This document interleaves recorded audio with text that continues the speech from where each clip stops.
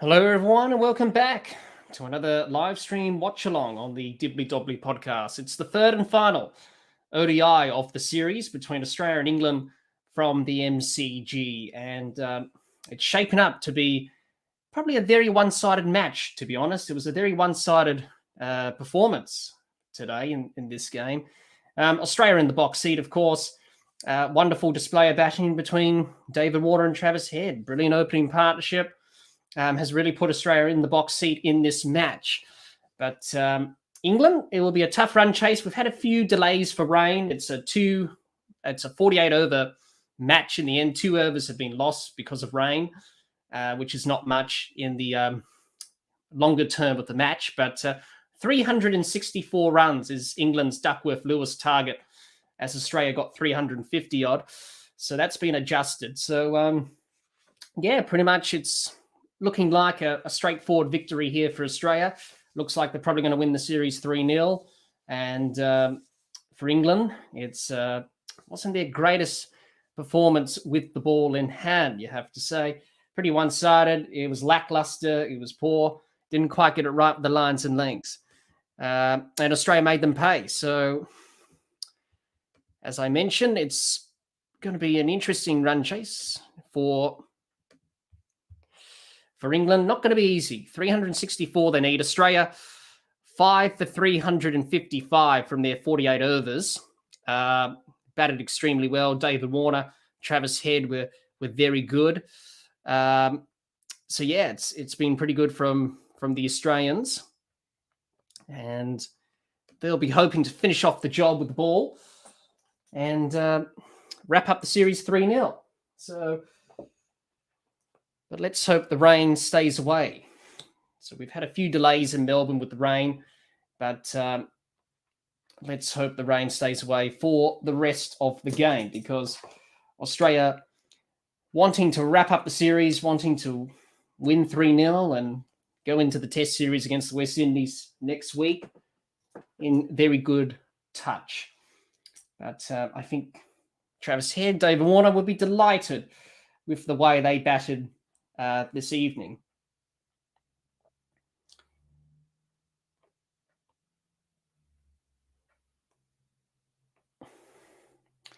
So just a recap of what happened. Australia batted first today. England won the toss, and they chose to bowl first today in very English-type conditions. A bit of grass on the surface. Unfortunately for England, didn't make use of those conditions. Unfortunately, they bowled pretty poorly. Australia 5 for 355 from 48 overs. We had a couple of rain delays throughout the Australian innings, and a couple of overs have been taken off due to the time being lost. So it's now a 48 over match, but that's a pretty good score from the Australians. It was pretty much Travis Head and David Warner. Very good opening partnership. Travis Head 152 off 130 balls. David Warner batted well, 106 off 102 balls. He batted well. Brilliant opening stand of 269 for the first wicket. That's a pretty good partnership. And it was a tough day for the England bowlers. All of them went for runs, going for runs at the MCG. Ollie Stone bowled well. He got 4 for 85 from his 10 overs. A wicket for Liam Dawson, 1 for 75. None for 62 for Chris Wokes. None for 63 for David Willey. And none for 66 for Sam Curran. So it just tells the story about the England bowling. Did not quite get it right today with their lines and lengths. Didn't make use of the conditions. They bowled too short. They bowled too wide. They leaked runs. They couldn't bowl dot balls. They didn't sustain pressure. And that's why they conceded 355 runs from the 48 overs that were bowled, really. So as we mentioned, England will need 364 in 48 overs. That's the Duckworth-Lewis adjusted total, or target, I should say. So that's what they'll need to basically win this game. That's going to be a tough run chase. Australia, you would think, will bowl better than England, and you would think England will find it tough, given that England's batting hasn't been good in this series thus far. It's been up and down, to be honest, and it hasn't been great. Hello, John. Hope you're well. Thanks for joining us. You say that opening partnership was a perfect storm. A lot of hoop early, a little good fortune mixed with some great shots and a lackluster bowling. Yes, it was, John. Yeah, pretty much was. Didn't look like England were going to take a wicket. I don't know how many games in one-day cricket where a team's batted first and didn't lose a wicket throughout the whole innings. It was looking like that today, but no, it was a very good partnership. David Warner, Travis Head did their job. I think this is the perfect opening partnership for Australia. They've done pretty well in the series. They missed out in the second game in Sydney, but game 1 in Adelaide, they batted well. Game 2, they got out early, but game 3 here in Melbourne, they batted extremely well. And it doesn't look like it's going to be an easy run chase for England here. Not going to be straightforward. They will be tested. 364 is what they need from their 48 overs. We've got 2 overs lost because of the rain delays that we've had, but we've been pretty good with the weather thus far. Not significant rain delays, which is good. So 364 for England to chase down. It's not going to be easy. Can they do it? Well, they've got a good batting lineup. Doesn't look like they're going to get that at the moment. So let's have a bit of a reminder for everyone. If you didn't catch it early on, England won the toss. They chose to bowl first. As I mentioned, didn't quite get it right. Very English-type conditions today. Overcast, bit of grass on the surface. Didn't quite get it right. They bowled too short, too wide, and didn't do the basics well enough. And Australia pounced on that, and that's reflective in the way that Australia batted in this innings today, and how Travis Head and David Warner took them down to out. So they won the toss. They chose to bowl first. That pretty much backfired on them big time.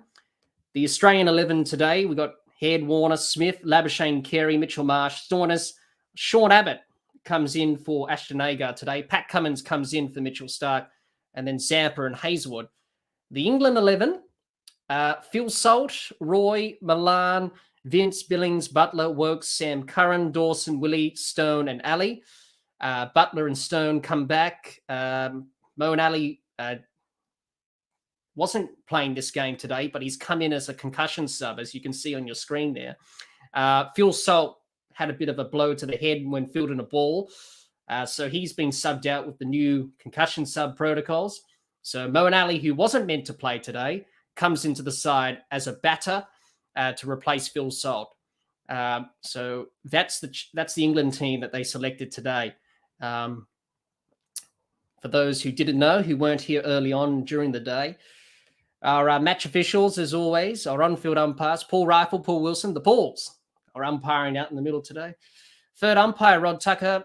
Fourth umpire, Sam Nagoski. And match referee, David Boone. He was a very good batter for Australia back in the day, of course. So that's the key information from this game. So we're just waiting for the second innings to begin. 364 is the Duckworth-Lewis-Stern score. That's how many runs that England will need to chase in their second innings, in the second innings of the match. Not going to be easy. 48 overs this game is, so 2 overs short of 50. That's mainly because of the rain that we had. So as we wait, we'll have a bit of a chat, a bit of a discussion. Got any questions? More the merrier. I'll be happy to answer them. Seems like a cold day in Melbourne, miserable, cold, rain. But the crowds come in and they're going to watch a game of cricket, which is good, I suppose. But anyway, that's the way it is. John says, those little rain interruptions didn't cost many runs, but interrupted the flow. Who knows? Might have been a 400 score. Otherwise, Duckworth-Lewis-Stern actually working for the team batting first this time. Yes, it has. With Duckworth-Lewis, it's a very difficult formula for people to understand. And if you don't lose too many wickets and you score a big score like Australia did here, the target will actually go up. Now, if you lose too many wickets, let's just say Australia were bowled out, the target would have been a lot less and it would have favoured England. So it's definitely favoured Australia here. I don't think Australia will bowl poorly like England did today. I think they'll bowl a little bit better. I think they'll use the conditions well. Cummins and Hazelwood will be a handful, especially Hazelwood on these types of surfaces. Then we've got Adam Zampa who'll come in and do a job there with the leg spin. And then you've got Sean Abbott, who's bowled pretty well. So it's not going to be easy for England. Their batting in this whole series has been underwhelming. And yes, it's not their strongest 11. It's not the best 11 they've got on the park. But still, you want to put in good performances. And they've been a bit off the pace in this series. So they'll be disappointed with how they batted and how they bowled today, especially. It wasn't their best performance. Didn't look like taking a wicket, went through the motions. Everyone was, not looking energized. Australia were up for it, and they made the most of it, which is pretty good. So we're not too far away from the second innings beginning. As I mentioned, England would need 364 to win and to avoid a 3-0 series defeat. But for Australia, they'll be happy to, finish off this series strongly. I think Australia's played really well in this series. And for once, Australia getting some consistency, which is what you want from the one-day side going into a 50-over World Cup next year in India. So Australia will be very pleased with their batting performance today. David Warner was good. Travis Head was good. The batting fired. Not much for the rest of the Australian batting order to do, really. But that partnership definitely set up the innings nicely for Australia and got the team off and running in this game. So let us know in the chat, do you think England can chase it down? Well, they got some very good batters, but the last game in Sydney, unfortunately, batting collapse cost them. And they were cruising in that game in the last game, obviously, in Sydney, and they couldn't get the job done. Unfortunately, batting collapse, and it was just a very ordinary performance with the bat from England in that game. Australia were able to break the partnership between Vince and Billings, which was over 122 runs for the fourth wicket. And that was the key partnership to break. And then after that, they lost around about 4 wickets for 13 runs in 3 overs. So pretty much the match was decided in Australia's favour. So on a pitch, that's going to do a little bit with the new ball. You would think the Australian bowlers will bowl a lot better than England's bowlers today, because it was a pretty ordinary performance, and the sun breaking through at the MCG, which is good. It's been cold and miserable all day, but we haven't had not many lengthened delays with the rain today. A few niggling showers that have come across the ground, but they've been cleared up quite quickly. So the crowd's in. Not much of a crowd, but there's some people there watching the game today. So they'll be hoping that Australia can get over the line here and win the series 3-0, which will be a very good result for Australia in terms of preparation for the not T20 World Cup, the 50-over World Cup, which will be in India, and that will be next year, around about this time next year, around about October, that time, around about that period.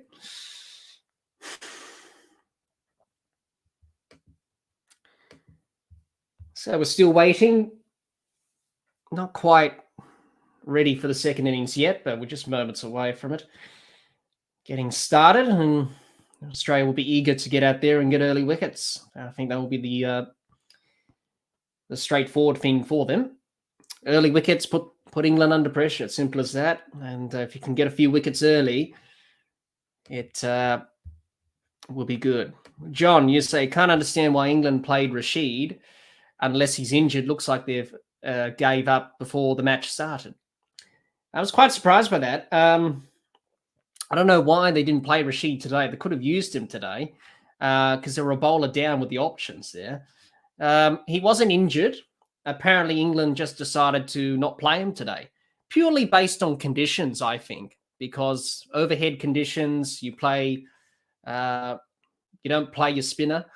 You usually go in with your quicks and seamers, and that's what they did today, which was a bit bizarre because England had Liam Dawson as their spin option today, but even he was going for some runs. They could have gone with Rashid, that's for sure. Wouldn't have made a difference? Probably not. I think the way that Australia batted today, I don't think it would have made a difference. But an interesting selection call there, John, from the England selectors. Nature Lover, hello. Hope you're well. Thanks for joining us. And good to see you as always. Nature Lover. John, you say Salt's injury was very unfortunate. Yeah, it was. That's why Moeen Ali's in the side today as the concussion sub. So he will be taking his place into the 11. Obviously, he wasn't meant to play Moeen Ali. He was meant to be rested today, but unfortunately with Salt, that concussion, Moeen Ali gets his opportunity as the concussion sub, which is why we have the concussion sub. So one team does not get disadvantaged with an injury, and that's why we've brought it in. So, yes, very unfortunate indeed for England and for Phil Salt. But they've decided to take caution there and not risk it. Nature Lover, you say, why Stark isn't playing? He's not playing because he's having a rest. Nature Lover, he's having a rest. He was always going to miss out this last game. And look, it's the end of the series. Australia's already won. So we've got the Test series with the West Indies coming up on Wednesday. So it's a good decision by the selectors to give Mitchell Stark a rest and let him put his feet up. So that's why he's not playing tonight, Nature Lover. And besides, we've got Josh Hazelwood, Pat Cummins. We've got Adam Zampa. So we've got a very good attack, even without Mitchell Stark. And I think Hazelwood, in particular, on this pitch, he will be some handful, I think. The ball nibbling and seaming a little bit, and I think he would be a handful. But look, you would think Australia's in the box seat. 364 for England to win on Duckworth-Lewis. That's been adjusted.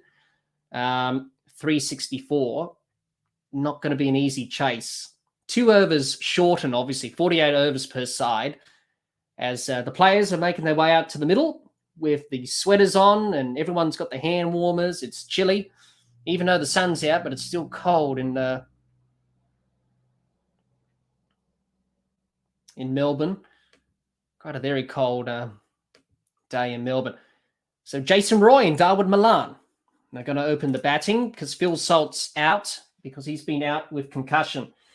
If you missed that earlier today, went to field a ball, hit his head on the turf. He's been subbed out. Moeen Ali, who wasn't meant to play today, has been drafted in as the concussion sub, and he will take his place in the team today. Nature Lover, you say, and why Cummins didn't play the second ODI? The same reason, Nature Lover, a rest, basically. Basically a rest. That's why he didn't play. That's why Josh Hazelwood was captain. And I thought Josh Hazelwood actually did well, as captain. First time he ever captained any side of cricket. So he's going to have the new ball here, Josh Hazelwood. He's going to bowl to Jason Roy for the first over of the run chase. England will need 364 to win from 48 overs. It's a shortened game. 2 overs shortened due to the rain delays that we had today. So Josh Hazelwood's got the new ball in his hands. He'll be bowling from the members' end of the MCG. If you're watching this, he's bowling from the members' end. Right arm over the wicket. Josh Hazelwood raring to go for his first ball of this match. To Jason Roy. We've got a slip in place. Here we go. So Hazelwood in to Roy. This one's defended back down to mid-off for no run. A dot ball. Good start from the Australians. A dot ball is always a good start. Jason Roy under pressure. He needs some runs. He'll be very relieved that Mitchell Stark's not bowling this first over because he got out to him in the first over of the last game in Sydney, got caught down the leg side, strangled down the leg side with a very poor shot. Hello, Raj. Hope you're well. Hazelwood in again, second ball of his over. He's into Roy. He bowls. This one's short. Roy works it to square leg for a quick single. He's off the mark. And so is England. First runs of the board for England. They need 364. That's the Duckworth-Lewis target. Raj says, back here after a while. Yes, welcome back, Raj. It's good to have you here. And thanks for joining us, everyone. I know it's a little bit of a one-sided game today, but we're just going to have a watch and see what happens. And it looks like Australia could win this series and win this game 3-0. But thanks for joining us, everyone. Appreciate it as always. Darwood Malan, he'll be on strike. scored that century in Adelaide, missed out in Sydney, got out for a duck. Wonderful delivery from Mitchell Starc. And Hazelwood in to Milan. This one short, and Milan works it to square leg. Quick single, nearly a run out. In the end, they get through for the single. Good fielding from Mitchell Marsh there. No, it isn't Mitchell Marsh. I could be mistaken. I don't know who fielded that ball. I think it's a sub fielder that Australia has on the field. I haven't seen him before. I think he's one of the sub fielders. But a very good pickup and throw there. Is it Ben McDermott? No, I don't think it's Ben McDermott. No, it's someone else. I don't know who he is. I got no idea who fielded that ball. I think it was a sub fielder. I don't know who it was. Hazelwood in to Roy. Roy works it to mid-wicket for no run. Dot ball again. So good first over from Hazelwood. A single and a leg by. 48 overs. We've got 2 overs taken off because of the rain delays. And the sun's coming out here in Melbourne as the sun's setting. So that's good. At least the rain won't come. At least we'll get a full game in for this last innings of this game. Hazelwood in. 5th ball of the over now. He's in. He bowls to Roy. This one's full. Defended back down the pitch to mid-on from Roy for a dot. He's yet to get off the mark. He's none off 4. Milan's 1 on 1. 1 off 1, I should say. None for 2 for England. Going to be a very difficult task chasing 364 to win this game.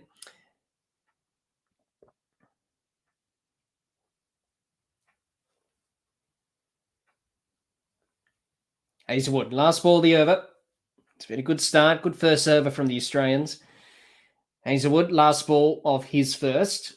He's in, he bowls to Roy, and this one outside edge down to third man from Roy, and he's off the mark for a single. It is the end of the over. And that's the end of the over. It's none for 3 after 1. And a very good start from Australia. Very promising start. Hazelwood, very good first over. Got the ball in the right areas. England's bowling was very poor. But I don't think Australia will bowl poorly today. I think they would have learnt from the England bowling performance. And that's to make sure you bowl the bowl in the right areas. Make sure you keep hitting those right areas and lengths and lines. Pat Cummins, the captain, he's in for the second over. Comes back after a rest.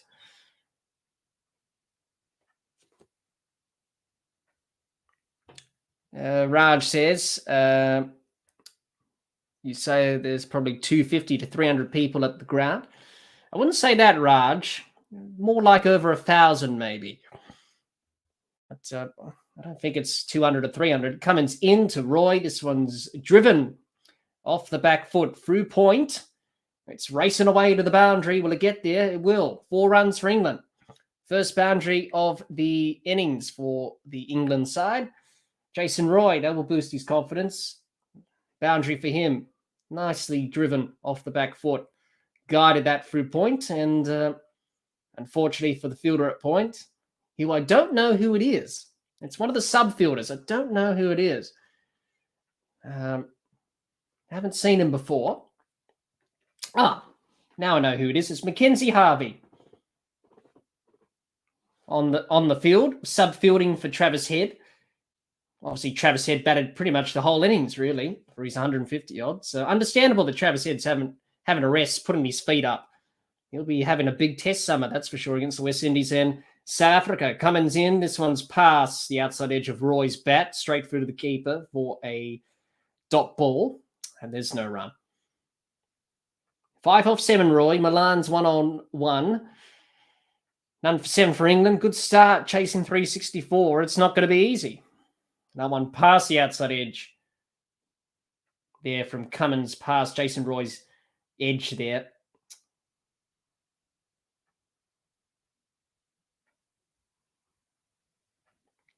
Cummins into Roy. This one short, and Roy defends it back down the pitch to Cummins for a dot ball. There's no run. Nature Lover, easy on the spam. You say, why didn't you podcast all the matches of the T20 World Cup except Australia's? You would have gotten more subs then. Nature Lover, it was just going to be too much. So it was easy just doing Australia's matches, then doing the semi-finals and final. I can't do all the matches every day. That's a lot of work, and I just would have been overwhelmed. Cummins in to Roy. This one's short. He flicks it over mid-wicket for a single. And in the end, they'll come back for 2. So good running there. Bit risky from Roy. Didn't quite time it, but he got 2 runs nonetheless. So to answer your question, Nature Lover, it was just too much work for me.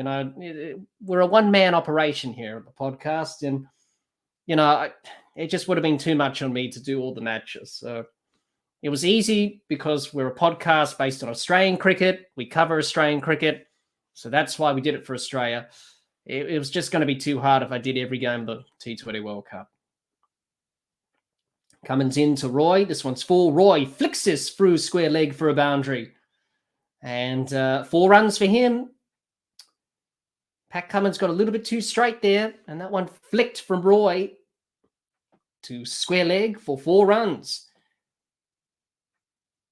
Very good shot. Jason Roy, he's out of form. He needs some confidence.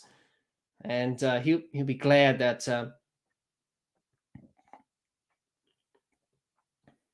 that Mitchell Stark's not bowling today because he's having a rest.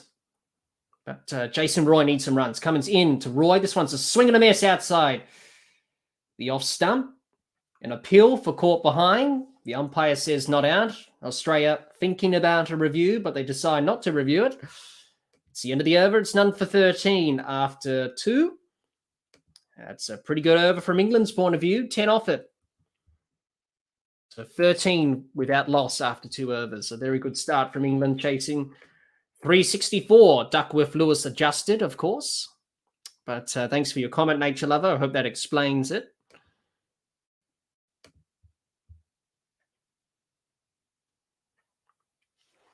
Josh Hazelwood, ready to go. Second over for him. And he'll be ready to get the first breakthrough if he can. So 2 slips for Australia for Josh Hazelwood to Darwin Malan, who's on 1. Jason Roy's on a rudder ball 11, off 11. 2 boundaries have been hit thus far. So here we go. Josh Hazelwood at the top of his mark. Going to bowl to the left-hander in Malan. This one's short. Malan dabs it behind square on the offside. In the end, it's a dot ball. And there's no run. Josh Hazelwood, I think he'll be the key for Australia tonight. He likes bowling in these conditions. When there's a bit of movement and a bit of swing, he'll exploit that. Very consistent, very metronomic. Sort of reminds me of Glenn McGrath in the way he bowled. Just hits that spot time after time, that nagging spot on the pitch. Bowling that length that batters don't like facing. And Hazelwood in again to Malan. This one's full. Malan doesn't time it. Goes past mid-wicket for a single. He was trying to drive that through the offside. In the end, got a bit of an inside edge on that. Went through mid-wicket instead. Nonetheless, he gets a single. He moves on to 2. England none 14 after 2.2 overs. It's been a very promising start from their point of view. And they'll be hoping that they can get a big partnership just like Australia did with Travis Head and David Warner. But Australia would not give them anything in terms of poor deliveries. And we saw that from England in the run in the first innings. They bowled all over the place, really. Hazelwood in to Roy. This one traps Roy in the crease on his pads, and it goes down to third man for a leg bye. And in the end, they'll get the leg bye, a single leg bye. No, in the end, he got a bit of bat on that. So gets a single. So a bit of bat on that from Roy, not a leg bye. Got a bit of an inside edge onto his pads there. Runs down to third man. So a single for him. Another run on to the turtle for England. None for 15. No, in the end, it was a leg bye. My mistake. So it was a leg bar on the previous ball. Hazelwood into Milan. This one full. Outside off stump. Edged and gone. First wicket down for England. Milan is gone. And he is gone for 2. And Australia strike early. And England lose their first. Darwin Milan, the Centurion, gone for 2. The Centurion from Adelaide is gone for 2. This one was outside off stump, went for the drive. Got an inside edge and a good catch from Alex Carey. And that is the end of Darwin Milan. He's got to go. And England lose their first wicket in the run chase. Milan gone for 2. It's 1 for 15.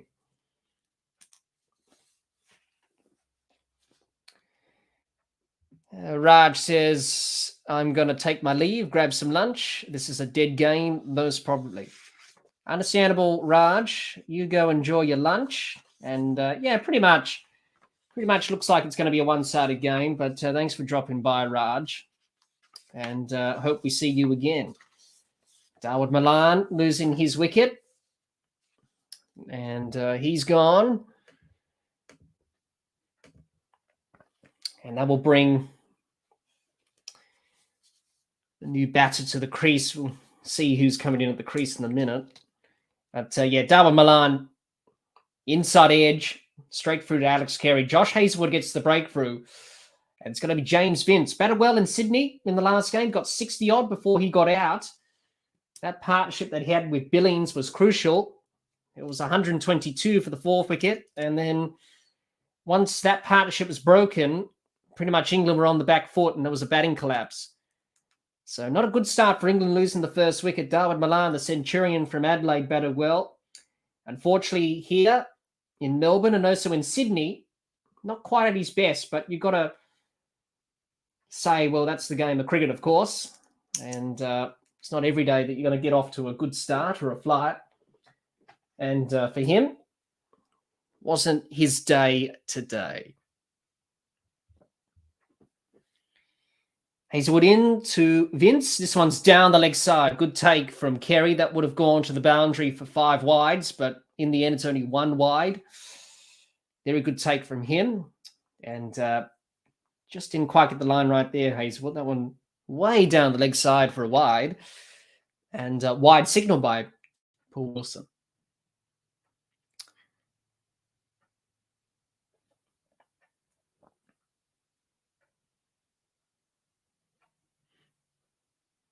So here we go. Hazelwood in to Vince. 5th ball, the in. This one's full. Traps him on the pad and appeal for LBW. Shot offer. So there was no shot offered. It's gone to the boundary, but it'll be a dot ball and it'll be a dead ball. It won't be leg byes because, as we know, for a leg bye to be awarded, the batter has to make an attempt to play at the ball. James Vince left this ball, was way outside off stump. There was an appeal for LBW. Can be still given out LBW if you didn't play a shot, if it's outside the line of off stump. In the end, the ball went to the boundary for 4. So no leg byes awarded, dead ball, but the ball counts as 1 as the over. Hazelwood into Vince, drives. This one full outside off stump, drives through the covers for a single Vince. He's off the mark. That's the end of the over. It's 1 for 17 after 3. And very good start from Australia, getting the early wickets of Darwin Milan. So Australia definitely going to bowl better than England did.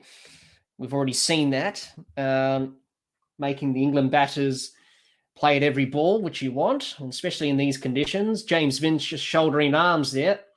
Luckily, it wasn't out LBW.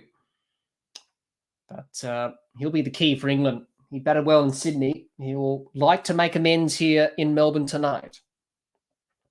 But Josh Hazelwood, good first over from him. Good second over as well.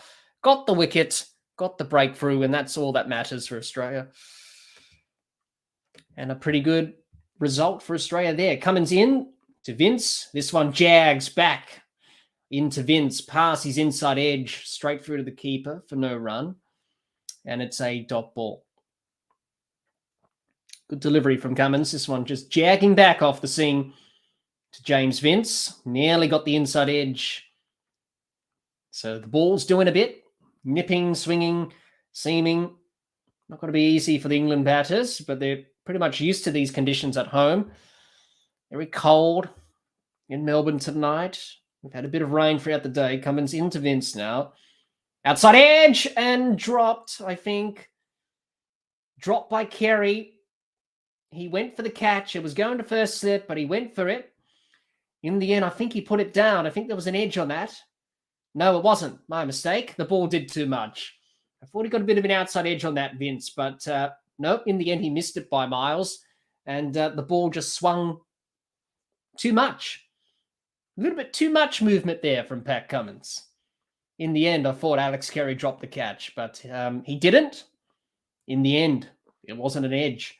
Cummins in to Vince. This one short. Vince works it to point for a dot ball, and there is no run. Vince, 1 off 5, yet to really get going. He has to be watchful here. Jason Roy, 11 off 12. He's been under pressure. A lot of people say that he's out of form and he needs some runs to boost his confidence. And at the moment, he'll be delighted to get off to this start, 11 off 12, as Cummins in again to Vince. He's in. Cummins, he bowls this one full, traps Vince on the pads. The ball goes out to square leg. There was an appeal for LBW. Umpire says not out. And it's a dot ball.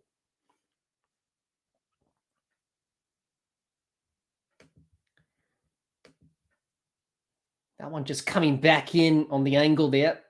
That one, yeah, probably just going down leg. And in the end, dot ball. Yeah, an appeal for LBW. That one just going down leg, just did too much. But good bowling from Cummins. He's making the batters feel under pressure. Cummins in to Vince. This one jags back in. And I think it's hit James Vince, where many cricketers don't like to get hit when you're batting. And that's winded him. And I think if you're watching the game from home, I think you'll probably know where he got hit. In the midriff. Not a nice place to get hit. That one just jagged back. Oh, yeah. Oh, ouch. That's nasty. That's nasty there. The ball doing a bit, and that one just hit James Vince in the unmentionables. Everyone laughs except you when you get hit there. Anyway, last ball of Cummins' second over. It's been a good start from Australia. They've bowled better than England for a start. England were just awful with the ball today. Cummins into Vince. This one outside his outside edge, straight through to the keeper for no run. It's the end of the fourth over. It's 1 for 17. James Vince went for a bit of a flirt outside the off stump. In the end, playing a miss, straight through to the keeper for a dot ball. 1 for 17 after 4. England need 364 on Duckworth-Lewis to win. It's a 48-over match. And we'll get to the questions. Nature Lover, you say that cricket is very popular in Australia. So why is there very few audience there? Is that how it means, or cricket is becoming less popular in Australia due to the ongoing FIFA World Cup? Well, I get this question asked a lot, Nature Lover. Why are the crowds so low? I think if you're from Australia, you know what the reasons are for the crowds being low. There's so many reasons that I can list, and we'll be here all night. But the obvious ones is, number one, people don't like Cricket Australia. As Hazelwood's into Roy. This one worked to mid-wicket for no run. People don't like Cricket Australia. People don't like how the game's been run in Australia. People don't like Pat Cummins' captaincy. People don't like how cricket's going in Australia. People don't have the time to watch cricket. It's a Tuesday. It's a work day. People are at work. People are at school. It's not school holiday time. So there's a whole heap of factors that's in play here as Cummins into Roy. This one chipped over square leg from Roy. He'll race away to the boundary for 4. And there's no fielder back there. They had the fine leg there. Going back to your point there, Nature Lover, your question, there's a whole heap of factors. I've just named some of them, obvious. And obviously what happened after Cape Town, of course. People have lost trust. People don't want to watch the men's team anymore. They want to go and watch the women's team who have been performing really well. And they're sort of the number one team in Australia now because of how they've played the game. And a lot of people are sort of off the men's team. There's a whole heap of factors. So as Hazelwood's in to Roy, this one's down the leg side. It's going to be a wide. Didn't quite get the line right there, Josh. So there's a whole heap of factors at play. It's not like what it was back in the old days with the crowds. It used to be very popular back in the day when Australia were playing really well. Different generations, different times, different demographics of cricket watcher and fans. So there's a whole heap of reasons, Nature Lover. I can't pinpoint it on one specific thing, but there's a lot of reasons that I mentioned there. As Hazelwood bowls to Roy, works it to mid-on for a quick single. But thanks for your question. John says, in some ways, Cummins reminds me of Rodney Hogg. Too good, moves it too much. Oh, yeah, well, he's getting some movement there, Pat Cummins, just a little bit too much there. So he'll be hoping to control that as the innings progresses. But that's a good sign for Australia that the ball's doing a bit. And it will in these conditions. As Josh Hazelwood gets ready to bowl the fourth ball of his third over. He's in to Vince. This one's four. Past his outside edge.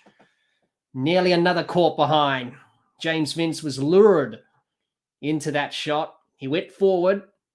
Got his bat next to his pad. He was ready to play the shot.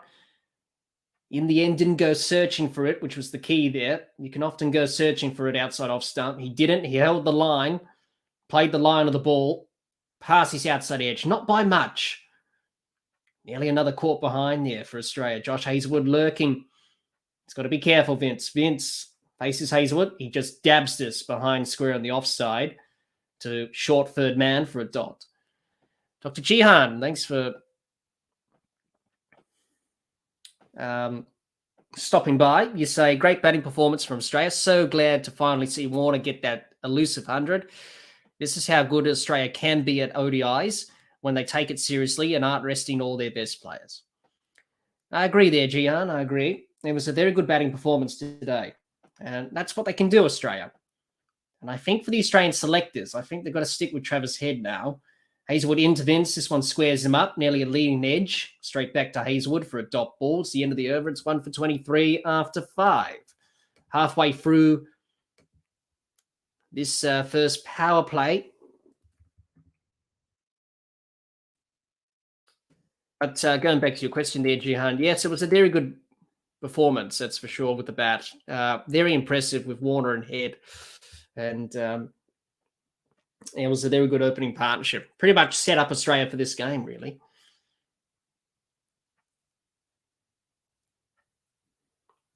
Very good over from Hazelwood. It's going to be Pat Cummins to bowl his third over. He's going to bowl the sixth over. Well, England need 341 runs to win. It's not going to be easy. Australia getting the ball to move around a lot. Here we go. Cummins in to Roy. This one short. Down the leg side. Will race away to the boundary for 5 wides. Not Pat Cummins's best delivery of the evening. And England get 5 extra runs because of it. 5 down the leg side.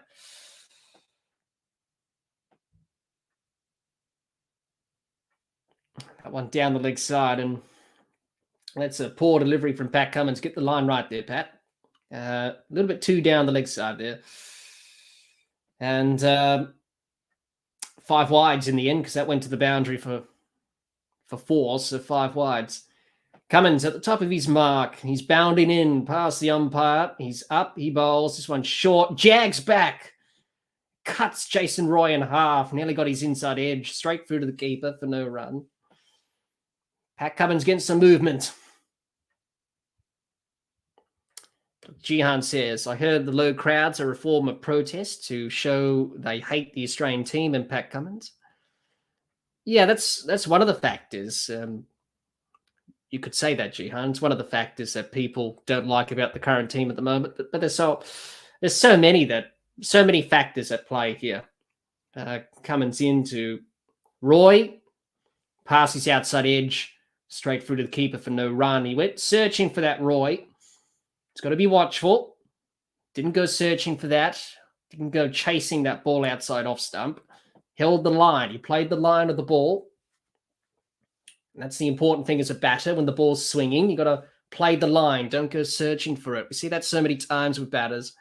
They go searching for it. You just got to play the line.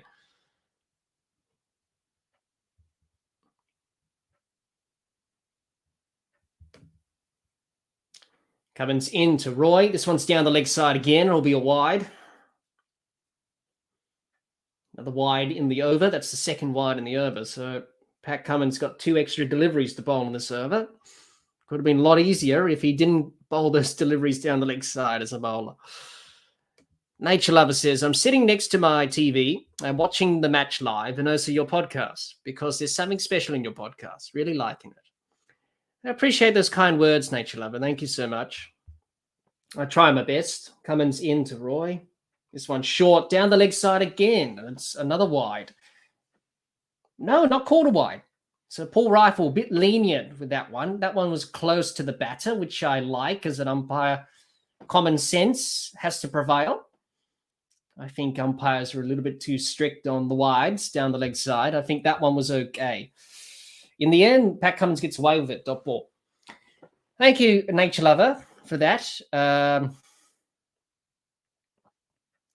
Really appreciate that. I do try my best with the podcast and glad back in the podcast, which is good. I appreciate that.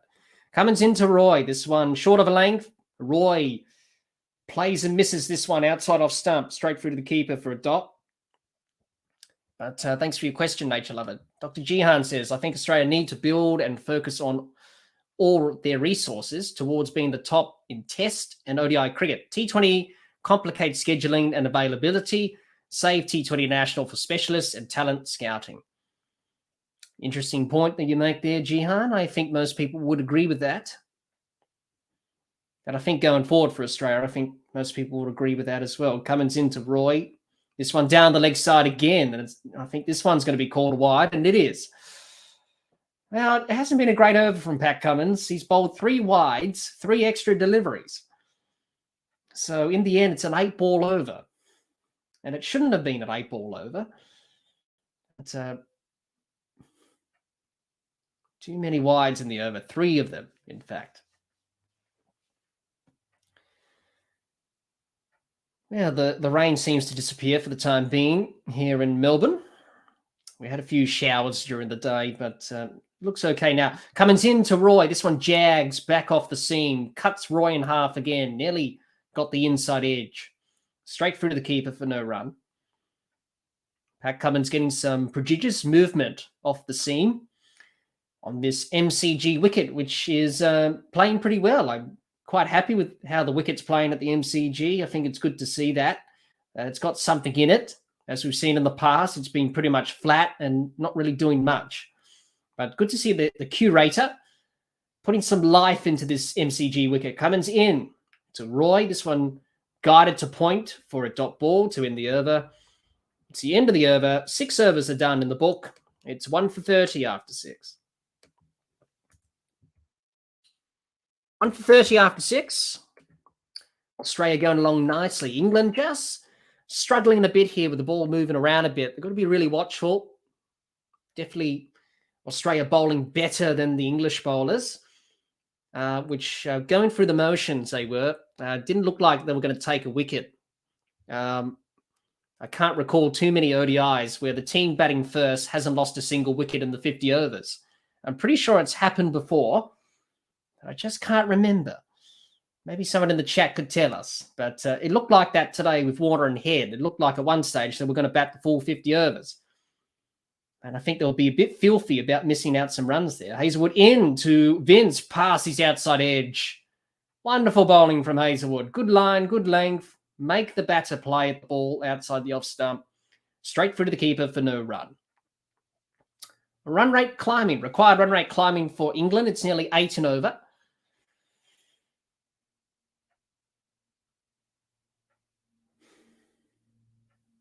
Nature Lover says, I prefer Warner more than Cummins as captain. Well, he does have an opportunity to appeal his captaincy banned David Warner because the code of conduct's been changed by Cricket Australia. Hazelwood in to Vince, and this one catches Vince on the arm or the glove.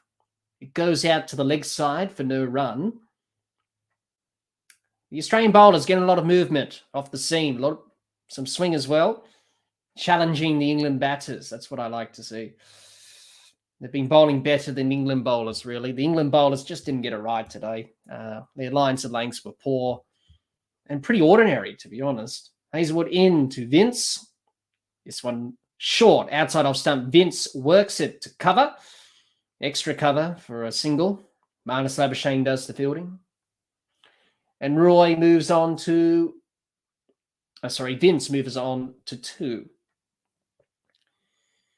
Dr. Jihan says, the sacking JL saga is only brought up whenever Australia lose. People forget about it when they win. The reality is they've won more often than lost since he left. Yes, most people say that every time Australia loses and say, well, Australia would have done better with JL compared to Andrew McDonald. But I'm not going to get into that. That's what people are thinking there. Hazelwood in to Roy. This one's full, driven to mid-on for no run. And it's another dot ball. Pat Cummins does the fielding, the captain. He's back into the side. It was quite surprising to see Josh Hazelwood captain in the last game. I thought it would have been Steve Smith or Travis Head. But, Josh Hazelwood did a pretty good job, I thought. And he did okay for his first game as captain. Won the toss.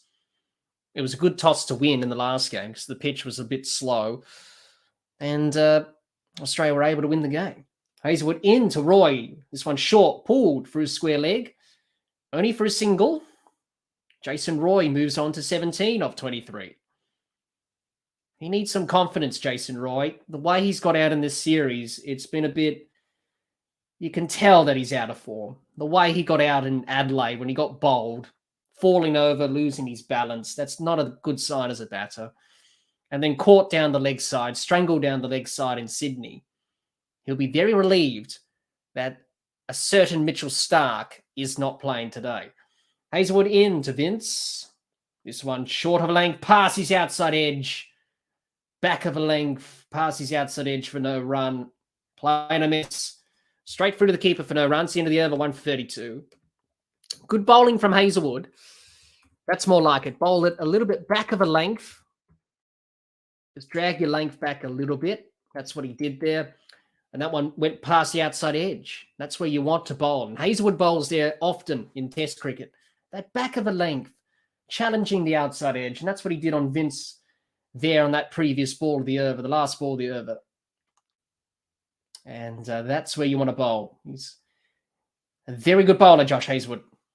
And bowling well here. Thanks for your comment there, Jihan. You also say Jihan. Story was...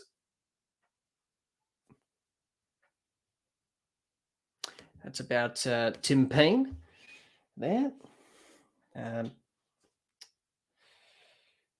Anyway, Sean Abbott to continue. He's in the side today. Abbott in to Roy. This one traps Roy on the pads. He was looking to pull that through mid-wicket.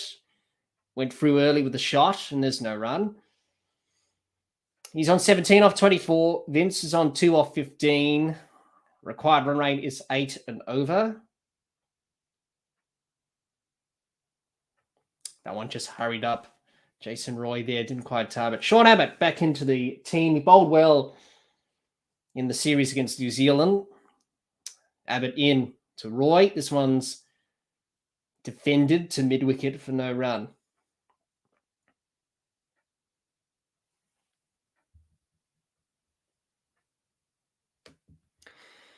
England 1 for 32.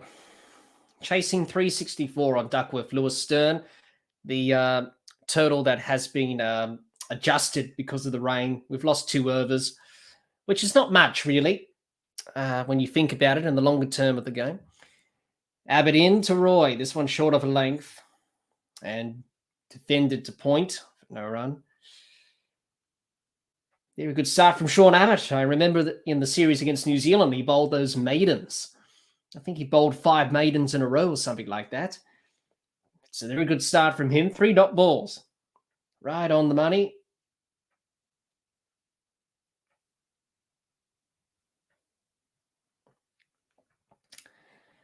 Sean Abbott in again to Roy. This one's full. Jags back into Roy. Nearly clean bowled him. He was very lucky not to get bowled there, Roy. So there's some movement for the Australian bowlers, movement for Sean Abbott. In the end, Jason Roy survives. This one just came back into Roy. Nearly got his inside edge, nearly hit the off stump. Very good bowling from Sean Abbott.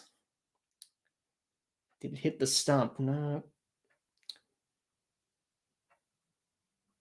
All good there. Abbott into Roy. Drives off the back foot through point. And it will race away to the boundary for 4. There's no fielder out there in the deep to cut it off. So 4 runs for England, 4 runs for Jason Roy. And a little bit too wide of off stump there, Sean Abbott. And he was able just to glide that nicely off the back foot, Jason Roy, through the point region. For 4 runs.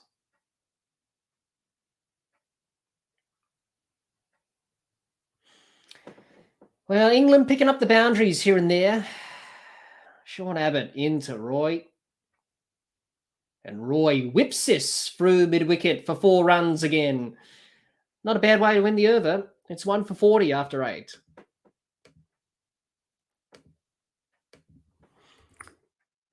Couple of boundaries for Jason Roy to finish the 8th over. 1 for 40 after 8. 364 for England to win. They've started okay. Nature Lover says, Meg Ladding's current Australian female team reminds me of Ponting's team. Well, it's a very, very good team. The Australian women's team, they've played really well. They've played good cricket. By far the best women's team in world cricket at the moment, that's for sure. Winning World Cups and T20 World Cups. What they've done is pretty good. And they're going to have many, many more games where they're going to win and have success. And the talent coming through is very good. Very scary. Watching the WBBL as I do, very good talent coming through. Hazelwood in. Vince, this one catches his outside edge. It'll go down to third man for 1. But yeah, the women's team's just been phenomenal, exceptional. Commonwealth Games, gold medalists. They could be Olympic medalists as well, gold medalists, if cricket gets into the Olympics in 2028 in Los Angeles. It's a good chance of making it through. If not, I think Brisbane in 2032, I think, will be the best chance for cricket to get into the Olympics. We shall see. But yeah, Hazelwood into Roy. This one's full, driven to mid-off for no run. And there's a dot ball. But thanks for your question there, Nature Lover. Yes, they're definitely a good team, the Australian women's team. And hopefully we see Meg Ladding back. I know she's taken a break. She deserves a break after all the work she's done, obviously leading the side. But let's hope we see her back in the near future. And hopefully the Australian women's team can have many more tournaments to win. Hazelwood in to Roy. This one's full, driven to mid-off again for a dot. And there's no run. Thanks for joining us, everyone. Third and final ODI of the series, Australia versus England from the Melbourne Cricket Ground, the MCG. And this is the last game of the limited overs stuff for the Australian summer. Before we get into the Test series against the West Indies next week, they'll be on Wednesday from Perth, and then Adelaide, and then obviously the series against South Africa. Hazelwood into Roy. This one short of length. Roy lets it go to the keeper for no run. 2 balls left of the 9th. 1 for 41. England going along okay in the run chase, but it's a big job to do, chasing 364. Not going to be easy. Need partnerships. They need to really bat well here if they're going to do it.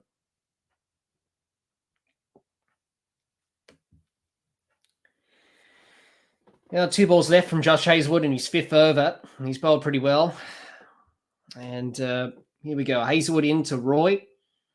This one short of length. Traps Roy on the crease on his pads. In the end, there's no run. Well, the current run rate for England is 4.64 runs per over.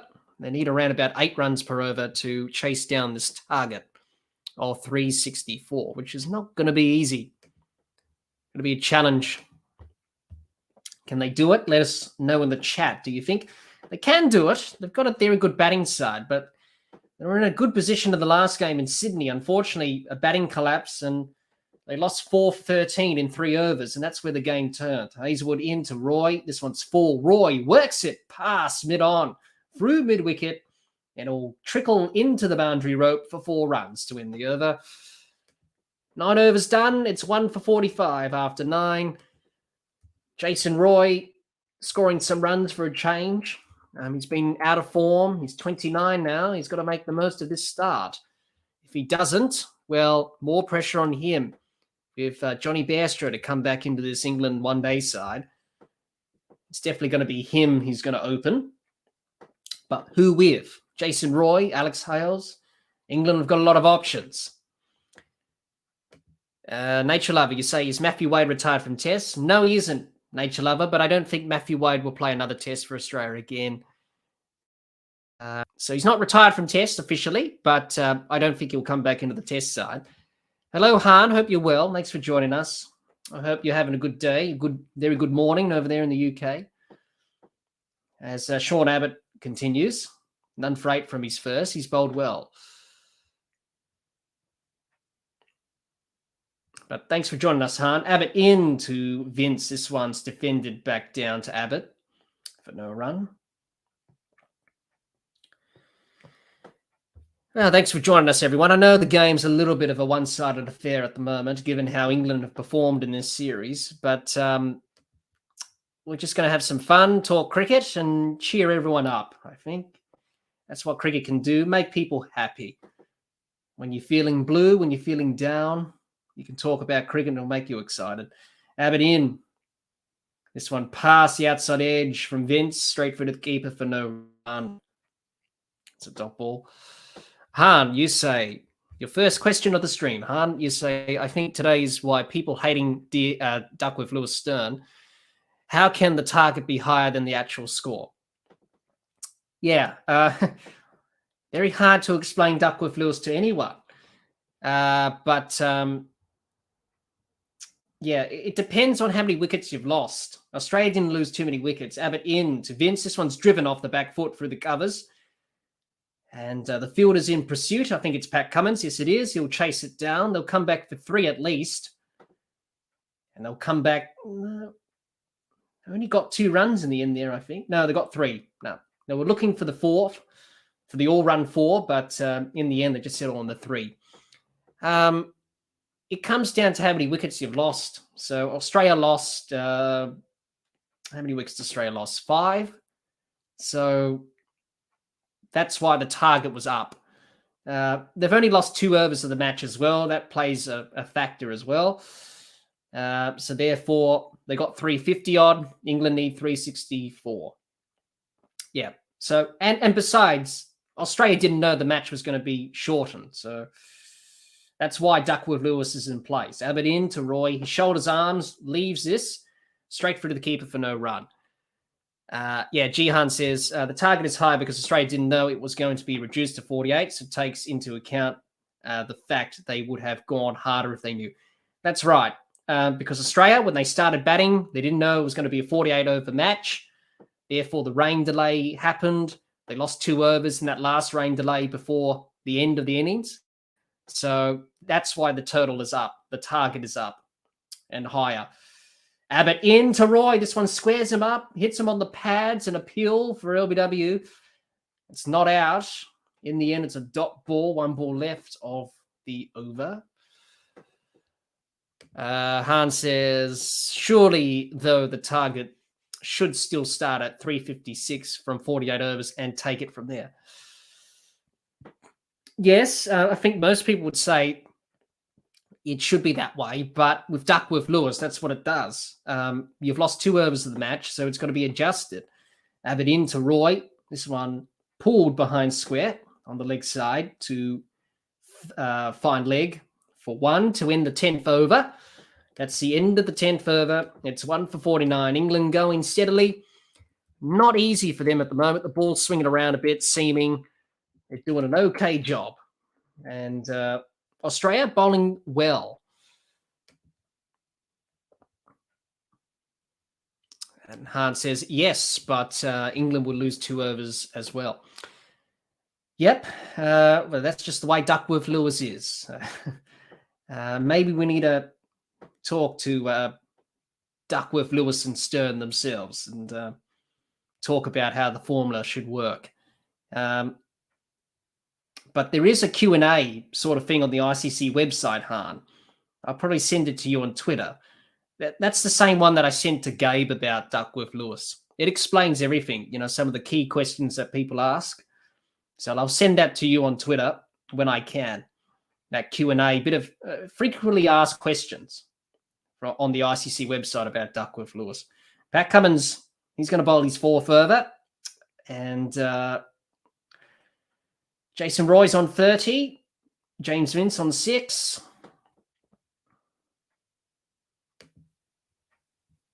So here we go. Cummins in. This one's past Roy's outside edge, straight through the keeper for no run.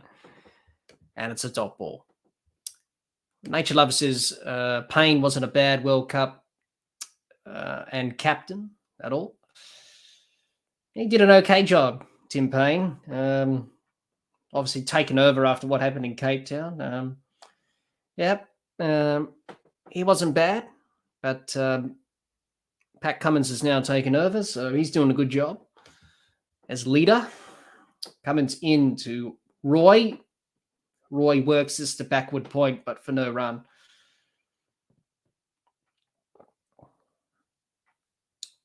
So Australia looking to wrap up this series 3-0. England disappointed about their performance in this series. I know it's their second best 11, but still, they'll be very disappointed about how they performed and played.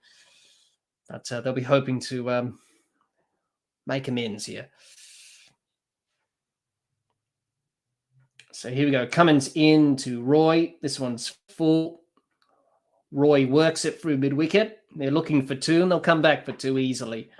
And the 50 up for England after 10.3 overs, 1 for 51.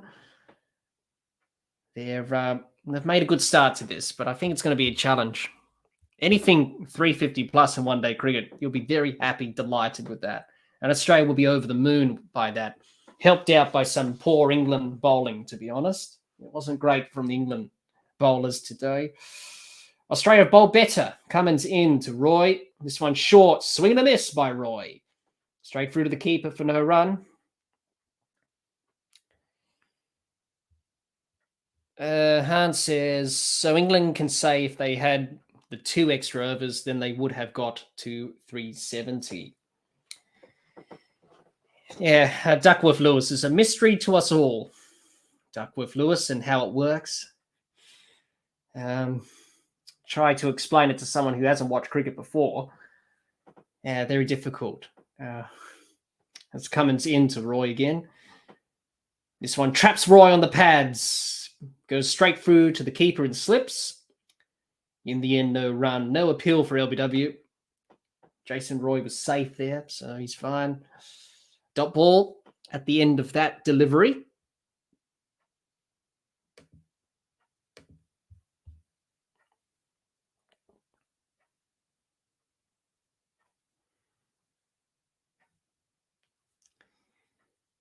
Well, 1 ball left. Cummins, none for 19 from his 3.5 overs. He's in now, and he bowls to Roy. This one's whipped from Roy to mid-on.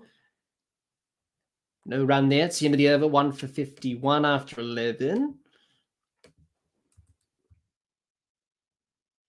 And Australia will be pretty happy with the start.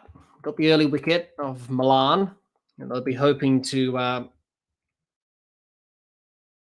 get another wicket here if they can. Another couple of wickets, getting 3 down for 50 odd.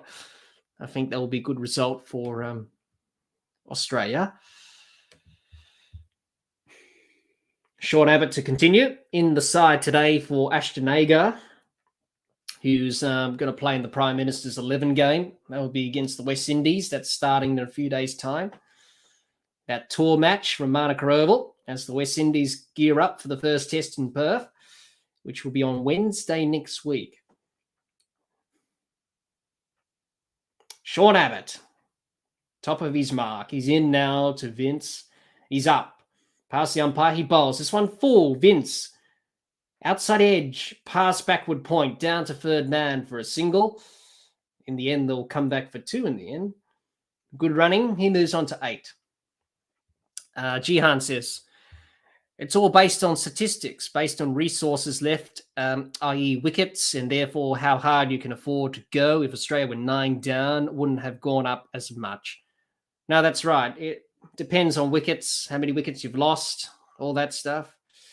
Duckworth-Lewis, Abbott in to Vince. This one's short of a length. This one's punched back down to mid-off from Vince for no run. Han says, I'm not against Duckworth-Lewis Stern, but when a team loses the last 2 overs, it is unfair, in my opinion, to set a target for the other team that is higher than the score on the board. It should be that score is the target. Well, it's the best option we've got now, really. I don't think anyone would like to go back to the run rate rules that Australia had back in the past, which was controversial, obviously. Abbott in, this one's short. Vince pulls it to deep square leg. Labuschagne does well to cut it off for a single. If you would remember what we had back in the old days, when South Africa needed 22 off 1 ball, that was based on the most productive overs with run rate back in those days. So it's a lot better than what we had back then, I suppose. Can it be improved? Definitely. You always got to look at these things and say, well, we can improve it. We've got to change it up a bit or something like that. So back to the drawing board, I think, for Duckworth and Lewis and Stern. Abbott in to Roy. This one's full, defended by Roy for no run. But it's the best we've got at the moment. So, we just have to put up with it, I suppose, until the ICC make a change or get rid of it and come up with a new system. But, it's definitely confusing for a lot of people. As Gabe said, let's not allow mathematical calculations to decide a cricket game, which it is, basically. It's all maths and all that. Abbott in to Roy. This one's in his pads. He works it to the leg side for his square leg for a single. I think he got a bit of bat on that. Maybe a leg by.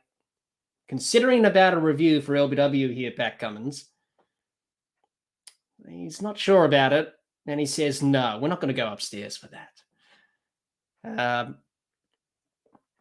So dot ball. A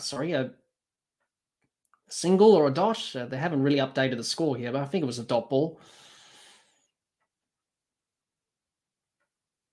That one just going down leg, I think. Good decision not to review that. The umpire said not out anyway.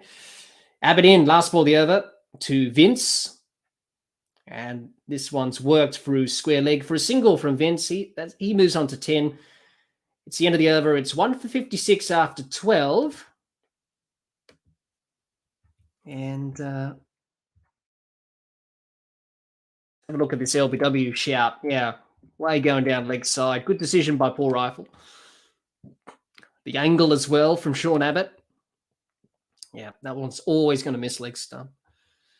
Han says, that the Duckworth-Lewis Stern target should never be higher than the actual total score. Jihan says 364 is basically the predicted score if Australia knew it was a 48-over game at the start. Pat Cummins continues. John says, we hated rain delays back in the 80s and hated the unbalanced results that always favoured the team batting first. Don't want to go back to that garbage. Cummins in to Vince. This one's defended back down the pitch from Vince to Cummins for no run. Yeah, especially when they had the run rate rules. most productive run rate in one-day cricket to decide what the target should be for the chasing side in rain-interrupted matches. It was an absolute disaster. So we don't want to go back to what happened in 92 with South Africa, that's for sure. Duckworth, Lewis, Stern, it's the best that we've got at the moment. So we just have to put up with it. Cummins in to Vince. This one short of length, thick outside edge from Vince. Goes straight down to third man for a single. Nature Love says, I think Australian got a perfect replacement of Finch and ODIs. Warner got a perfect partner. Oh, he's definitely batting well, Travis Head. I hope he goes on. I'm a bit biased because I would like Travis Head to do well because he's from South Australia. And South Australian cricket's not going through a good phase at the moment. I can't even watch the Sheffield Shield side at the moment. It's horrible. We keep losing games and we're not doing well. So, but at least we're doing okay in the one-day stuff. So you never know. We could win that, but I think everyone's clutching at straws there. But Travis Head, it's good to see him do well, representing South Australia. Cummins in to Roy. This one's past his outside edge. Straight through to the keeper for no run. Swing and a miss. Sorry there. Centre half forward. Hello. Hope you're well. I hope you're enjoying the cricket. Australia in a good position. England, very difficult run chase for them. But hello again, centre half forward. Good to see you again in the chat. Dr. Jihan says, it's statistically predicting Australia would have got to 364 if they knew they only had 48 overs because Smith and Stoinis, etc., would have hit out earlier instead of holding on that bit longer, expecting the 50 overs. Cummins in to Roy. This one jagged back, cut him in half again. Straight through to the keeper for no run. The ball's definitely moving. We can see that. There's some seam movement, jagging off the seam there, that last delivery. A little bit too much from Pat Cummins. He's got the ball to do too much. It's swinging too much and it's jagging too much. It's a challenge for the England batters. But they're sort of used to these conditions in England. Of course, Cummins at the top of his mark again. He's running in past the umpire. He bowls. This one's full. Traps Roy on the pads. There's an appeal for LBW. He's given him. He's gone, LBW. Roy is gone. The finger has been risen by Paul Wilson. He said, yep, you're gone. Jason Roy considering a review. I think he's going to review it. He has. He's gone upstairs. He said, I want to review that. I'm not sure. I was probably outside the line. But Pat Cummins was convinced. Paul Wilson was convinced. Even I was convinced. And I'm an umpire myself. And inside my mind, I thought that was pretty good to the naked eye. Jason Roy. He's had a good start, 33. Doesn't want to go now. Oh, he did walk across his stumps there. I don't think it's outside the line. It's pretty much in line there. Looks pretty good to me. It's hit him above the knee roll. Usually general rule of thumb, if it hits above the knee roll, it's probably going to go over the stumps. Let's have a look. Ball tracking. Pitching outside off, impact in line. Umpire's call for wickets. It's clipping the top of the bails. Jason Roy has to walk off. He's gone. England lose their second. Roy's gone. He's out of there. He's gone for 33. England are 2 for 57. And the Australian skipper gets the breakthrough. And Roy's on his way. He's got to go. It's a long walk here at the MCG back to the pavilion. And for Jason Roy, a player who is out of form, needs some runs if he wants to push his case for selection for a World Cup next year. Because England have many options. They've got Bairstow, they've got Hales, they've got other people who can open the batting. This LBW, yeah, pretty good. The umpire gave it out, clipping the top of the bails. Umpire's call, good enough. A lot of people say get rid of umpire's call, but we've got it for the time being. That was umpire's call. It was hitting the stumps. He's got to go anyway, Roy. And England lose the second in the run chase. So not what they needed, England. And, yep, it's going to be Sam Billings. Batted well in Sydney. He'll be disappointed when he got out when he did because it started a batting collapse for England. They lost 4 for 13 inside 3 overs. And that's where the game pretty much turned in Australia's favour. And that's where England lost that game. And We'll get back to the questions here in the chat. Sam Billings knew better at the crease. Hans says, I don't want to change back to the old system. I just think it is stupid to set a target that is higher than the score. Fine if England got those 2 extra overs, but they don't get them either.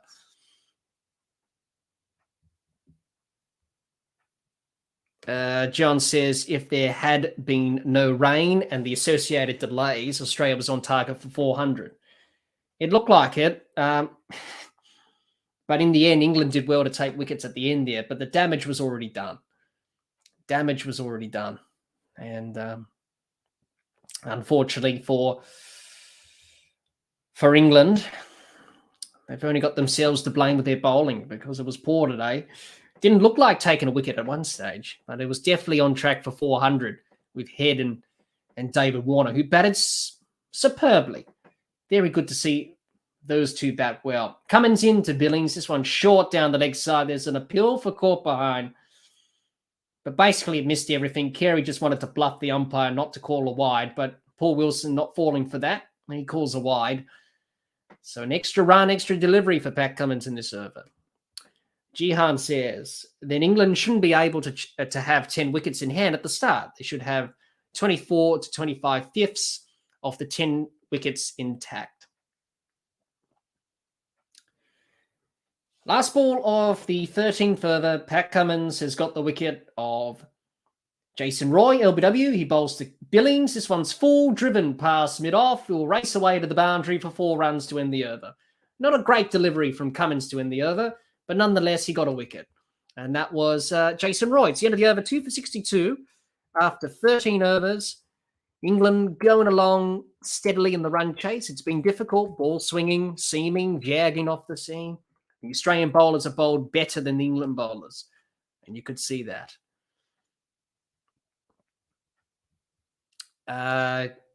Ganesh, hello. I think you're talking about the India T20 match against New Zealand, which is happening at the moment. You say, will India chase 160? I haven't been really watching that match, Ganesh, but I do know it's happening. Well, judging by what we saw in the second game, probably yes, maybe. Suru Kumar Yadav's been in good touch. I believe they've lost their 3rd wicket already there, India. So I haven't been keeping up to date with that game, but they could do it. Last game of the series, I believe. So let's see what they can do. Mitchell Marsh into the attack. He'll be bowling to Vince. This one's worked from Vince through square leg for a quick single.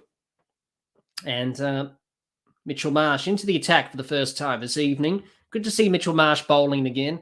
Jihan says, I think Duckworth-Lewis-Stern is good in ODIs, but not sure it works in T20s because there's more extremes in T20s. Yep.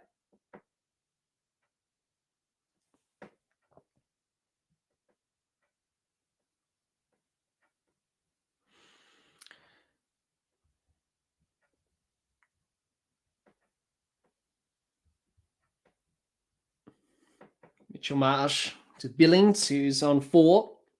Marsh in. This one short, squares Billings up, passes the outside edge straight through to the keeper for no run. Good delivery there. The ball's still doing a bit, which is good to see in one-day cricket. You want to see the pitch do something. Han says, the only way that predicted score means anything is if the other team doesn't have reduced overs. If they both bat the same amount of overs, then predicted... Yep, a lot of discussion about Duckworth-Lewis, Stern, how we can fix it and how can we make it better. Marsh into Billings, leading edge, over covers for a single, or 2 in the end. Got away with that. There, Billings nearly got undone there. Billings trying to work that through mid-wicket, got a leading edge, went through to the offside, over covers. In the end, he got away with it. But got to be careful there, Billings. He's got to take a bit of time to get in. The pitch is doing something. Marsh in, this one short of a length. Works at Billings to backward point, where Labuschagne does the fielding for no run. Good to see Marnus bat well in the last game in Sydney. Got 50 odd. Very disappointed to get out when he did because he was on track for 100 of some sort. The crowd watching on. Australia got England 2 for 65. Marsh in. This one left by Billings outside his off stump. Straight through to the keeper for no run. G. Hunt says umpire's call. That was with the LBW that Cummins got to Jason Roy there. Umpire's call, good enough. Umpire gave it out, so it stays out.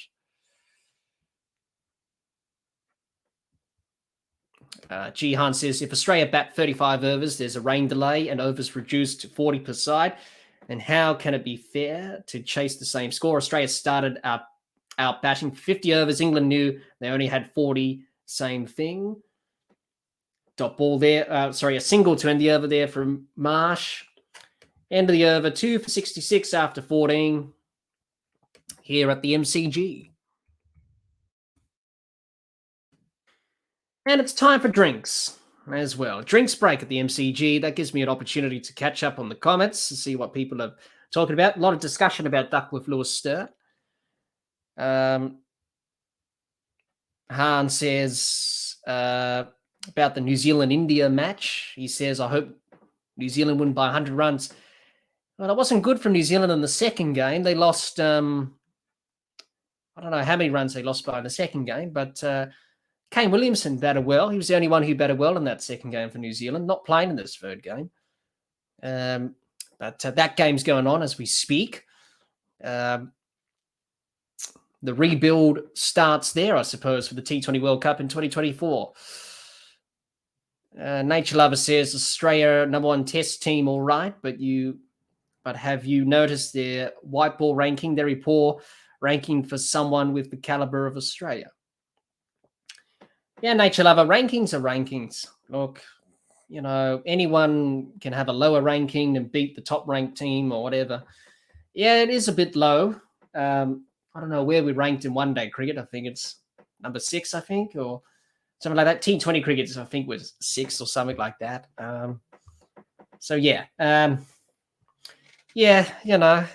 definitely up there for Test cricket, but rankings are rankings. See them how you see them. I don't really pay much attention to the rankings. It depends how well you play on the field. That will determine whether or not you're good enough as a team. Rankings and numbers are just numbers and just figures. So that's just the way I see the rankings. Hans says, in my opinion, Duckworth-Lewis should only have altered scores if both teams don't get the same amount of overs. Yeah, they could do that. Anyway. Duckworth-Lewis, a very complicated process. As Australia, after this first drinks break, very happy to take 2 wickets. Malan and Roy, both openers gone. If you just caught us, Phil Salt was meant to open the innings, but he's out with concussion, so Moeen Ali came in as a concussion sub. That's why Darwin Malan opened the batting today for Phil Salt. Answers, anybody in the top 6 white ball rankings can beat anyone else. The teams are separated by millimeters at that level. Yeah. I don't really care much for rankings. I sort of judge teams on how they perform on the field. Rankings, numbers, they're not really accurate in the way that the ICC calculate them. Everyone plays, not the same amount of cricket. So the rankings can be a bit misleading from time to time. It's going to be Pat Cummins who will continue after drinks. Jihan says, so they may lose wickets faster with a higher required run rate, but they have 48 overs to lose those 10 wickets, whereas for 42 overs, Australia bat like they have 50 overs to lose 10 wickets. A lot of discussion about Duckworth-Lewis. A lot of people very confused by it, but some good alternatives there. Cummins into Billings, this one short of length. Billings defends it to mid-off for no run. And 14.1 overs have been bowled.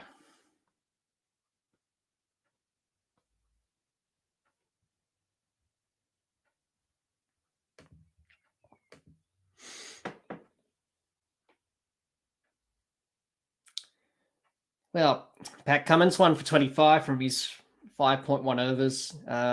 England 2 for 66. So most people are saying Australia are favourites to win, and I think that's just about right. Cummins into Billings. This one doesn't time it. Inside edge onto his body. Goes out to cover for no run. And there is no run. Dot ball.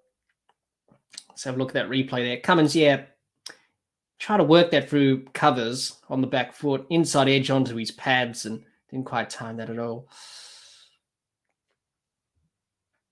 Jihan says, sorry I keep going on about it, but I did high-level stats at uni, so it makes sense to me. I think it's the best method we have. Well, that's all right, Jihan. You think there are better alternatives for Duckworth Lewis Stern. Just having a good discussion about it, because it is a topic that's talked about a lot. Another dot ball there from Cummins, and there's no run. But I was never good with that sort of high level of mass myself, so it's the game of cricket's all about mass, averages, strike rates, how you calculate that. So it's a very good game for learning how to calculate equations and all that stuff. Cummins into Billings. This one's defended back down the pitch for no run. Taking his time, Sam Billings. Batted well in the last game, got 71. Disappointed that he didn't go on with that. So be hoping to bat well here tonight, because they're going to need his innings. They're going to need his runs. Moeen Ali, he's in the side tonight. Wasn't meant to play tonight, but he's a concussion sub. Phil Salt is subbed out with concussion. So that's why Moeen Ali's in the team tonight. Cummins into Billings. This one short of length. Jags back off the seam again. How many times we've seen that tonight? Pat Cummins just jagging the ball back off the seam. And he cut Sam Billings in half again. Nearly got his inside edge straight through to the keeper for no run. Yeah, just talking about Phil Salt. He went to save a ball from the boundary, went to field it, didn't save 4 runs in the end, went for 4. He landed on his head after he dived. So that's why Moeen Ali's in the side tonight as the concussion sub. And that's why Darwin Milan opened the batting with Jason Roy earlier in the innings. Cummins in to Billings. This is high in the air. It should be taken by Cummins. Caught and bowled. Yes, it is. Simple as you like. Billings went for the pull shot, mistimed it, straight up in the air, and Pat Cummins takes it easily. It's the end of the over. England lose their third wicket. It's 3 for 66 after 15. And the Australian skipper picks up his second wicket. Sam Billings, who batted well the other night in Sydney, he's gone. And Pat Cummins said, that's my catch. He said, get out of the way, that's mine. And he took it easily. Easy as you like. That is the end of Sam Billings. A short stay at the crease for him. 7 off 12. England are 3 for 66. In deep trouble of chasing these runs here in Melbourne. And Sam Billings is gone. Moeen Ali, the concussion sub coming in for Phil Salt, arrives at the crease. He's got a big job to do. Sam Billings just departed. And not what England needed to lose a wicket straight after the drinks break, a couple of overs after the drinks break. That's not what they want. So Moeen Ali, very good record. Been playing for a lot of years for England. Comes in, England 3 for 66, in a bit of trouble. Han says, I 100% see the need for Duckworth Lewis Stern when rain affects the second innings, and that will be reduced more than the first. You also say, Han, but when both teams will bat the same amount of overs, totals on the board should be the starting point, not theories, because both teams still get equal overs. Mitchell Marsh in to Vince. Dot ball to begin his over. Nearly a run-out opportunity there. Moeen Ali was out of his ground, but he made it back. In the end, it's a dot ball. So Australia going along nicely. England in trouble. Chasing 364. Not going to be straightforward. Here we go. Mitchell Marsh into Vince. This one short of a length. Vince easily defended it to point for no run. It's good to see Mitchell Marsh bowling again. He gives Australia another option. I think if he's going to be a part of this side, he's got to bowl a few overs. Because, at the end of the day, his role is to bat and to bowl a few overs when needed. David Warner. He's been in the news of late, as we know. But very good century from him today. Marsh into Vince. This one's short down the leg side. Vince helps it down to fine leg for a single. And they will bring Moeen Ali on strike for the first time this evening.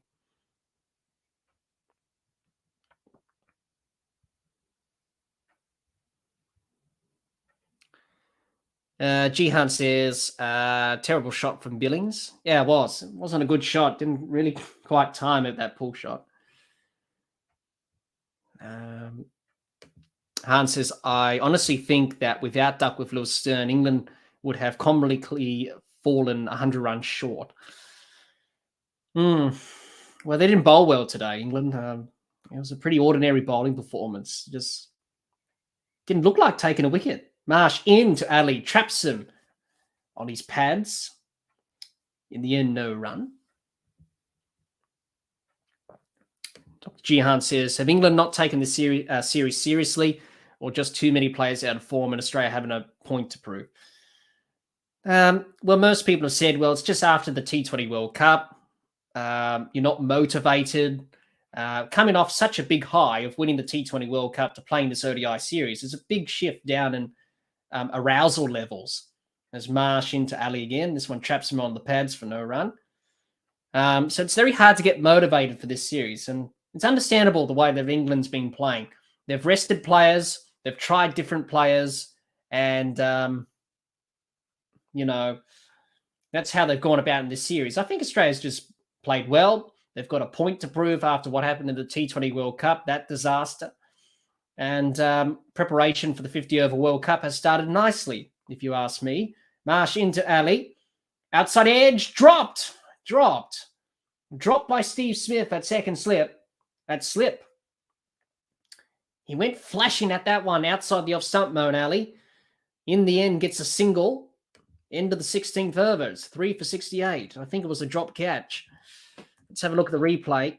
Outside edge, Smith went for it. Yeah, just got a hand to it. Just couldn't connect with the catch there. So it goes down as a chance in the book. But I don't think that will affect Australia too much, really. So Moeen Ali dropped by Steve Smith on 0. He's off the mark, Ali, with that drop catch. Hans says England really do have a rotten record against Australia and ODIs. Yeah, their record's not good. Australia do lead the head-to-head quite well. Just trying to remember what the stats are. I think Australia's won 80 matches or something plus to England's, 50 or 60, I think, overall. I have to look up those stats again. If you go back to the preview I did before the series, you'll have a look at the stats there. Because we tend to get the stats out in the previews. Head-to-head record, Australia definitely in front. Hazelwood in to Ali, who defends on the front foot to the covers for no run. Han says, I think Duckworth Lewis Stern gives England some excuses, and they will say, because of the target, we had to change our approach. Han says, do you think some of the players who didn't get picked for the T20 World Cup have a bit of a hump and don't even want to be there? Well, they look a little bit disinterested, judging by their body language, especially today, where they didn't bowl well. Butler didn't look really pleased to be there. He looked a little bit unhappy because the England bowlers didn't bowl well, but it's just body language, really. And look, most people say it's a pointless series anyway, because it doesn't count towards qualification for next year's 50-over World Cup. After a T20 World Cup, why have the series? But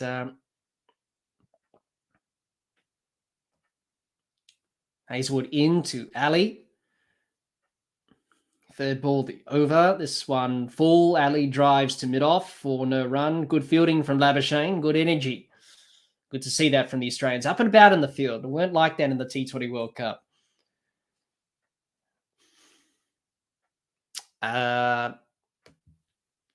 John says, I think at the MCG it's 16-7 in favour of Australia. Yes, it is. Yeah, Australia's record against England at this ground is pretty good. And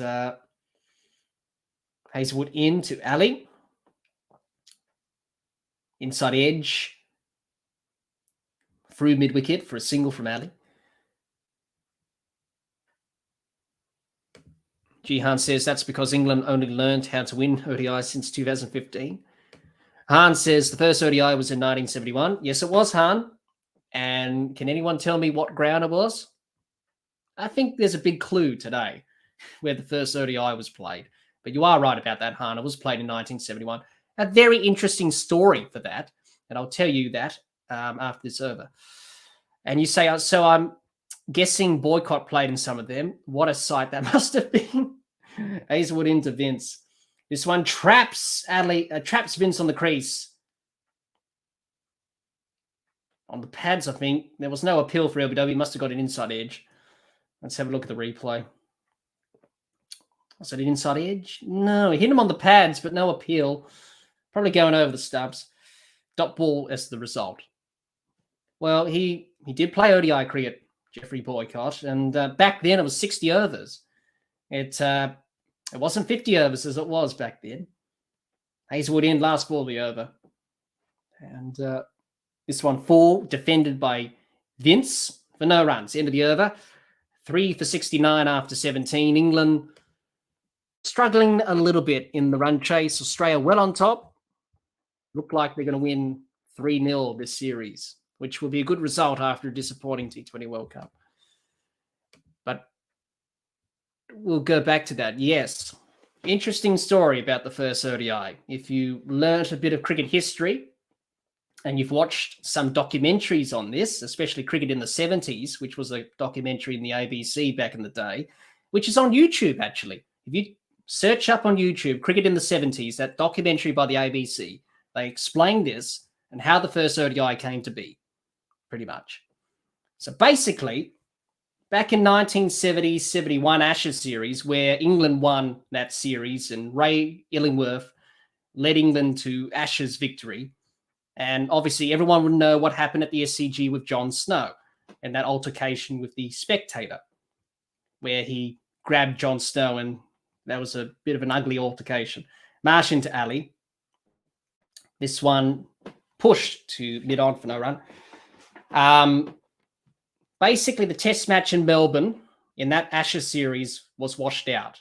It was the first ever test match in Australia to be abandoned without a ball being bowled. So both cricket boards fought to make the people of Melbourne happy, to give them a game of cricket. They decided to play the first ever ODI here at the MCG in 1971. And Australia won. And as Marsh into Ali, this one short pulled through the leg side, through mid-wicket. In the end, it's safe. No fielder was out there. They'll come back for 2. So that's how the first ODI came to be, basically. That Ashes series originally was a 6-game Ashes series because the test match in Perth is where Greg Chappell made his debut and scored a century on debut. Very fine player, Greg Chappell. They accommodated the test match in Perth. So that's why that series was a 6-game series.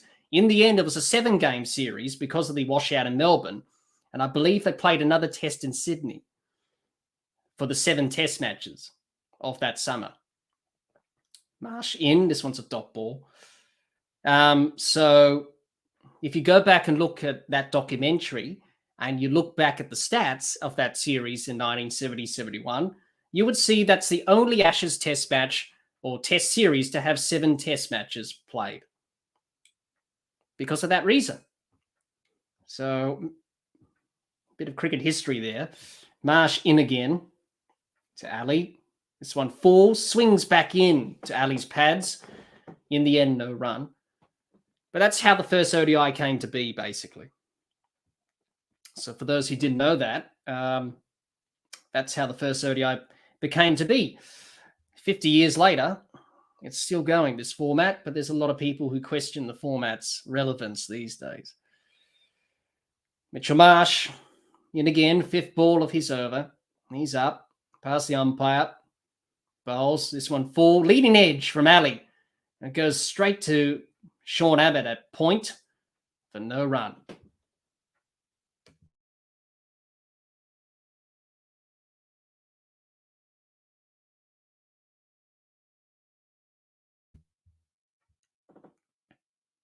Dot ball there from Mitchell Marsh.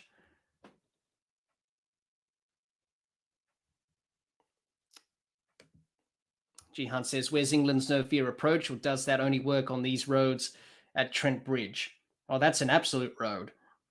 So Marsh to Ali, drives straight to mid-off for no run. End of the over, it's 3 for 71.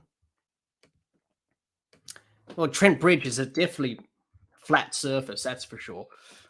Watching that game that Australia played against England, where England got 481, that was horrible to watch. Very difficult game to watch that, I can tell you. Not ideal for Australia that day, as England got the world record score in a one-day international. Hart says it would have been 16-7 to England if Dom Bess and Rory Burns had been picked in the past. Well, it's a very strong record to Australia, that's for sure. As Josh Hazelwood continues.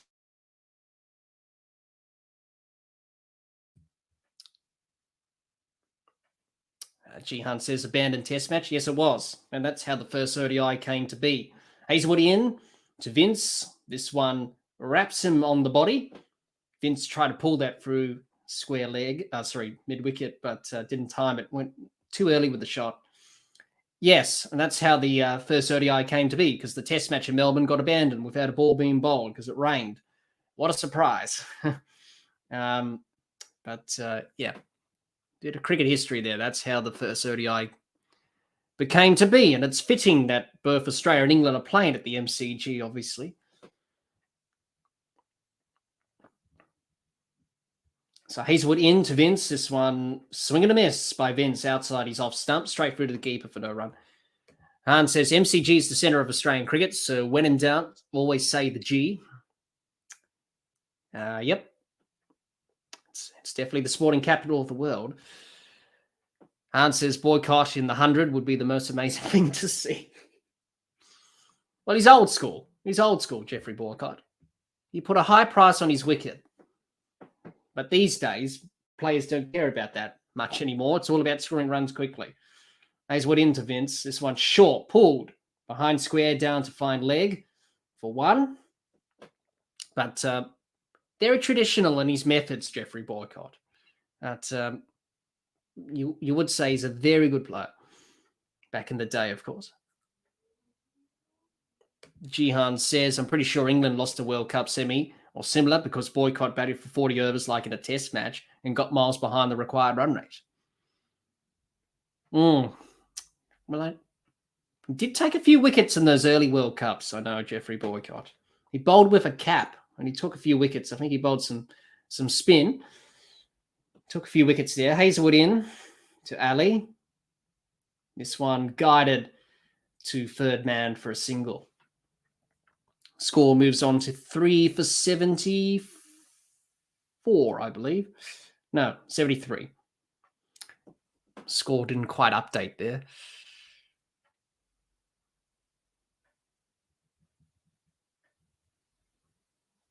Khan says Kerry Packer. I think that's in relation to World Series cricket days, of course. Hazelwood in to Vince. 5th ball of the 19th. He's in.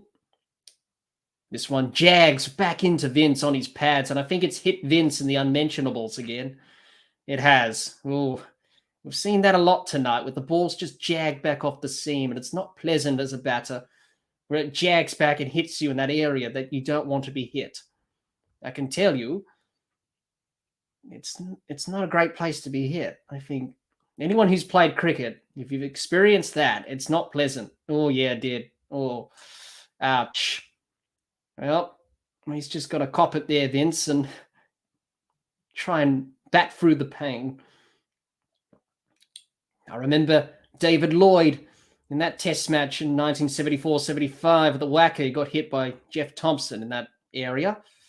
Tells a very funny story about that. Stop ball to finish. From Hazelwood there to Ali. It's the end of the over. It's 3 for 73 after 19. But yes, always make sure you pack your cricketer's protector. That should be the first thing that go in your kit bag. You don't want to bat without that. I don't know why everyone laughs, but when you get hit there, no one's laughing. You're not laughing, but all your teammates seem to be laughing because it's the funniest thing to see, but it's not. Oh, just having a look at the replay again. Yeah, oh.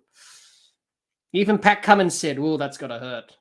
He couldn't believe that when it jagged back off the sea. Yeah, ouch. He seems to be okay, Vince. He's batting on. John says, imagine Boycott and Laurie opening together in the BBL. Very fine player, Bill Laurie.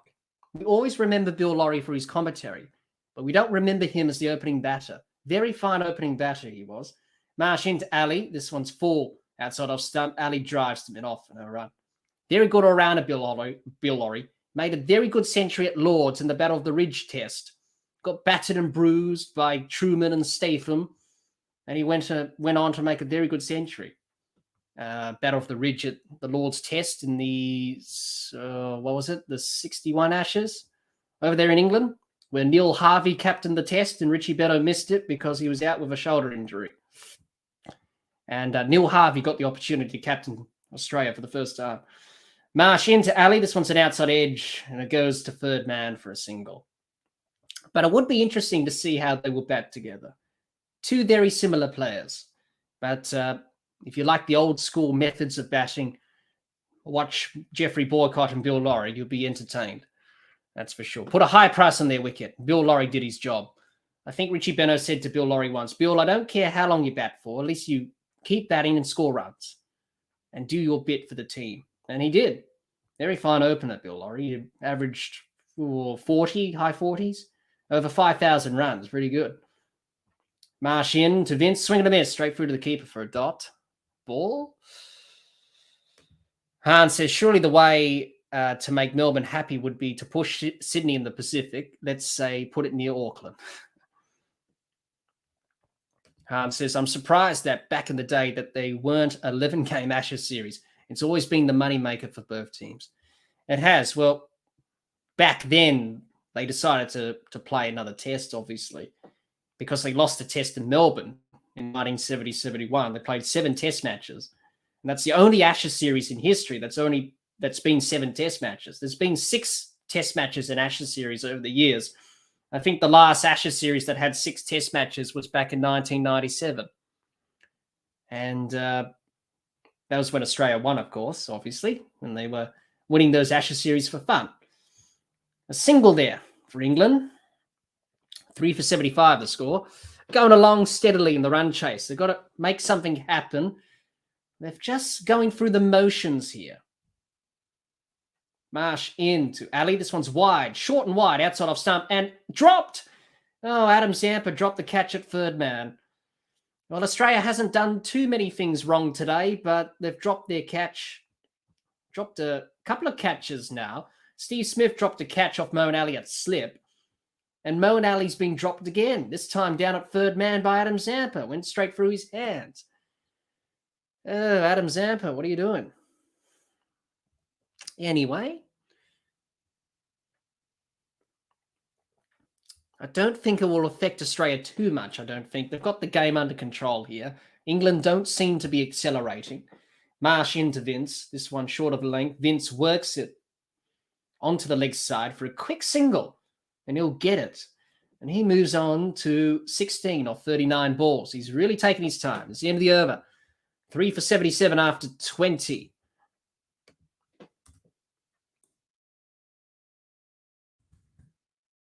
Hit the score.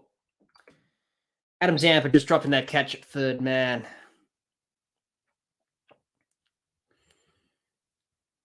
Nature Lover says, why women's tests finishes in 4 days? Yeah, it should be 5 days for women's test matches. I know a lot of female cricketers say it's time for 5 test matches, 5 days and test matches of women's cricket. We've seen over the years that we see too many draws in the women's test matches that could be easily resulted in results. But there's not a lot of women's test matches being played, Nature Lover. A lot of countries don't seem to want to play women's test matches, which is a shame. Because women's test matches have been going on for years, since the 30s. Abbott into Vince. This one's driven or guided to point for no run. I do believe next year's Women's Ashes test in England, Nature Lover, will be 5 days. So I think the ECB and Cricket Australia decided to play that test for 5 days, which will be the one-off test in the Women's Ashes next year in England. So that will be exciting to see that. And hopefully that will be a brilliant test match. I know the Women's Ashes test match at Manukarova last year, I was watching that, and that was very exciting. Went down to the last over, last ball, and that's what you want to see. So it's just getting other countries to play more women's test matches. I think that's the main thing to try and get going there. And then if more countries play more women's test matches, the game will grow and develop. At the moment, only Australia, England, India, South Africa have started to play women's test matches now, which is good. We want to see more. Abbott in to Ali. This one's defended to cover for no run. But thanks for your question there, Nature Lover. Very good question there. Han says, I wonder if Boycott told the ball where to go rather than using his fingers when bowling.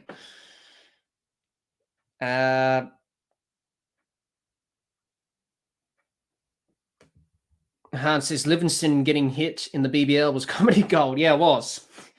I think he got hit twice or something there. Abbott in.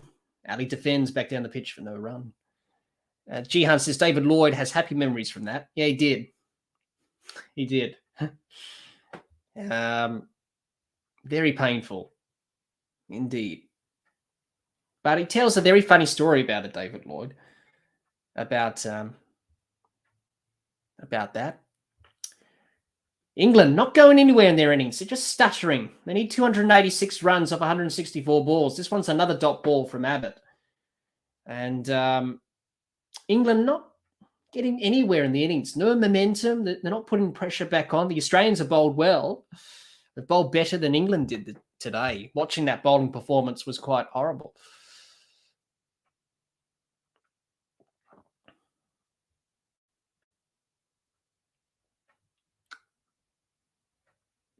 Abbott in, last ball of the over to Ali. This one's full, driven, pass mid-off for 4 runs. That's more like it from Ali. 4 runs to end the over. It's 3 for 82. 3 for 82 after 21 overs. And England just haven't really fired a shot in anger. They haven't really been aggressive. They've just been stuttering. And Hans says Gabe uses a thimble for protection. Nature Lover says Joe Root's abdomen and red ball is like iron and magnet. Well, in the Ashes last year, he got hit there, Joe Root in Adelaide. Obviously, being captain, nothing was going right. And it wasn't great to see him in pain, but he soldiered on in the Adelaide Test. Hans says, I remember Bill Lorry. They called him Bill Truck in the US. He used to say, Han, in reality, everyone would have loved to have seen the Don in ODIs. Yeah, I think he would have done okay. 50 overs, played like a test match. Don Bradman was something else. Really? It would have been interesting to see him there.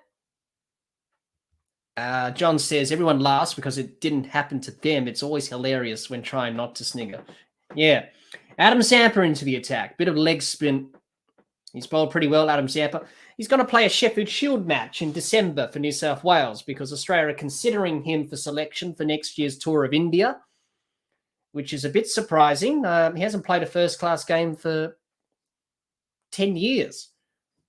I think he said before the game, I haven't played a first-class game for New South Wales since 2013. So interesting call there to give Adam Zampa a go, but Never know. Give him a go. He bowls to Vince. This one's worked for a square leg for a single.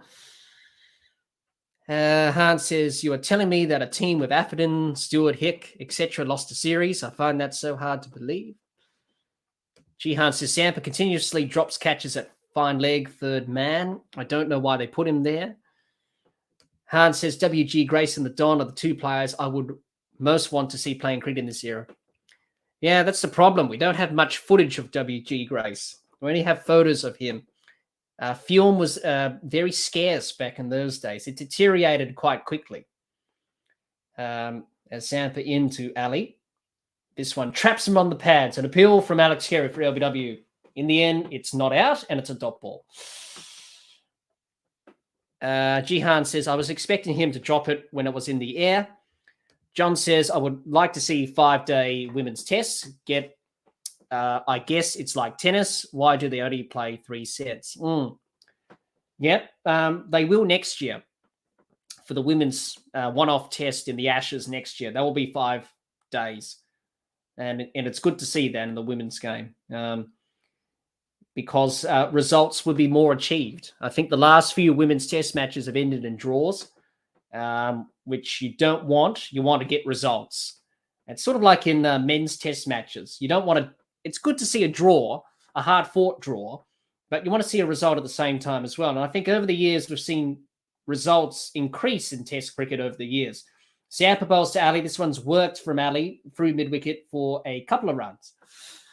John says David Lloyd's soap holder. Yeah, pretty much. I think he called it a pink lice set, I think. It's a very funny story. If you haven't seen it, it's on YouTube, actually, where he describes his moment there with Jeff Thompson at the whacker. Zampa into Ali. This one inside edge to mid-wicket for no run. Not a bad over from Adam Zampa. 3 runs from it thus far.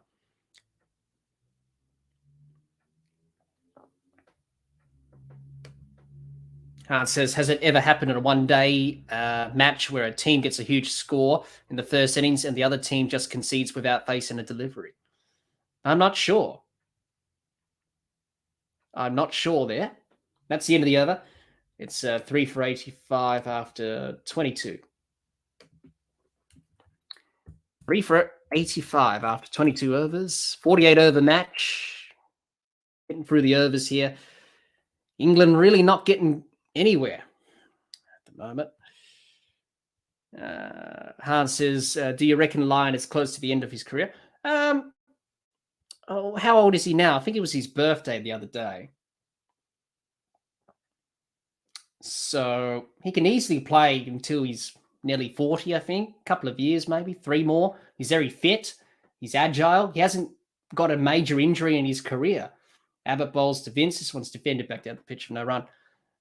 If he wants to, he can definitely play for another few years. He's quite fit. He hasn't really had a major injury like a hamstring or a knee. He hasn't really had a major injury in his whole career, which is good. Just shows that he's very good in terms of prevention and his preparation. So I think he can play on for another few years. Abbott in to Vince. This one's pulled through mid-wicket and will race away to the boundary for 4 runs. Very good shot from James Vince. Batted well in Sydney. Needs some runs here. But I think he could play on for another few years, that's for sure. Jihan says, imagine Jardine captaining Mitchell Johnson, Brett Lee and Sean Tate with no fielding restrictions and no helmets. Yeah, very scary. Wouldn't like to face that. Abbott in to Vince. This one's pulled high into the air. Down at fine man.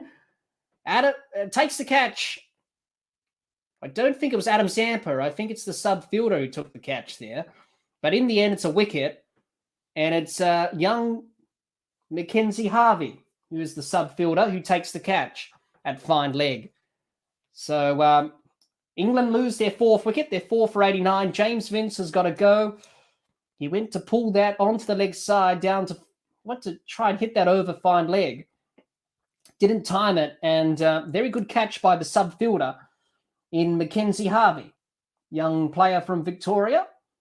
doing some sub-fielding today because Travis Head's not on the field because obviously he batted well for his century, of course, 150 odds. So he's not on the field, Travis Head. So that's why the sub-field is on.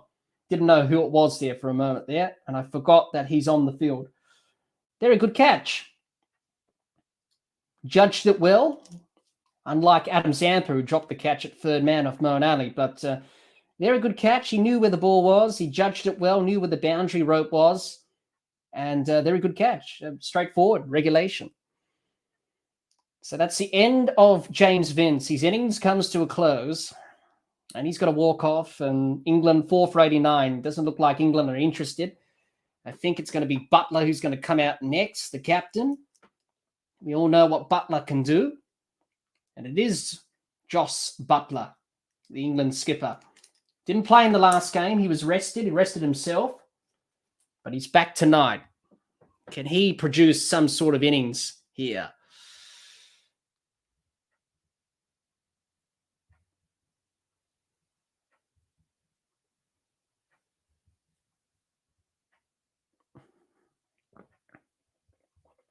So he's on strike, Buttler, for this fourth ball. Sean Abbott gets his first wicket of the day.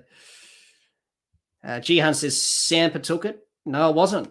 It was Mackenzie Harvey. Jihan says, thank God Zampa wasn't there. Jihan says, Ian Harvey's son. No, Jihan, I think it's his nephew. Ian Harvey's his uncle. Obviously played for Australia back in the day, Ian Harvey. He was an all-rounder. It's his uncle, Jihan, so his uncle.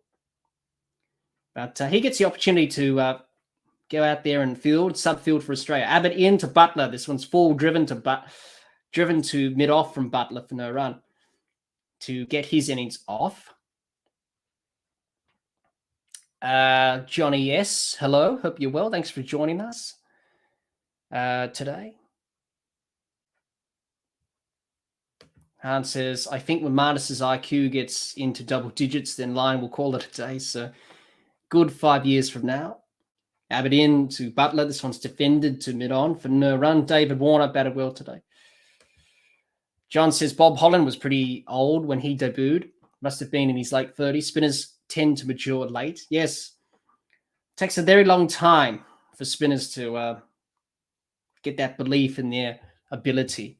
Not an easy craft, being a spinner or off spinner or leg spinner. You got to have belief and confidence. And Nathan Lyon does have belief and confidence in his abilities. Abbott into Buttler. And he's off the mark. This one's worked through square leg for a single to end 23rd over. And it's the end of the over. 4 for 90 after 23 overs. So England not really getting into this run chase. They're sort of stuttering. It's not going their way today. Lack of energy, lack of body language. Just not really in it today. Australia up and about, which you expect. So,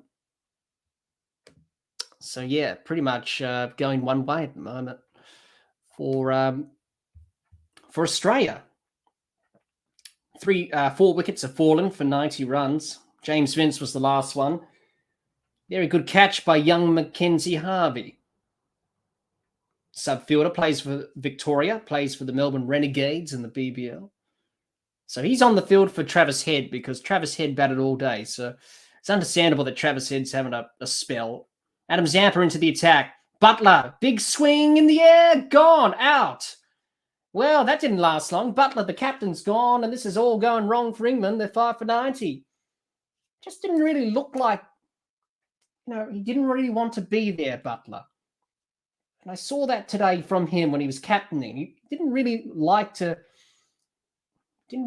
be there today, I don't think. Anyway, he's gone. Big wicket. Buttler had to do something. The run rate's getting out of control. Required run rate. Had to do something. In the end, probably not the best shot.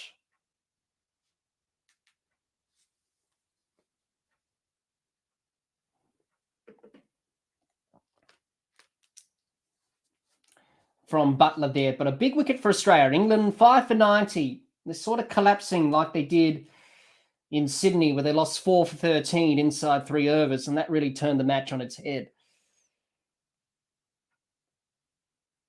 Yeah, Butler tried to go through the leg side. In the end, went through the offside, and good catch from the fielder there.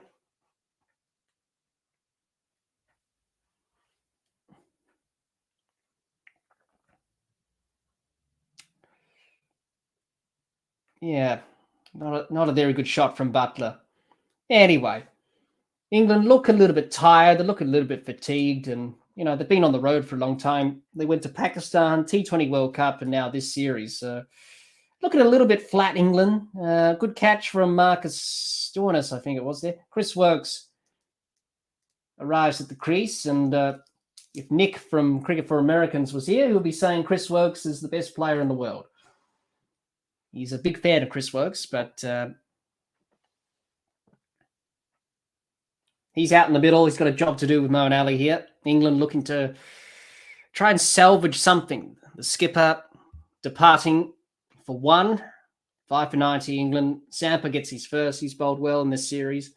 He's in to Woakes. This one gone out. Yes, gone. LBW. Yes. Adam Zampa has got the wicket, and that is the end of Chris Woakes. He's on a hat trick. Chris Woakes is walking. I don't think he's reviewing that. That looked pretty good. That looked pretty adjacent to me. Let's have a look again. This one was a wrong-un. Trapped him on the crease. Oh, yeah, that's out. Yeah, that's out. Yep, that's probably going to hit middle leg stump there. No doubt about that. He's bowled well, Adam Zampa. Those wrong-uns, he's been bowling those well in this series. Chris Woakes knew straight away he's got to go for a golden duck. It's all going bad to worse for England. They're 6 for 90. Adam Zampa, he's got a chance for a hat-trick in one-day cricket. Well, can he get the hat-trick? There have been a few players for Australia that have got a hat-trick in one-day cricket. Can't remember off the top of my head, but if he can get it, he will definitely be on that list if he can. But Adam Zampa on a hat-trick. Let's just have a look at this LBW. Yeah, that one, umpire's call, just clipping the leg stump. Pretty good from the naked eye. And Adam Zampa, he's on a hat-trick. He's been bowling well in this series, Adam Zampa. Gets a wicket. Sam Curran will be on strike.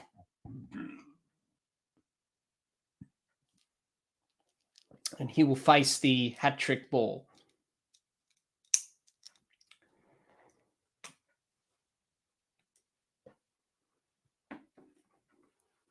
Hahn, yes. Oh, actually, he dropped the catch. It was Damien Fleming. It was India at the Adelaide Oval, 99-2000. He edged the ball. I think one of the Indian batters. He edged it. Shane Warne dropped the catch at slip, the late Shane Warne. Damien Fleming would have had 2 hat-tricks in Test cricket. He got one on debut against Pakistan, Damien Fleming. And Shane Warne unfortunately dropped the catch. It happens, and that was at the Adelaide Oval in a Test match. Jihan says, look leg-side-ish to me. Surprised he didn't review. Yeah, he would have retained the review if it was umpire's call, but in the end, decided not to. He thought, well, I'll just walk off there. Pretty much gone there. Here we go. Hat-trick ball. Oh, defended nicely. From Adam Zampa. Oh, sorry, from Sam Curran. Dot ball, they had a slip and a leg slip and a short leg.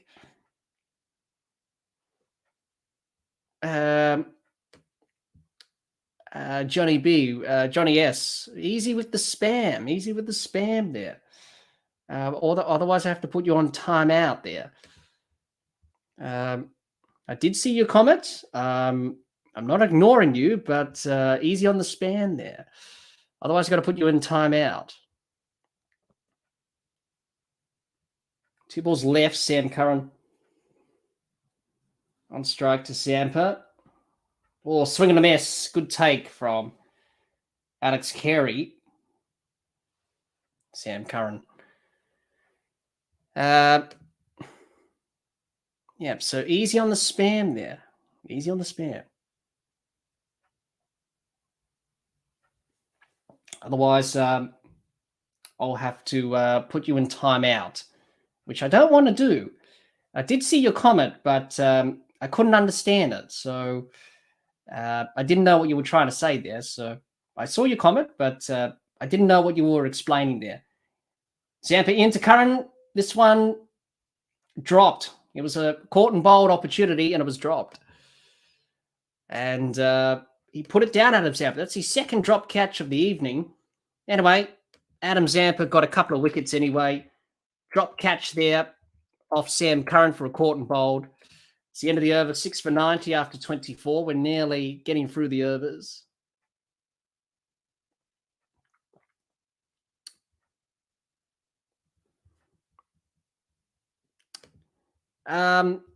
What's timeout? Well, on YouTube, you can put people in timeout if there's spam or anything like that, which I don't want to do, Johnny.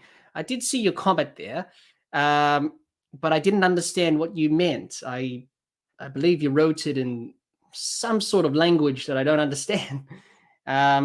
So I couldn't understand your comment there. So, but yeah, just easy on the spam, and we'll be all good. I wasn't ignoring your comment. I just didn't understand what it was.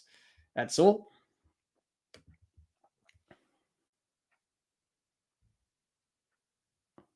Abbott in to Ali. And I think that was a dot ball or a single. I just went to the replay before I caught what happened on that ball. Jihan says Zampa needs catching practice. Naman, hello. Good to see you here. Abbott in to Ali. This one's defended to backward point for no run. Thanks for joining us. I hope you're well. And you're from India. Good to see people from all around the world joining us, from all different cricketing countries, of course, which is good to see. Cricket's a global game and a game for all. Abbott into Ali. This one short, pulled away, top edge, over the top of Carey's head, the keeper, and it'll run away for a boundary. 4 runs.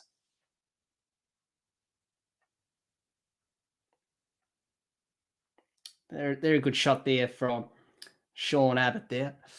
Sorry, from Moeen Ali. Sorry, Sean Abbott was the bowler.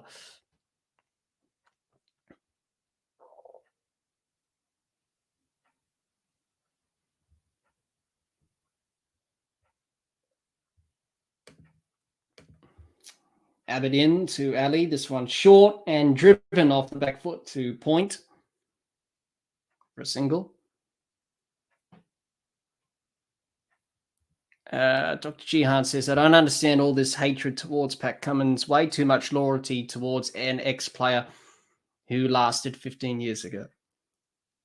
It's very complicated, Jihan. Very complicated, which I don't want to get into because a lot of people have their opinions about that, and they're pretty much well known. So anyway, that's just the way it goes with some supporters. Abbott in to Curran. This one's defended for no run. Johnny S. My name is Jack. That is my name. Jack. That is my name. So, yep.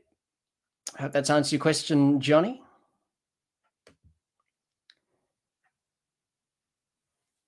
Hans says, do you think that Nick and Gabe are busier at school because the head teacher made them have to take 3rd grade again? Well, they're very busy. I noticed that Nick and Gabe didn't post a Cricket Tuesday today. So I think they were just swept off their feet. Abbott into Curran. And this one's no run. Top ball to finish. It's the end of the 25th over. It's 6 for 95 after 25 overs.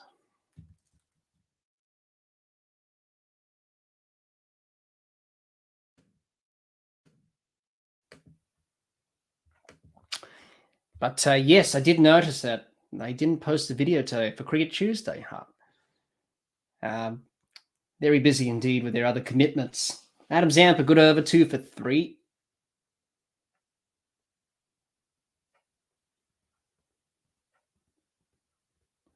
From his 2 overs, so he's bowled pretty well. 269 off 138 balls for England to win. They're 6 for 95. Adam Zampa to continue. He'll bowl to Moeen Ali. Ali advances down the pitch. He hits this over.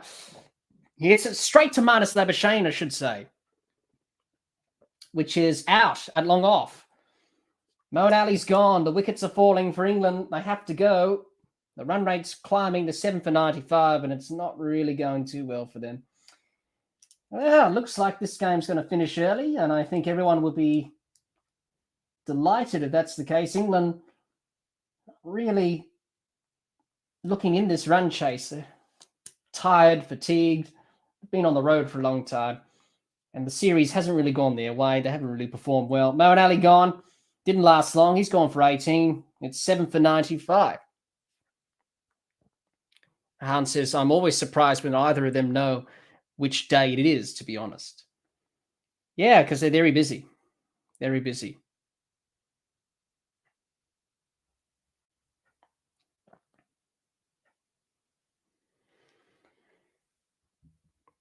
Johnny, no. No, I wasn't in Titanic. No.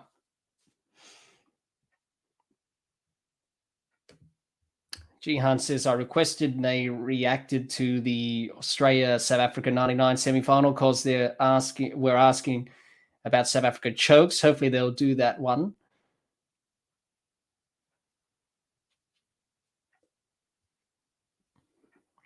Well, South Africa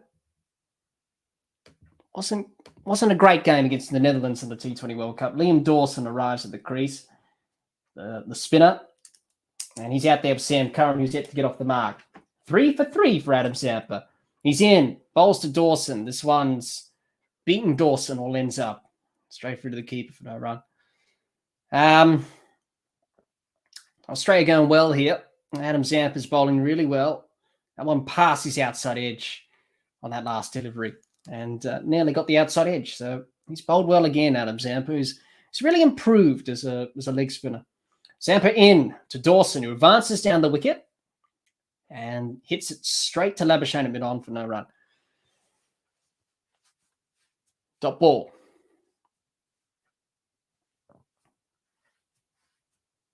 Adam Zampa in again to Dawson.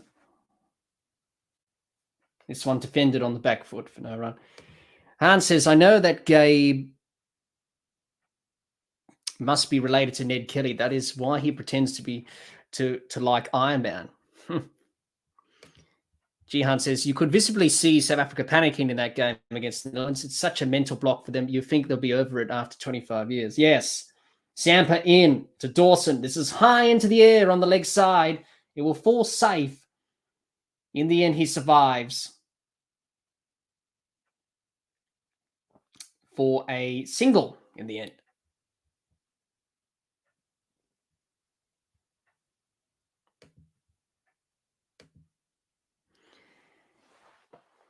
Right, 7 for 96. England just throughout this whole series hasn't really been quite firing on all cylinders, and that's understandable. Zampa in to Curran, who drives it past Zampa to long on for a single to end the over. It's 7 for 97. And it could be a big defeat here for England. Now, before this match ends, we've got the umpiring questions that we have to get through. I had 10 of them tonight. A lot of people like the umpiring questions. We have more of those tonight, so let's get into those. Otherwise, we're not going to get through them because this game is going to be finished in quick time. No doubt about that. Hans says England might just lose this by 250 runs. Could be. It looks a pretty big margin of defeat. Jihan says this is the first time Australia have dominated England in white ball cricket for a while, isn't it? It has. I remember the last series that Australia played England here in Australia. That was back in 2017-18, and we lost that series badly. Wasn't a good series from Australia. I think we won one game at Adelaide, and the rest we lost them. I think it was a 5-game series, and we lost 4-1. Abbott into Curran. This one's down the leg side. Works it behind square on the leg side for a single. 7 for 98 for England. John says, I think you'll have plenty of time for the questions. I hope so as well, John. I think we will. I think England can be a little bit more better with the bat and show a little bit more fight and resistance. I think that will be in order for them. Let's just hope they do. But I think Australia would like to wrap up this game quickly. And I think many people in the crowd would like to see that because it's quite cold in Melbourne at the moment. Abbott into Dawson's outside edge down to third man for a single.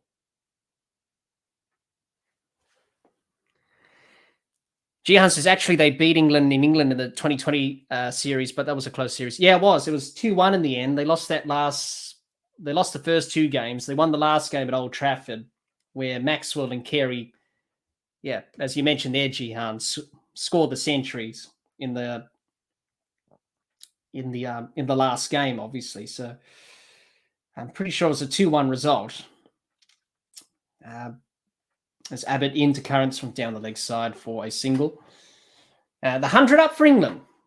They've brought up their century. Nearly 27 overs of the innings. Yeah, but Carey and Maxwell batted well in that last game of the series at Old Trafford. And they scored hundreds and they batted well chasing 300. Yes. Thank you, Jihan, for this. Yeah, 2-1 to Australia it was. And it was a good series win. That game at Old Trafford chasing 300. I thought we weren't in that run chase, but Maxwell and Carey did well. Abbott to Dawson, pulled high in the air from Dawson, drop catch from Mackenzie Harvey, and it rolls into the boundary for 4 runs. Well, he's taken a good catch at fine leg, Mackenzie Harvey, but he's dropped a catch there, the sub fielder. And he going back, always looking back over your shoulder like that. It's always a difficult catch. Got the hands to it. Unfortunately, just rolled into the boundary rope, dropped the catch. I don't think it will matter. I don't think it will cost Australia all that much. I don't think Liam Dawson's going to score a century out of the blue here. Abbott in. This one short. Dawson pulls this into mid-wicket, in the gap for a couple of runs. 1 ball left. Hans says, was the 2020 series where Gabe went ballistic on Carey? I think it was, Han. I think it was. I think he had a go there about Carey, I think, not performing well. So I think it was that series. Now, the crowd enjoying this. Australia playing well. Abbott into Dawson. Tries to ramp it. Missed it. Straight through to the keeper for no run. Dot ball to finish the over. It's 7 for 106 after 27. Right, we'll get to the umpiring questions. We have 10 of those questions again. Test your knowledge about umpiring. And we better get through them before this game is finished, because it looks like Australia are going to wrap this up before the 48 overs are completed. Han says it was game 2 and Carey was not taking the strike. Gabe went mental. Yes, I do remember now. Yeah. But he did score a very good century in the last game there. But yes, I do remember Gabe not being happy about Alex Carey's performance. Zampa, 3 for 5 from his 3 overs. He's bowled well tonight. I think he got a few wickets given to him because England haven't really batted well in this series. Their batting's been all over the shop. Zampa into Curran. This one's high, straight back down the ground for 6 runs, I think. He's hit that over the rope nicely, Curran. I think it's 6.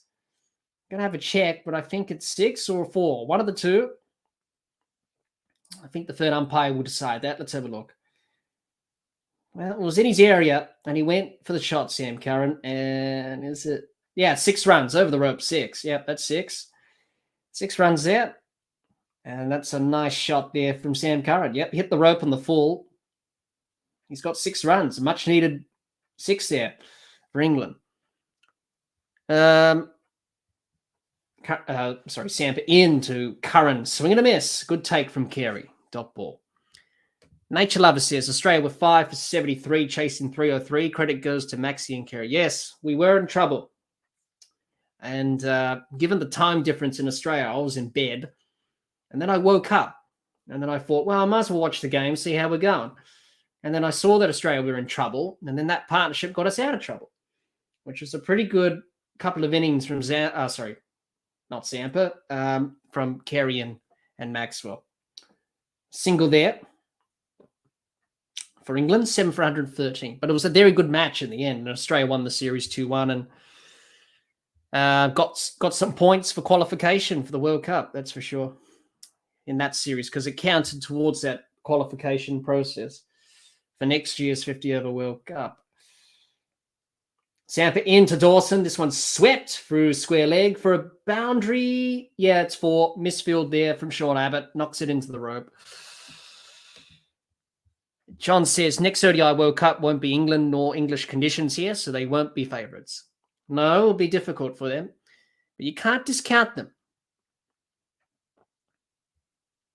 Anne says, I miss Gabe's living room curtains from those 2020 streams. Yeah. Yep. The OG days, that's for sure. Zampa into Dawson. This one's worked to point for a single. Yeah.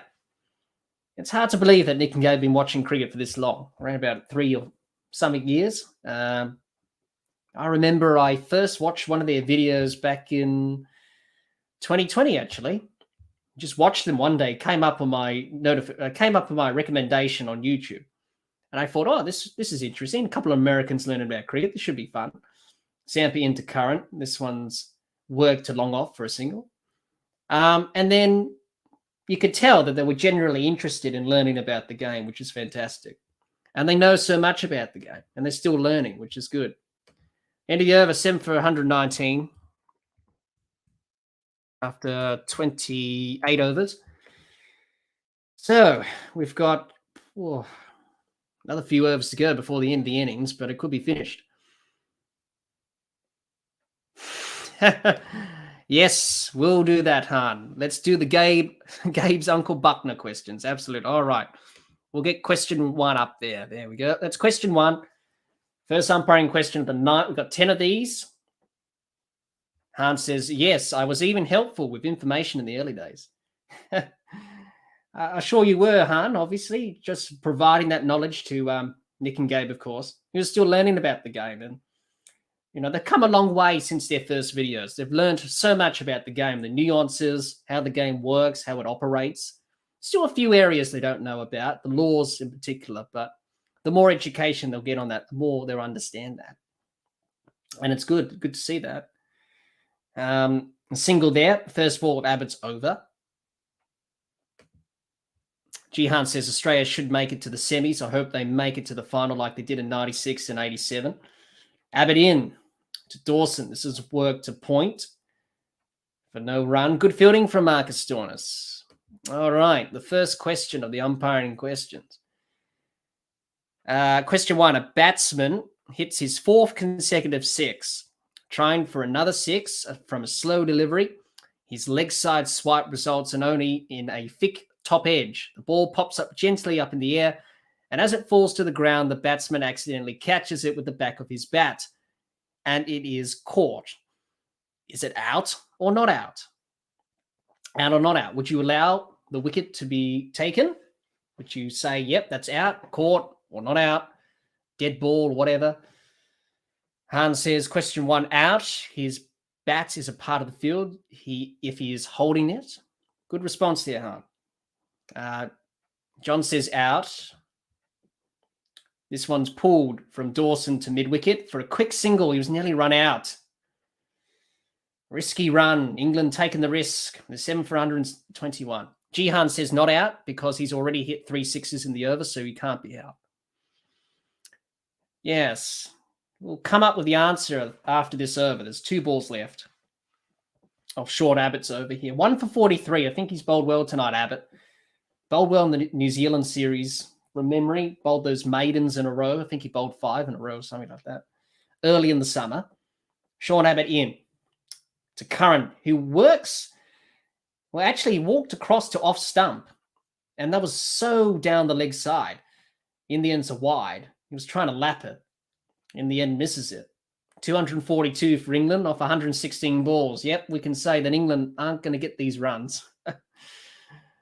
Jihan says, unnecessary detail about the previous 6. Well, that's how the question's written, Jihan. I got these questions from a book that I have, which have 300 questions and scenarios. So we haven't even scratched the surface. And I've only got 10 questions for this set. It's quite a good book if you want to learn about umpiring, that's for sure. Abbott to Curran. This one's high in the air and taking it long off. Good catch from Josh Hazelwood. Sam Curran is on his way. England lose the 8th. And that is the end of Sam Curran's innings. Jihan says, I think it's out. All right. Well, seeing that the wicket fell, we can reveal the answer. And most of you got it right. Sam Curran mistimed that shot completely. Straight up in the air and he's gone. Good catch from Josh Hazelwood. Australia's dropped a few catches tonight, but Josh Hazelwood makes no mistake on that one, I think. I think it was Josh Hazelwood. Yes, it was. Good catch from Hazelwood. Takes the catch. Sam Curran gone. England 8 for 122. It's going to be a drinks break from the MCG. Drinks break.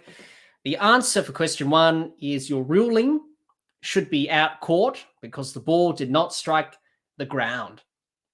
So if you want to learn more about that, read Law 33, which is court.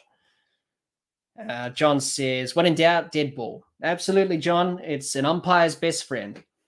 I can tell you that's the number 1 law you should read first. Dead ball. Law number 20. Jihan says, if the ball is trapped in the batsman's pads, it hasn't hit the ground. So is that out? In that scenario, Jihan, it will be probably called a dead ball. If it gets lodged in your clothing, the umpire will usually call a dead ball. If it gets lodged in your pad, that's happened many times where the ball's gone into the pads of the batter and the umpire's just called a dead ball because, you know, you can't really claim the catch off that really. So sort of unrealistic. So you just call a dead ball and say that's a dead ball. We move on. Nothing else can happen. So that's question 1. So many people got that right, which is good. All right, question 2. A fielder sliding along the ground to stop a 4 comes into contact with the boundary rope, pushing it well back. When the fielder gets up, he realizes that had the boundary rope not been pushed back, the ball would have made contact. So he throws the ball back to the wicketkeeper and signals a 4. But his captain insists it's only 3 runs. The ball must make contact with the boundary. What is your decision as an umpire? David Willey comes in at number 10. What is your decision? Would you give it 4 runs? Would you give it 3 runs? Hans says lodge ball is declared unplayable. Deflecting off clothing and coming back out is play on. Yep, that's right. Or dead ball, up to the umpire's discretion there. So question 2, would you give it 3 runs or 4 runs? David Willey comes out to the middle. And this one is fairly straightforward if you know. Is it 4 or 3? This is where, as an umpire, you've got to be really on it when it comes to these sort of things. And I can tell you it's very hard to judge whether a ball's crossed the boundary or not because you don't have replays at lower levels of cricket, obviously. So single there to end the over from Willie. It's 8 for 123 after 29. Excuse me. With a lump in my throat. Update the score here and see people's responses to this question. John says 4. Jihan says 4. Cross where the rope was originally. John says, of course, the video ump would review if available. Absolutely. Not if you're umpiring on a Saturday or Sunday. I can tell you, you've got to go off what the players say because it is very difficult to pick up whether the ball's crossed or not with the fine margins. You know, if he's touched the rope and the ball at the same time, you know, it's often hard. Sometimes at lower levels of cricket, you don't have a boundary rope. You have cones. And that's a different thing altogether. Zampa in to Willie. This one's past his outside edge, straight through to Carey for no run. Jihan says, or you could just pick up the boundary board and throw it far back and pretend it was by accident. Well, that could get you into trouble, Jihan. Could really get you into trouble. So question 2. What would you do? Would you give it 3 or 4? read the question carefully before we'll reveal the answer. After this ball from Zampa, and he'll be bowling to Dawson. Bowled well tonight, Adam Zampa, 3 for 19 from his 4.2 overs. He's really bowled well this evening. And no doubt Australia want him to go to India or have a bit of a try in Sheffield Shield cricket to see what he can do. Hasn't played for a while. So he's in to Dawson. This one's lapped by Dawson, trapped in front, on the pad, an appeal for LBW, not given by Paul Rifle. Australia's gone upstairs for the review. Looked pretty good if he didn't hit it. Maybe bats. Could be. John says, Saturday Arvo, go with the fielder or trust your own judgment. That's right. It's often difficult. All right, seeing that we've got a DRS review, we can come up with this question here with the answer to question 2 as Australia reviewed this DRS decision. Did definitely hit him on the pad. Whether or not it's doing too much, probably going down leg, or did it pitch outside leg? It looked pretty much it pitched in line. Maybe a bit of glove or bat as well, maybe. The ball was close to the bat and the glove there. Question 2, the answer is the fielding captain is wrong and you should award 4 runs. The sole reason that the ball did not touch the boundary rope is that the fielder had pushed it away. In any event, a line would be visible on the grass where the rope had been, and therefore the line cannot be judged to have moved, which is 100% correct. Liam Dawson, he's unsure whether to walk off or not. It looks pretty good. John says, looks plumb to me. Well, it looks pretty plumb. Ball was close to the bat and the glove. Whether or not it pitched in line or not, it definitely did. Oh. What? How on earth did that look pretty plumb? How is that missed off stump? What? I'm surprised, like the Australian players. Adam Zampa said, how on earth did that turn that much? I think ball tracking's a little bit off there. That looked out. How is that turned to miss off stump? The Australian players can't believe it. They're saying, how on earth has the ball tracking predicted that ball to be missing off stump? What? Well, they say it's not 100% accurate. Adam Zampa didn't get a wicket there. Zampa into Dawson. That one's hit to mid-on for a quick single, and they'll get it. Jihan says DRS has got the beer goggles on again. Yeah, that should be going straight on. But it's predicted that the ball's going to turn and miss off stump. It didn't turn that much from Adam Zampa. You assume as an umpire that it's probably going to go on to straight onto the stump, so it didn't turn that much. Zampa into Willie. This one's over mid-wicket for a single. They're looking for 2 if they want it. They'll just settle for 1. John says it's a failure of the ball tracking. Well, it's not 100%. We've got to remember that. It's not 100%. And, yeah, very questionable, that one. All right. Question 3 of the umpiring questions. Zampa into Dawson. This one's off his pads. Worked for a square leg for 1. Jihan said, looked like the flatter one from Zampa. Don't know how DRS thinks it's turned so much. No, it hasn't turned that much. John says, even the late Shane Warne wouldn't turn it that much. No, I don't think he would have. Yeah, I don't know what he was doing there. Ball tracking,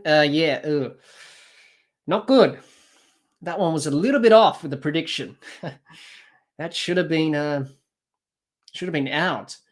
Anyway, I don't think it will matter all that much. Australia have got England on the ropes here. All right, question 3. We've got a few more of these umpiring questions. Question 3. This one should be a straightforward one as Mitchell Marsh comes in to bowl the 30th over. That was the end of the over. It's 8 for 127. So, question 3. And a striker deliberately lets a good length ball hit his pad. It deflects onto his bat and then over the keeper. The batsmen run a single, but the fielding captain complains that no stroke was offered, so no runs should be scored. What do you do? What do you do as an umpire there? 2 runs there for Dawson, moves on to 18. Mitchell Marsh, none for 14. What would you do as an umpire there? Would you allow runs to be scored or not? It's a fairly straightforward one, this one. Marsh in to Dawson, swing and a miss. Straight through to the keeper for no run. John says ball tracking has been... Well, it could be. It is not 100% ball tracking. We should remember that. Not 100%. And in the end, it proved not to be 100%. But anyway, that's a bizarre one where it shouldn't have been that pronounced, I think. Marsh into Dawson. Outside edge and gone. He's got a wicket. England are 9 for 129. That is the end of... Whoops. Sorry there. That is the end of Dawson. Yep, big outside edge, straight through to Carey. Good catch. And 1 wicket away, Australia, from winning this match and winning the series 3-0. Jihan says, should be runs because it hit the bat. Periscope runs are counted. They don't say no runs as no shot played.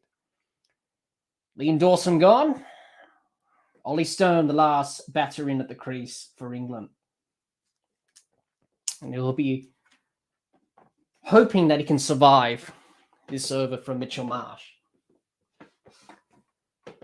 John says, hit the bat, runs. Interesting. Think about it carefully. I would say this one, you got to think about it carefully. Because it could be the obvious answer, but it may not. All right.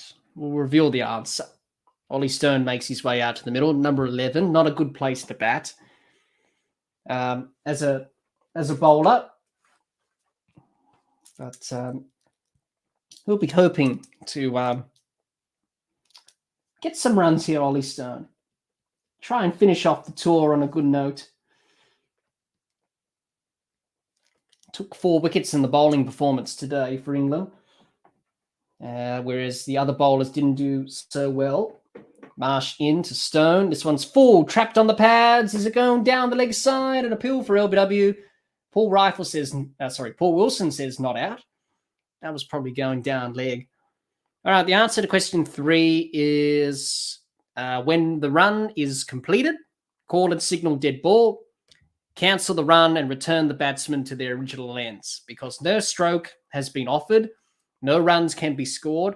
Had the ball been caught, you would have given the striker out on appeal, but allowing the first run, you give the fielders the chance to get a run out.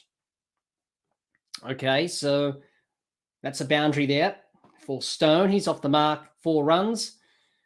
So you disallow the runs. With this one, think about leg byes. Okay, what happens if leg byes? So think about that in this instance. Okay, so I'll come back to that after this ball. Last ball of the over from Ollie Stone that he will face from Marsh. Marsh bowls to Stone. This one straight through him. Past his outside edge, straight through to the keeper for no runs. The end of the over, it's 9 for 133 after 31. Okay, so for this one, it is no runs allowed because the batter did not make an attempt to play the ball, basically. So think about leg byes here. Think about leg byes. Okay, so for leg byes to be given, you have to make an attempt to play the ball. If you don't, then the umpire will allow the batters to run the single because they will allow the fielding side a chance for a run out. And in that case, they'll signal dead ball and return the batters to their original ends. So this question's the same as it would be for disallowing leg byes. Zampa in to Willie, who sweeps this over square leg, deep square leg for 4 runs. So some boundaries for England late here. Jihan says, what if it hits the bat first, then pad? Well, if it hits the bat first, then you've scored runs. If it's come off the bat, you can run for runs, and that's a legitimate way of scoring runs. So if it comes off the bat, then the pad, you run between the wickets, then that's fine. Zampa into Willie. Willie smashes Zampa straight back over his head, down the ground for 4 runs. So in that case, Jihan comes off the bat, then the pad, then the runs are allowed because the batter has made contact with the ball. In this question here, the runs were disallowed because he didn't play a shot, basically. It's the same with leg byes. When you disallow leg byes, you got to play a shot, make an attempt to play the ball. Zampa into Willie. This one, he's hoiked this through mid-wicket for a single. John says that's a law that needs to be changed, in my opinion. Well, that's what the law says. It's the same with leg byes, disallowing leg byes. You got to play a shot. And in this question here, so didn't play a shot. So you disallow the runs. Zampa into Stern. Bowled him all over. It's end of the game. England are bowled out for 142. And Australia win by 221 runs on Duckworth-Lewis. That is a mammoth victory. And for England, that is a very crushing defeat, really. Australia win by 221 runs on Duckworth-Lewis. They win the series 3-0. We'll come back to this umpiring questions to finish off. 3-0 Australia. It's been a convincing performance from them in this whole series. Jihan, you say, so Leave hits his bat, then pad, runs count, but Leave hits pad, then bat, no runs. Yes, because you've got to play a shot. You've got to make an attempt to play the ball, basically. So it's like, think about leg byes. You've got to play a shot. You've got to make an attempt to play the ball. If it hits you on the pad and you run for leg byes, it doesn't count. It's a dead ball. So in that case, runs are not allowed. In this case here, runs weren't allowed. All right, the game's over. 221 runs. Australia win by Duckworth-Lewis method. Stern. We'll get through the... Jihan says, but both scenarios, there's no shot. Yeah. But then you can appeal for LBW or something like that. If it lines up there. But as an umpire, you've got to take into consideration, was the striker was meant to play the ball. So you've got to think about that. To score runs in cricket, you've got to hit the ball and you've got to make an attempt. So that's what you've got to do there. So I hope that's helped Jihan a little bit there. John says that was embarrassing for England. Well, yeah, pretty much. It was a crushing defeat, really. Han says, sorry, I missed the last 2 questions. Had to answer a knock at the door. That's fine, Han. We've only made it to question 3 and the game's already over. So we're going to finish the questions to the end of the stream, that's for sure. And see what both captains say at the press, well, pretty much at the presentation. Han says, I wish I didn't open the door. 7 degrees outside. I'm bloody freezing now. Well, yeah, it would be cold over there, that's for sure. Over in England. Jihan says, end of England's white ball dynasty. I don't think so, Jihan. I think they don't have their best players. It was after the T20 World Cup. They're tired. They're fatigued. They just weren't really on it in this series. So, yeah, disappointing, really. And, you know, they should be disappointed.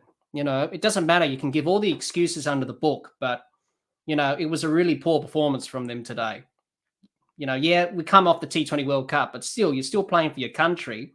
Got to put in a better performance than that, really. 221 runs by Duckworth-Lewis Stern method. Yeah, pretty poor. Jihan says it's 33 degrees in Perth today. Well, it'll be very good for the test match next week. I can tell you it's not good weather here. It's cold and miserable in my neck of the woods. All right, question 4. Still got a few more. We've got 10 questions tonight with the umpiring questions. So question 4, we might as well just have some fun, seeing that the game's over now. It ended a bit earlier than we expected. So question 4, test your knowledge. What a perfect scenario this is. In a one-day match, the opening fast bowler skittles the first 3 batsmen. The opposing captain decides on a change in his batting order. The hurried reshuffle means the next batsman has taken longer than 3 minutes to walk to the crease. The fielding side appeal for the batsman to be timed out. What is your decision? This one is a fairly straightforward one. Doesn't happen often in cricket. Many sides don't appeal for it, and many batters know that you have to be at the crease within 3 minutes. Otherwise, the fielding side can appeal for a timed out wicket. So what is your decision? Would you give the batter out timed out? The fielding side appealed.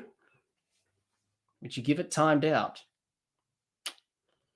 Now, this has happened before. And this has happened before in a test match. I think many people would remember this with Sachin Tendulkar in Cape Town, I believe it was. He was late to the wicket and he didn't come out for some time. Obviously, Daryl Harper was umpiring that game, and I spoke to Daryl, obviously, on the podcast, and I asked him about it because I said, "You're the umpire for that game. What happened?" And he gave me all the details of actually what happened in that game for someone who was actually there. So what would you do? Would you give the batter out, timed out? Or would you give him not out? 3 minutes, that's time you have to come to the crease to face up for the next delivery when the wicket's fallen. Hans says, question 4, by the letter of the law, it is out, taking too long, but I imagine in practice it is discretion. If you see the guy on his way, you give him leanway. That's a very good answer there, Han. And you pretty much hit the nail on the head there. That's what the law does say with timeout. It's whether or not he's got a reasonable excuse. If he's got a good reason for not being at the crease in that time. But as I said, if you remember that test match with Sachin Tendulkar when India played South Africa, a lot of the commentators were saying maybe South Africa should have appealed for timed out. But I actually know the full story from that game because Daryl Harper was umpiring that game, and he gave a very good explanation on what happened in that actual match, which was quite interesting, actually. And in the end, nothing happened, if you remember that game. Any other questions? Would you give him or her timed out, the batter? It's a fairly straightforward one, this one. John says, ask the fielding captain if they'd like to rescind the appeal. Otherwise, your hands are tied unless there is a reasonable excuse, medical, etc. And we're just having the presentations of the trophies. Australia won the series comprehensively, 3-0. Pat Cummins is having a chat. All right. Here we go. The answer to question 4 is this. Consult your colleague, leave the field of play, and ask the batting captain why the incoming batsman was not ready to face the next ball, or for his colleague to do so. If his answer is unacceptable, give the incoming batsman out, timed out. It then goes on to say, in the book, the former Lancashire opener, Andrew Kennedy, was given out timed out while playing for Dorset in a minor league counties match. Kennedy was next in, but had gone to the toilet and not informed his teammates. A wicket fell, and when he did not appear, he was given out on appeal. So basically, it's pretty much a discretion thing there. If they've got a reasonable explanation, then as an umpire, you'll say, okay, that's okay. You're allowed to continue your innings, basically. And what happened with Sachin Tendulkar in that test match in South Africa. Basically, he was off the field. He was injured. That's what Daryl Harper told me. So he had to wait for the amount of time before he can come back onto the field to bat. So that's why there was a bit of a delay there when Sachin didn't arrive at the crease. So when it comes to timeout, it is very rare. I think it's very rare at first-class cricket. It's rare at test cricket. There have been a few people that have been given timed out in the history of the game. I can't remember who, but that's an interesting other trivia question. Name the batters who have been timed out in the history of the game. There's only a handful of those who have been given timed out. It is a very rare dismissal. Doesn't happen very often. So that's the answer there. So basically a discretion thing, as you said, Han, pretty much up to your own discretion. If the explanation is a good one, you say as an umpire, well, you had a reasonable explanation. You can continue. If not, we've got to give you out because the fielding side appealed. So that was question 4. Question 5. In a frantic run chasing 2020 match, the home side needed 4 runs off the last 2 balls in the final over to win. The facing batsman steps out of the crease and hammers the ball, which flies like a bullet, straight at the non-striking batsman. He was backing up almost halfway down the wicket. He ducks as he turns his back on the ball, which cannons off his bat and over the boundary ropes. What is your decision? So what will you do there in that situation? Hans says, I imagine before it was made into law that it was a tactic to draw a game you might lose. Yeah, you could say that, Han. I'm not sure. But I do know in the game's history, it is a rare dismissal. It doesn't happen often. I think a handful of cricketers at first-class cricket have been given out. And I think the same in test cricket as well. I can't remember who they were. I have to look up that. But very rare, very rare. It's a rare dismissal. And it's often one that doesn't get appealed for because batters know we've got to be out there within 3 minutes to face the next ball. In test cricket, that is. One-day cricket, probably the same as well. T20 cricket's around about 90 seconds. Hart says, question 5, dead ball and repeat the delivery. Well, it's often an interesting one. So would you allow the runs? Would you signal dead ball? As you said there, Han, that's an interesting response there. That's a good response. You could do that. Any other questions before we reveal the answer? As Australia, Pat Cummins talking at the presentation about how the team went about things today. It was a pretty good performance. Any other answers?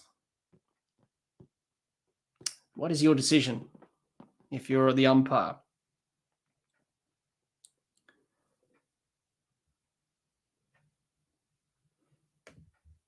Answers about timeout.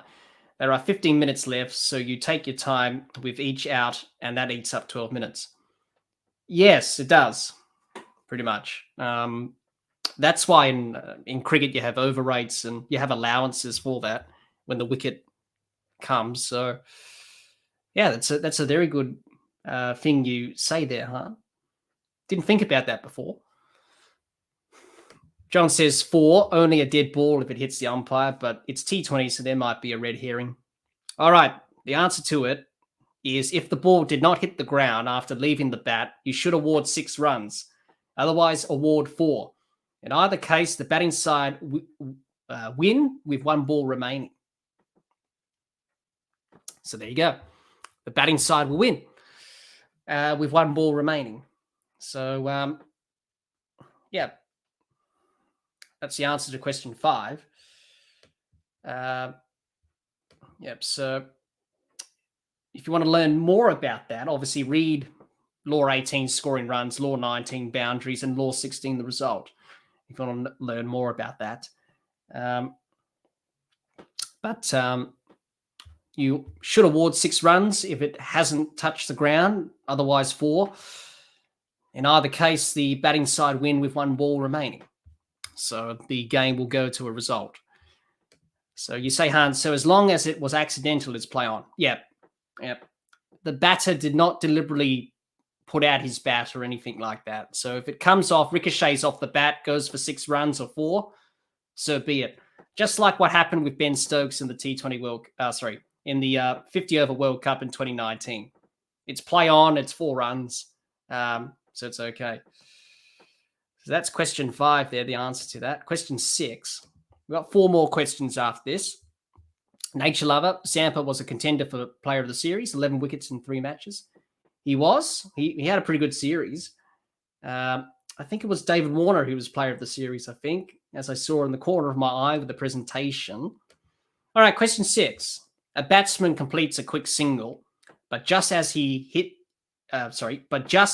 bat slides over the popping crease, the fielder's throw hits his bat and flies off in the opposite direction, allowing the batsman to complete a second run. Does the second run count? Okay, so does the second run count? Would you award the second run? Completed the first run. And we just talked about it with Ben Stokes, deflections and that. Would you count the second run? So get your answers in and see who can get those question right there. Would you award the second run?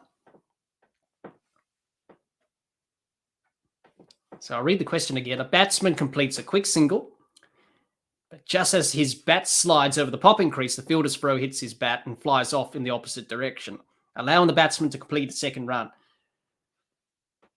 So does the second run count? Hans says question 6, yes. The run counts because it was accidental. That's a good answer. John says not deliberate. Second run counts. Yep, that's a good answer. All right. Pretty much, I think you got it right, Han and John. The answer to question 6 is yes. The second run does count because the collision with the bat and the ball was accidental. So it wasn't deliberate. It wasn't obstructing in any way. The second run will count. So well done, Han and John. You get a point. Well done. Very good.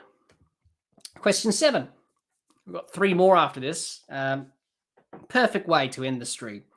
A batsman hammers a delivery straight back at the non-striking batsman, who instinctively catches it to avoid being hurt. He then hands the ball to the bowler, who appeals for the catch. What now? So what would you do? What would you do? Would you give it out? Would you give it not out? As an umpire here.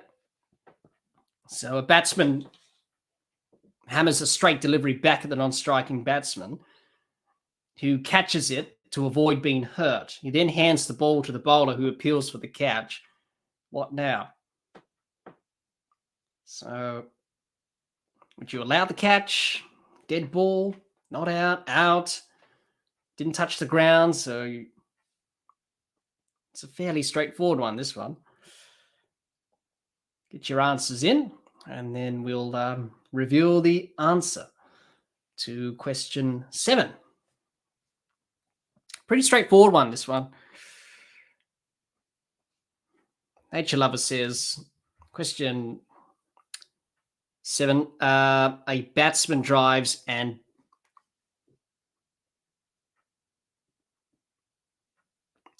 is that a question of your own, Nature Lover? I'll get back to that in a minute. Hans says, question 7. Instinct is dead ball, but he did obstruct the field, so maybe the non-striker is given out. Could be. Could be. You can be out obstructing the field if it's obstructing a catch of some sort. But he caught it. He caught it there. So he caught it to avoid injury. That's the main one here. So break it down. Okay. Non-striker protected himself. He caught it to protect himself. Didn't do anything that was against the laws or obstructing the field or anything like that. So he then hands the ball off to the bowler, who appeals for a catch, basically. So what do you do? Any other answers?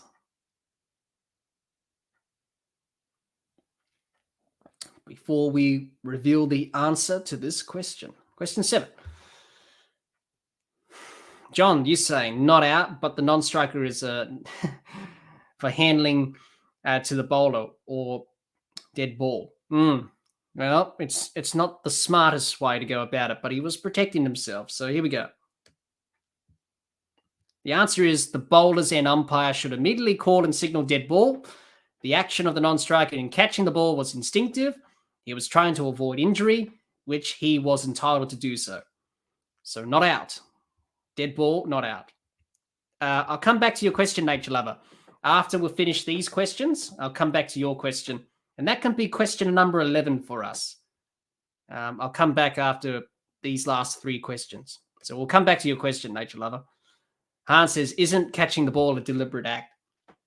It is. It is for obstructing the field. So if the ball's in the air and the batter sees the ball being caught by the fielder, runs over to the fielder, catches the ball and throws it away, then it's out obstructing the field. But in this case, he was protecting himself because of injury. So it was unintentional to obstruct the fielder or the bowler in this case. So therefore, he was protecting himself for injury. So you call and signal dead ball. You can't really claim a catch off that. So dead ball. Question 8. A fast bowler has just begun his delivery stride when the batsman, when stepping back, unfortunately allows his heel to touch the stumps and both bails fall to the ground. The bowler has still not released the ball, but the wicketkeeper appeals. What is your decision?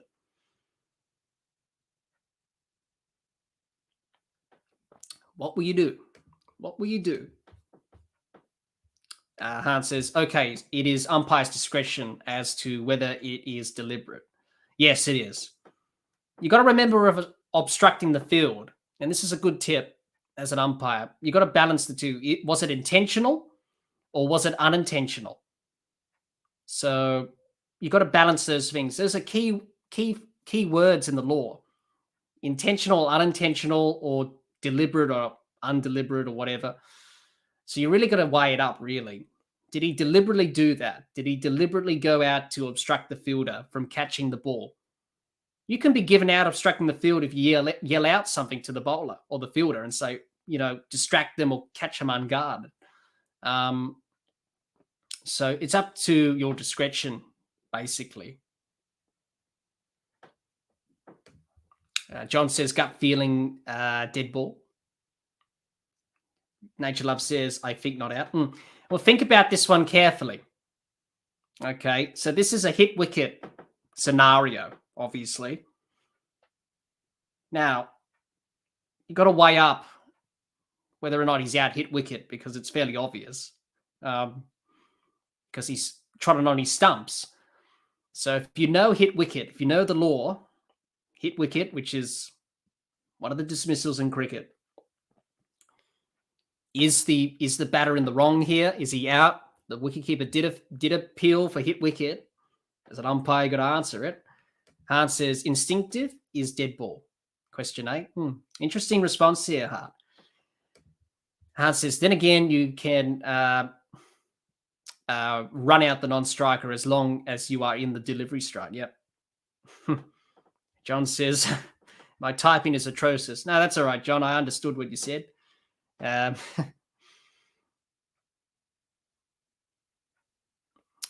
going back to your point there, Han, yes, that is controversial, running out the non-striker. I don't like the term mad cat, obviously. I prefer run out the non-striker. I don't think it does Vinu mad cat doesn't really pay him in respect, I don't think. That's just how I see it. Even though, yes, he did do it, but that's been controversial again, obviously. A game in Melbourne, that happened in a grade game or something like that the other day. So it is a controversial topic within the game, running out the non-striker. Han says, the question is, when does the ball become live? Yes, you're spot on there, Han. You've hit the nail on the head there. The question is when the ball becomes live, in the delivery stride or as it leaves the hand. Well done there, Han. Well done. That's what you have to determine. Is the ball alive? That's the Exactly right. So here we go. Question 8. The answer is the correct call is out hit wicket. If in receiving or preparing to receive a delivery, the striker breaks his wicket, he must be given out on appeal. So the striker, he was ready to receive the delivery. So he was ready to play the ball. So he was in his stance, took guard, faced up. Then he broke his wicket. So it's in the action of receiving or preparing for a delivery. Then you can be out hit wicket. So read Law 35 about that. Han, you say, we see batsmen stepping away when the bowler is already running up. Yeah, we do. And then it hits the stumps, doesn't it? But that's just the batsman pulling away.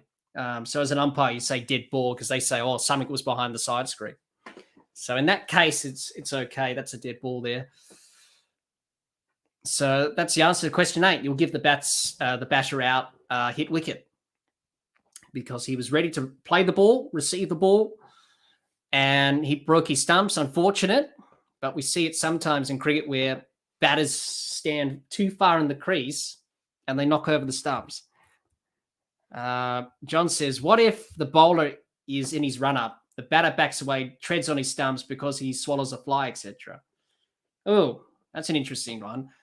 I think you'll call that a dead ball because we usually see batters back away because they say, oh, there's something behind my eye line or something like that behind the side screen. So you just back away and just say, oh, that's a dead ball there. So I think that will be what the umpire will do there. Han, you say, so the batsman determines when the ball becomes live. The moment he signals he is ready, that delivery technically begins. Pretty much, Han. So if the batsman is in his stance, taking guard, in his stance, preparing to receive the ball, then that's the moment that the ball becomes live as the bowler's running in, about to deliver the ball. In this case, he was ready to receive and prepare for the delivery, and therefore he trod on his stump, so he's out hit wicket. So this is the thing with determining whether the ball's alive or dead. And it's very hard for people who don't quite understand law number 20, which is dead ball. How do you determine whether or not a ball's alive or dead? There are some obvious ones, some other ones very difficult. Han, you say, this goes back to the question the other day when the bowler takes a quick step and bowls. Yeah, that's right. Because he's distracting the batter then. As a bowler, you're distracting the batter because you're putting him off playing the ball, and therefore it's a 5-run penalty to the batting side, which we don't see that very often. But I know Gabe from Cricket for Americans asked about that, whether or not a bowler gets penalised for obstructing the batter, and they do, basically. So yeah, there's a lot of laws in cricket that a lot of people don't know about and umpires need to know about. Right, so we've got question 9 here. A batsman swipes, misses a slow ball, which miraculously lands in his pocket. Thinking quickly, he sprints over the boundary without touching the ball with his hands, hoping for a 6. What now? So that's a bit of a rare one, but I think it's fairly straightforward. John says, then the fielding captain moves a fielder out of the batsman's view, and he treads on his stumps.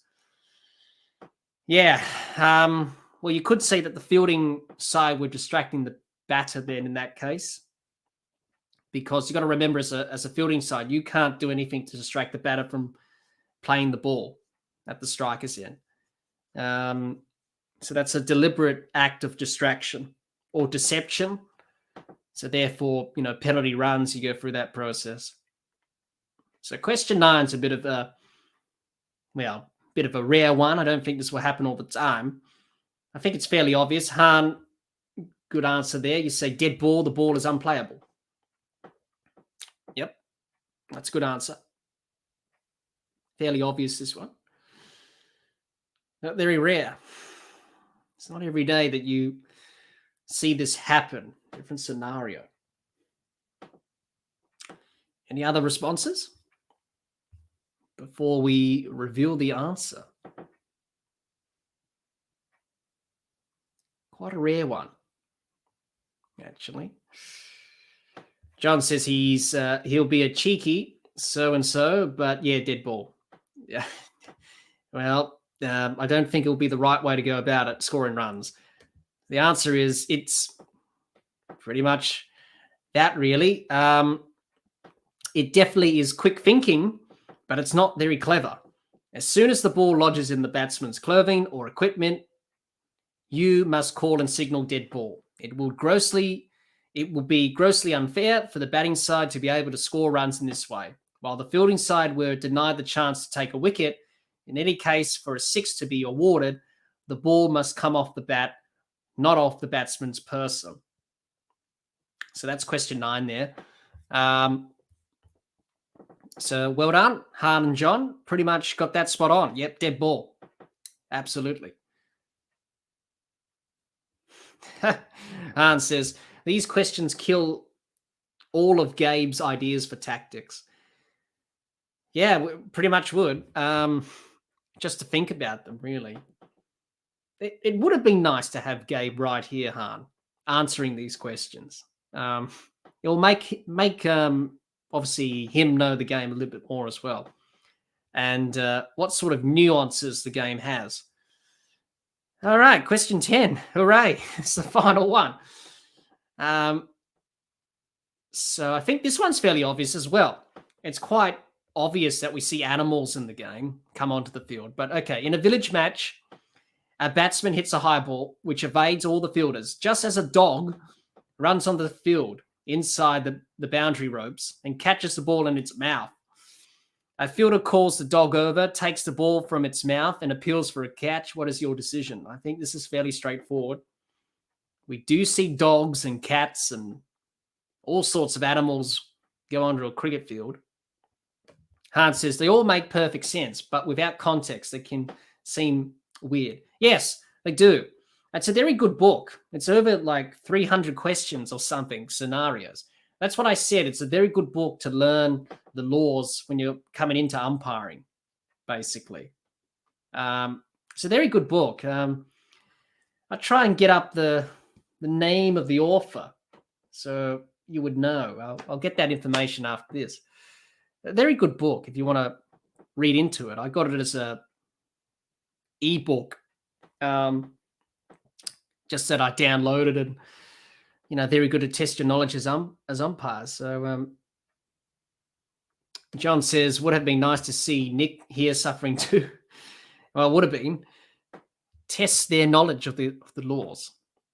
But I think Nick and Gabe would be saying, what? How does that happen?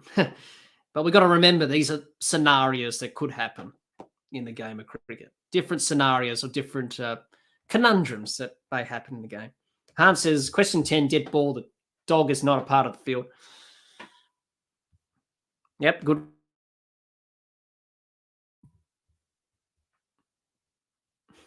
Hans says, Gabe has been training Fido for this event. You killed his hopes again. Well, we see it every now and again. I think in the IPL, I saw some dogs run onto the field once, which caused some problems. John says, dead ball, but it depends on who owns the dog. It's like alligators on a Florida golf course. That's right. Hans says, they are scenarios that did happen, so it had to be clarified. Probably. I think the person who actually wrote the book is actually a county umpire, I think. I'll have a look in a minute because I've got it in front of me here. So any other questions, any other answers for that question? There's a fairly obvious one. All right, we'll get to the answer here. Okay, here we go. Question 10. The answer. Before the match starts, the umpires have certain duties to perform, 2 of which are to define the boundaries to both captains and inform them what action they would take if a spectator or animal entered the field of play and came into contact with the ball, which was in play. Normally in this situation, you would immediately call and signal dead ball, then award the boundary if you thought the ball would have gone to the boundary. If not, award the runs completed before the interception. In this case, it seems that you should award a boundary 6. So there you go. That's the answer to question 10. Hans says, I mean that for the MCC to make these into laws, they must have happened and people asked them to clarify. I think so, Han. I think so. It's quite interesting how the laws have been written. Obviously, the MCC have been writing the laws since 1787, of course, because they're the custodians of the laws. But that's an interesting question you asked there. You know, how on earth did we come to this moment in time in the game where the laws have different scenarios like this, and then how do they eventuate to the laws that we have today? I think I did some research before, and I think the laws of cricket had around about 40 plus laws or something. I think it was nearly up to 50 laws before they actually recoded the laws to the proper code that we have today. I think this is going back to the 40s or 30s or something like that. It was well over 40 plus, I think, nearly 50. And now we have 42 laws. So, yeah, that's an interesting question there. But as an umpire, you know, it's quite overwhelming learning the laws in different scenarios. And you have to be really on it, really. So going back to question 10, as an umpire, yes, you have to discuss that with the players about the boundary, what happens if a dog or a spectator comes. So that's fairly straightforward there. So how many runs they completed beforehand, you would count those runs and whether the ball would have gone to the boundary or not. So you have to make that assumption as an umpire. And that's often the hardest thing to decide. Okay, whether or not the ball went to the boundary or not. So that is a difficult one there. But in the end, it's very rare to see dogs and animals or cats on the field. But it does happen.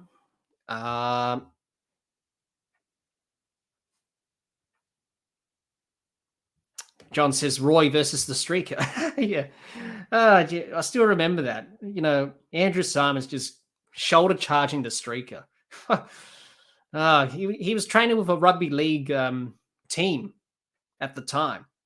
And he just went bang, straight on his back in a one-dayer against India in Australia at the Gabba in 2007-8.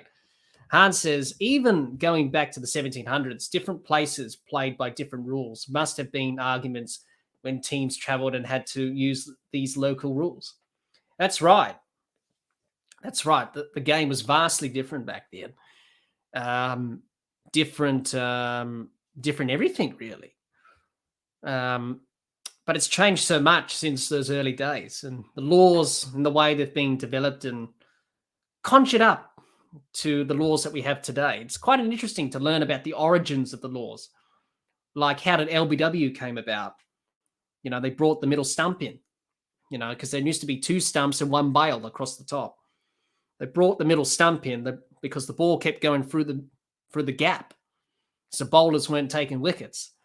And then they brought in LBW to stop batters from defending on their pads. So it's quite interesting how the laws came to be. You say, Han, there must have been people training a dog to catch the ball and umpires not knowing what to do. Hence, we have a law about it now. You could say that, but it's just like predicting different scenarios, I think. I think when they come up with these things, they sort of like say, oh, this could happen. You know, a dog may run onto the field or a cat. I do believe in England. I think in one of the games I think there was a fox that ran onto the field once, which was quite bizarre. I think that happened. There was a fox that ran onto the field and stuff like that. Now, there's been some incidences with bees. Everyone has to hit the deck when bees come onto the field. You know, it's quite weird cricket sometimes, really. John says, best shoulder hit I've seen, and I'm an NRL fan. It was. He just went bang straight into him and flat on his back. And Roy, he was unbelievable, wasn't he?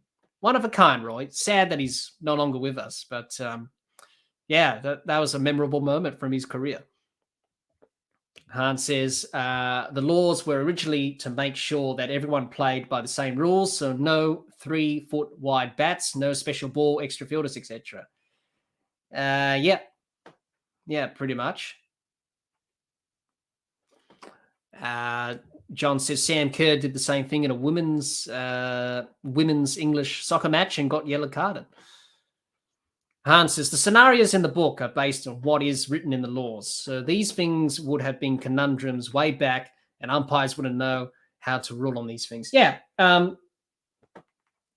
book that I've actually got, I'll try and get that information for everyone. I think we had a question from Nature Lover.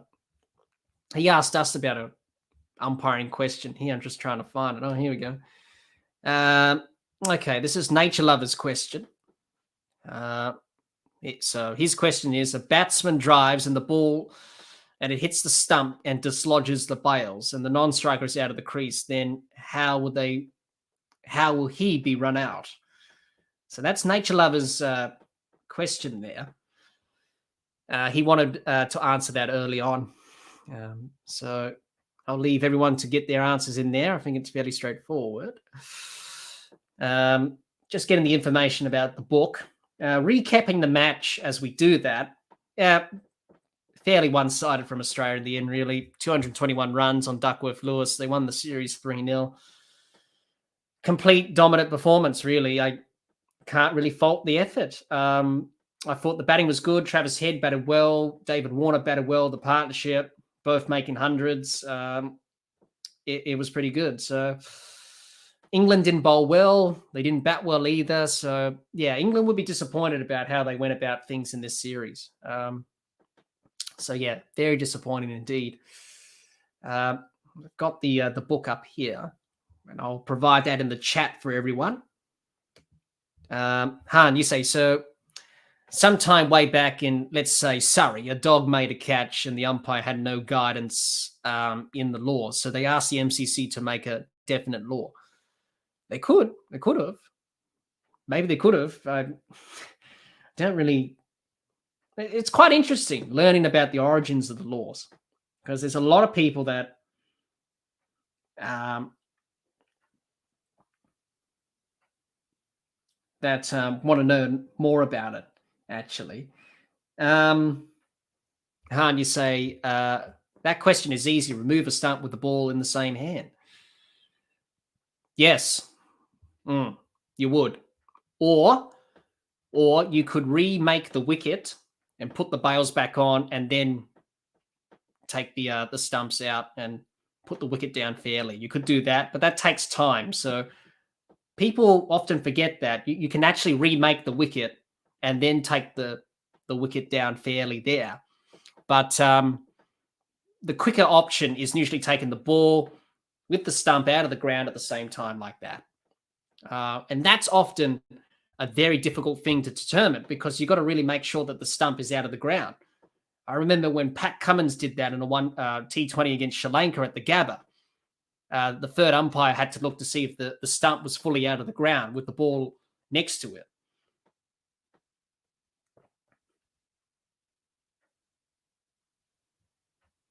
John says, doing sessions of the test. Yeah, I don't know, John. I was thinking about just doing one day of the test, one session. I think doing 5 days, I'll be out of it, tired. But yes, it's good that the test matches are starting next week.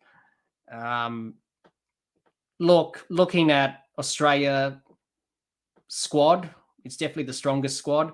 The West Indies are going to be tested, no doubt about that. They've got a young squad, so yeah, it's going to be interesting. I just hope that it's a competitive series, and I think everyone hopes that, because we want to see the West Indies playing well. Han says that is literally how the laws came to be. All of the weird scenarios did happen, so it had to be clarified before they were made into law. Then a team actually did these things. That's right. Because it is quite interesting, really. And you say there, Hans, so someone would have to put the ball in the pocket and ran to the boundary, so they had to make it clear in law. Probably did. You've given me a great idea for an episode, Han. Looking back at the origins of the laws.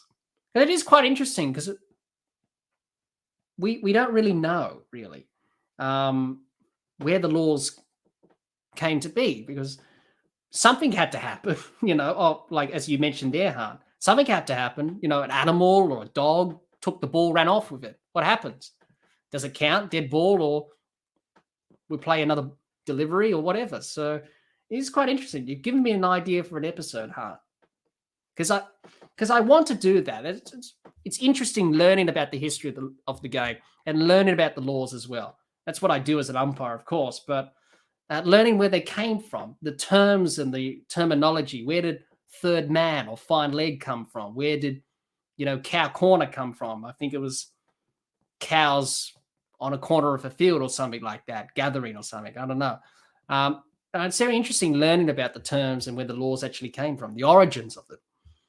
And I don't think people want to do that, take the time to learn about it, but I do, because I love cricket. So, the more I learn about cricket, the better, I suppose. John says, if all the stumps are out on the ground, quicker to push one stump back in and rip it out again with the ball in hand. Never seen it happen. Yeah, it has happened, John. It has happened. I've seen it with Pat Cummins a couple of years ago then, where he took the ball out of the ground with the stump next to it. But it's often the quickest way, rather than just putting the wicket back together, which you can do, but it takes time. But you've got to be really spot on with the ball and the stump out of the ground. You've got to make sure that it's in contact, the ball with the stump. If it's not, then it's not out. It's not run out. So got to be careful with that. Han says, cricket goes back at least 500 years, but the modern laws are only about 250 years old. So many things must have had been clarified over time. Yeah, it's been a long time with the laws, basically. Over 500 years of the game's history. So things have happened. We've seen a lot of changes, a lot of everything, really. So it is quite interesting to see how the game's changed over 500 years. And you also say, Han, that Gabe proves that players will cheat anyway they can if you allow it. They would. Well, that's very important to have laws and rules. If you don't have laws and rules in any sport, like in cricket or soccer or football, whatever, then players will do whatever they want. So, that's why it's often tough being an umpire, because, players don't like your decisions or whatever. It's often a very daunting position, but you got to do what you got to do. And you're just doing your job. You're just following the laws. And as a player, yes, you may not like the decision, but, where's the respect in, the role of the umpire? Because we do a very difficult job. Someone's got to do it. And you don't have a game of cricket if there's no umpire. Hans says, I imagine it used to just use a bat, but then players took the mickey, so they had to clarify what a bat was. Oh, yes, they did, because I remember they played with shepherd's crooks, sort of like in a hook way sort of thing, like that. And then the bat became like a hockey stick, and then it's become the bat that we see today. And it's evolved over time, that's for sure. Yes, say Han, Americans really do struggle to accept that umpires are human and make mistakes. Yeah, I can understand why Gabe feels so passionate about umpires making errors in that. It's okay to make errors and that, because the way I approach it as an umpire, you want to get everything right. The best umpires in the world, like on the ICC panel, they want to get everything right. But you got to accept you're human and you're not going to get 100% everything right. We make mistakes, we make errors, but we own up to those mistakes and errors. And we look at them and we say, right, we get better. And I try and do that in every game that I umpire to get better, because you want to get better at the job, because you want to get more games as an umpire. You don't get better at the job, you don't have a game next week, because they do rate you on your performance in some competitions. You say, Han, also the fact that there were laws about tampering with the ball means that it must have been common at some point. Yeah, it must have been. Yeah, it must have been. It must have really happened. Don't know. It is an interesting game, cricket, especially the origins of it. I find it quite fascinating. But a lot of people don't seem to really want to learn about the history all that much. And it's quite fascinating. It's quite a fascinating history. Yes, to say, Hunt, Americans have really messed up sports, so they can't fathom that other countries are not like that. Well, it's different mentality, I think. I think the way that Gabe said in his video when he was saying that we have a voice and we should really protest against the ICC or whatever. I think in cricket, we just accept some of these things and we just say it's common practice. Anything we say or do ain't going to change anything. I can understand where he's coming from. It's just a different mentality compared to people who watch cricket and compared to people who watch cricket from America or American sports and come from that background. It's a lot different. But in cricket, we just take it on the chin and just say, well, that's what it is. So we can't really change anything about it. Yes, to say, we don't get teams moving 1,000 kilometers away, drafts, etc. Yeah. John, you say cricket and golf are a lot alike. Old sports with simple laws that get amended regularly. Yeah. That's the thing as an umpire. Once you learn the laws and then the next code of laws come up and you say, I just learned that, old version of the laws coded. And then I got to learn the new laws again because there's different words, different terms, different amendments. So it's very frustrating sometimes where they keep updating the laws. But the reason the MCC do that is to make the game better and to make the game a lot simpler. I can tell you that cricket is not a simple sport when you're trying to explain it. But once you understand it, it is very simple. It's often complex. But as an umpire, for me, I've just learned pretty much all the laws of the last code in the 2017 edition. And then the MCC updated them again. So then you have to go on the website and read it and say, okay, they've changed this, they've changed that. All right, that's been changed. So you really got to get your head around it as an umpire because the laws do change every couple of years or something like that. Hans says, imagine South Sydney Rabbitohs move to Perth. Garbage like that only happens in the US. They have a different view of sports compared to everywhere else. They do. And you could sort of sense that when Nick and Gabe were a bit frustrated during this T20 World Cup where you had rain delays and you had games that were abandoned and there was no result and you couldn't play the game the next day. It just doesn't happen in cricket because the logistics and all that. It's very hard to do that. And you can't really make that an easy option in the game. So, and that was the theme throughout this T20 World Cup, rain and which was disappointing.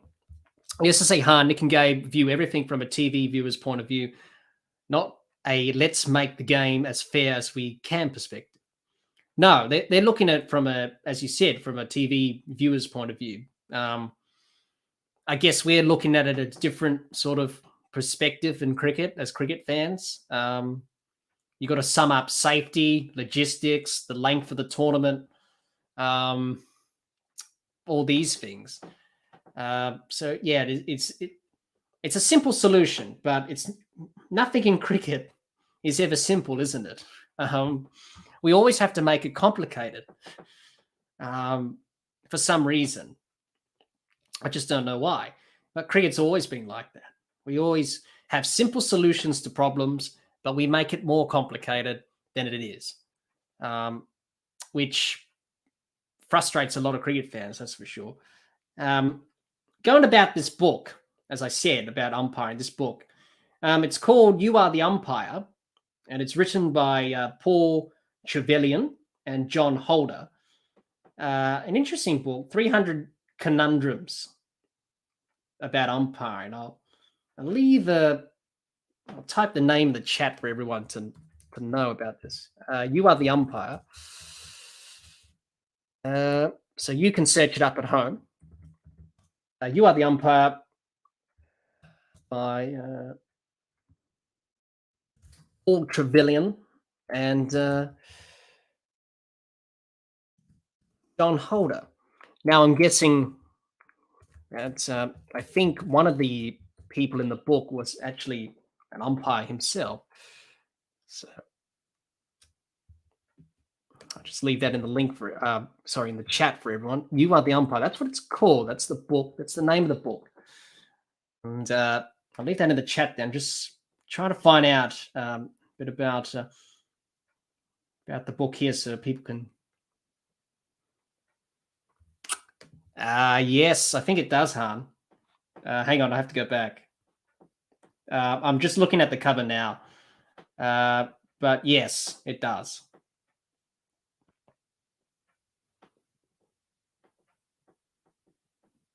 Yep, pretty much it's a red book, and it does have Jimmy Anderson on the front, pretty much. I'm just having a look at the cover of the book now. Yeah, but I'm pretty sure it is, Han. Yeah, you're pretty much, yep, pretty much. Got it spot on.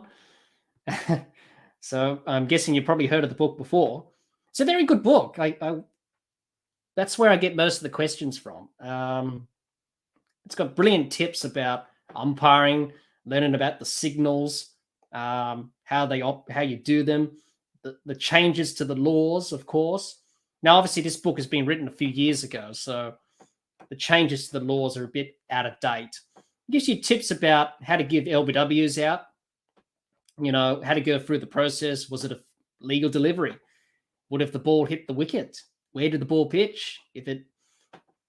If outside the line of off stump, was the striker playing a shot? Did the striker edge the ball? Was the ball delivered from close to the wicket or wide on the crease? How far down the pitch was the striker?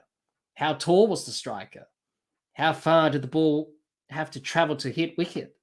How much was the ball swinging, moving, or turning? Was the bounce high or low?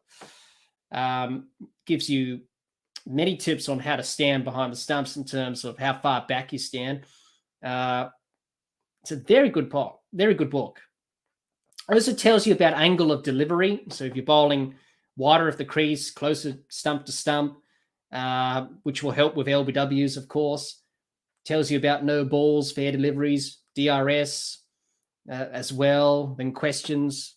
You say, Han, I just found it on Amazon for £3.49.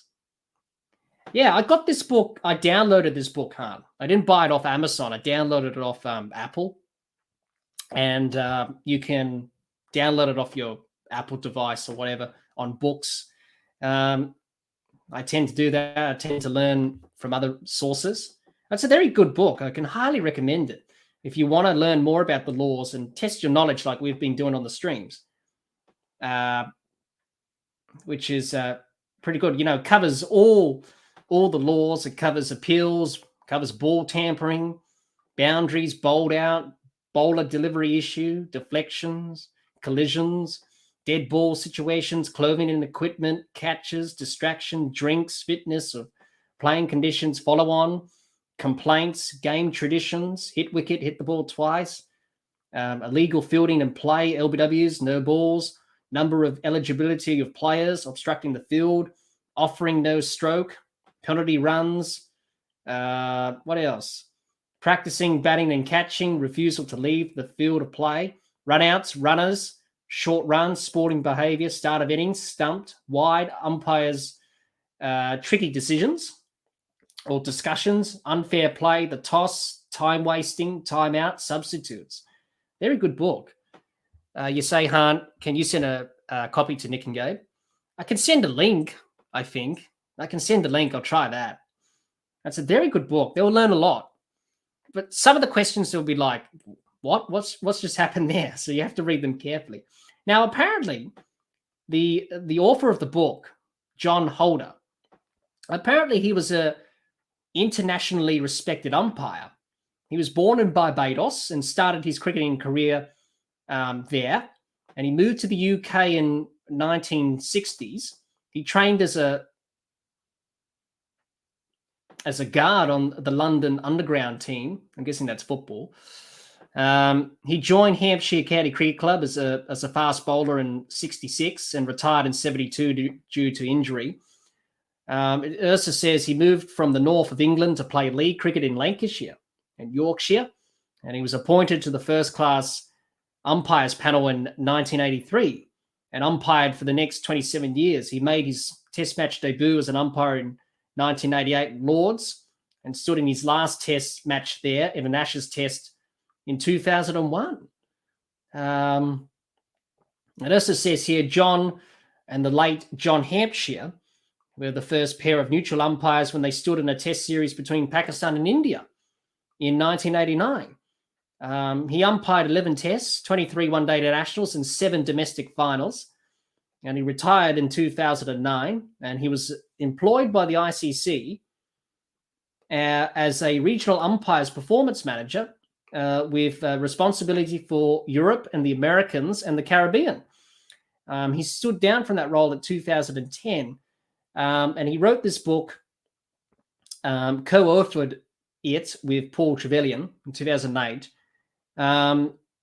to explain things in layman's terms, which is basically what this book's about. And Michael Holding did the foreword of this book, talking about it, which is a very good book for everyone.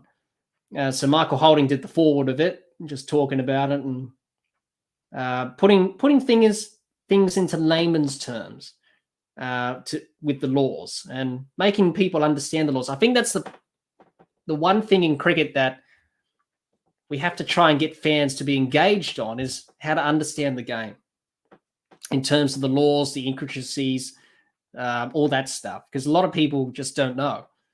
But this book does really help.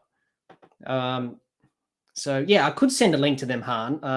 I'll try and do that, and yeah, they'll learn a lot from reading the book, obviously. But as John says here, I'm a little frustrated trying to suggest alternatives and reasonable explanations to Nick and Gabe.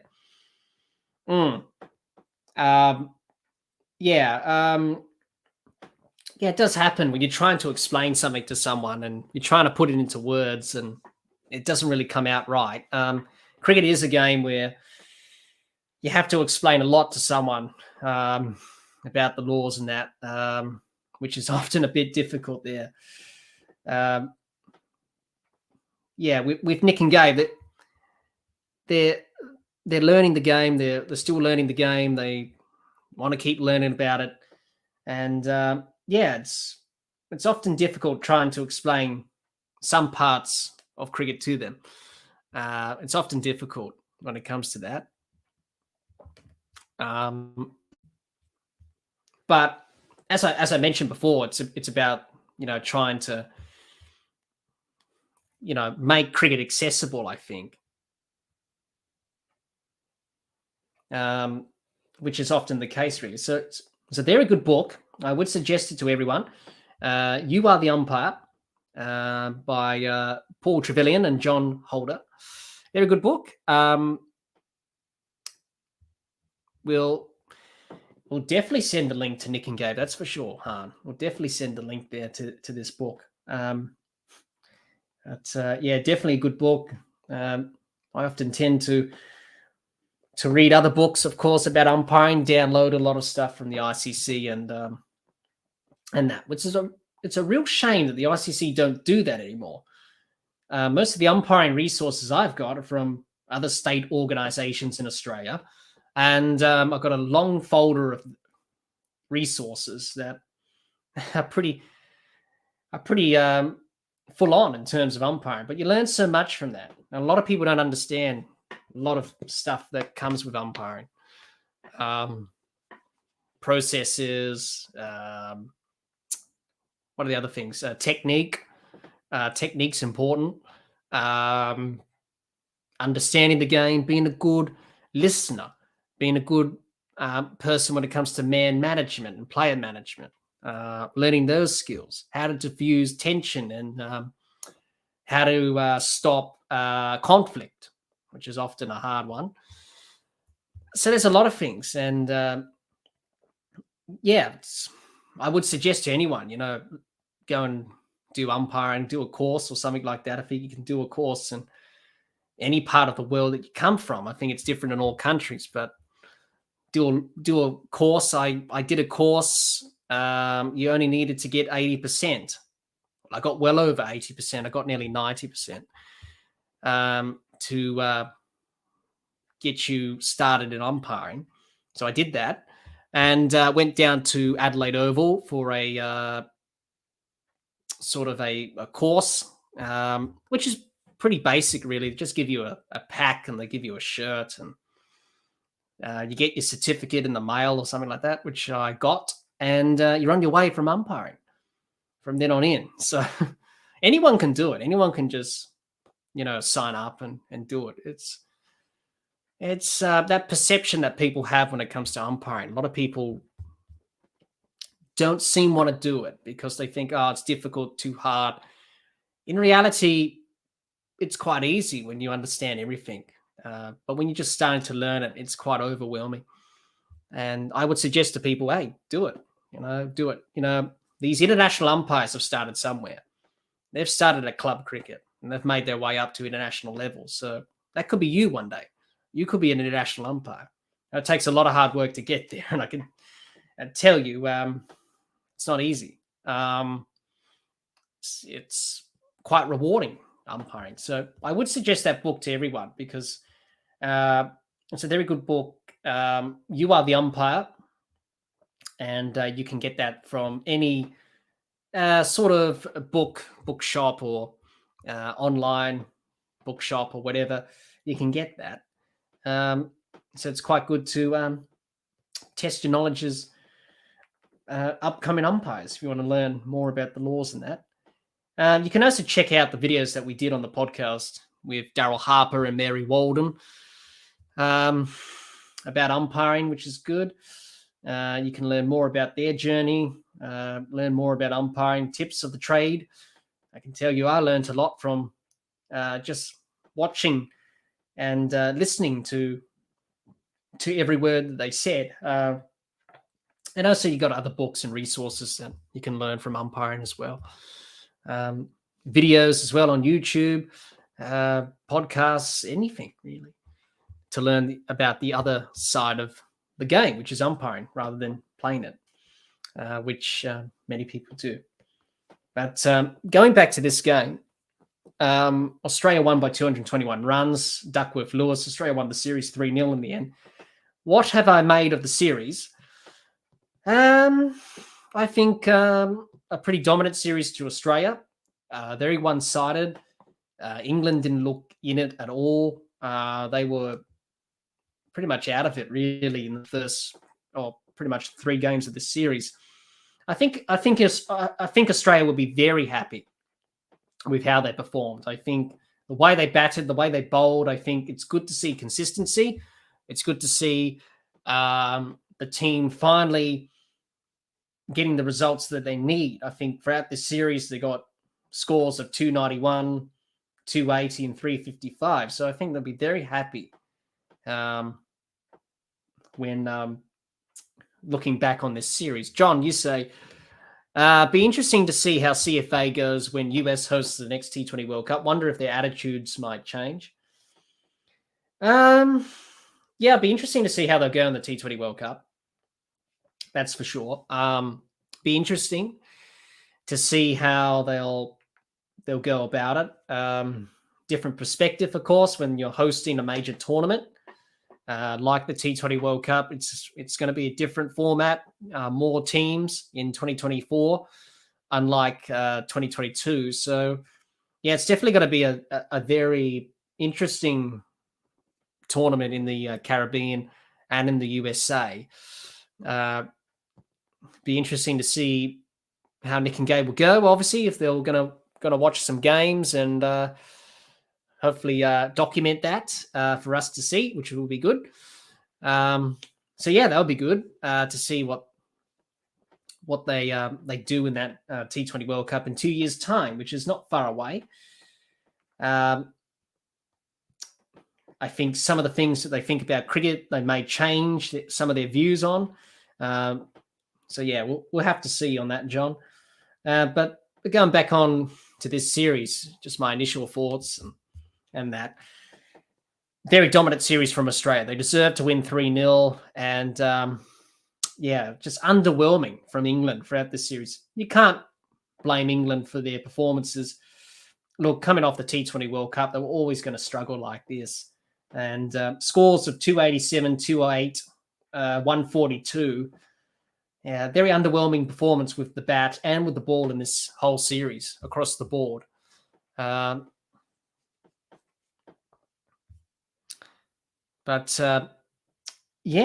a very one-sided series indeed. So by the end of this series, which is finished tonight in Melbourne, we do turn our attention to the Test series, which starts next Wednesday, and that will be Australia versus the West Indies from Perth. Let's talk a little bit about that. Obviously, I'll release a preview of the series in upcoming days, of course, talking about it. But Australia and the West Indies, a long, rich history. Both teams have been playing Test cricket since 1930 against each other. It took them 20-odd years to play their second Test series, which was in 1950-51. And they have a rich history, these two countries. Of course, the West Indies, not a country. It's a collection of islands that make up the Caribbean and make up the West Indies and play under the flag of the West Indies. But obviously the Sir Frank Worrell Trophy will be up for grabs, which is a wonderful trophy, wonderful story behind that with Richie Benaud and Frank Worrell back in 1960-61 during the Thai Tests in Brisbane and also the series that was played there. Wonderful series for those who watched the series back in those days.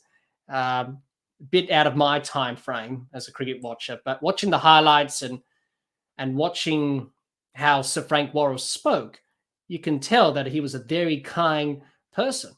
And people loved him. He died very young, obviously. I believe he had leukemia or something like that. He died very young, but a very gracious, kind person. And captained the West Indies, of course, in that series. And unfortunately, didn't quite get the job done in that series in 1960-61. Hans says, how many of the tests will go past 3 days? Oh, that's the thing, Han. They're playing in Perth. They're playing in Adelaide, day-night test. You would hope they'll go past 3 days. You will hope it's competitive. They've got a young squad. I believe Shivran Chanderpaul's son is in the squad. And if he bats the way that his father did, then I think the West Indies will be going well with the bat. But I think for the West Indies, it's going to be tough against Australia's attack. You got Cummins, Stark, and Hazelwood and Lyon, and you got Cameron Green.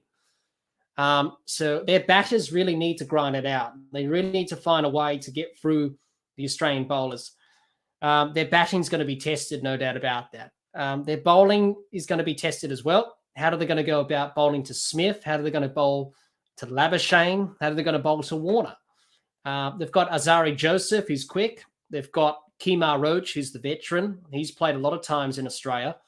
I think he played in 2000 and what was his first series? Was it 2009, I think, when the West Indies came out in 2009-10 or something like that, when they came here to Australia. So it's going to be an interesting series, but I do think Australia will retain the Sir Frank Worrell Trophy again for I don't know how many times in a row now. But looking at the stats, which I have, a bit of a question for you, Han, if you're still listening. When's the last time, and also for you, John, if you're listening, bit of a trivia question. When's the last time the West Indies won a Test series in Australia? It's a long time ago.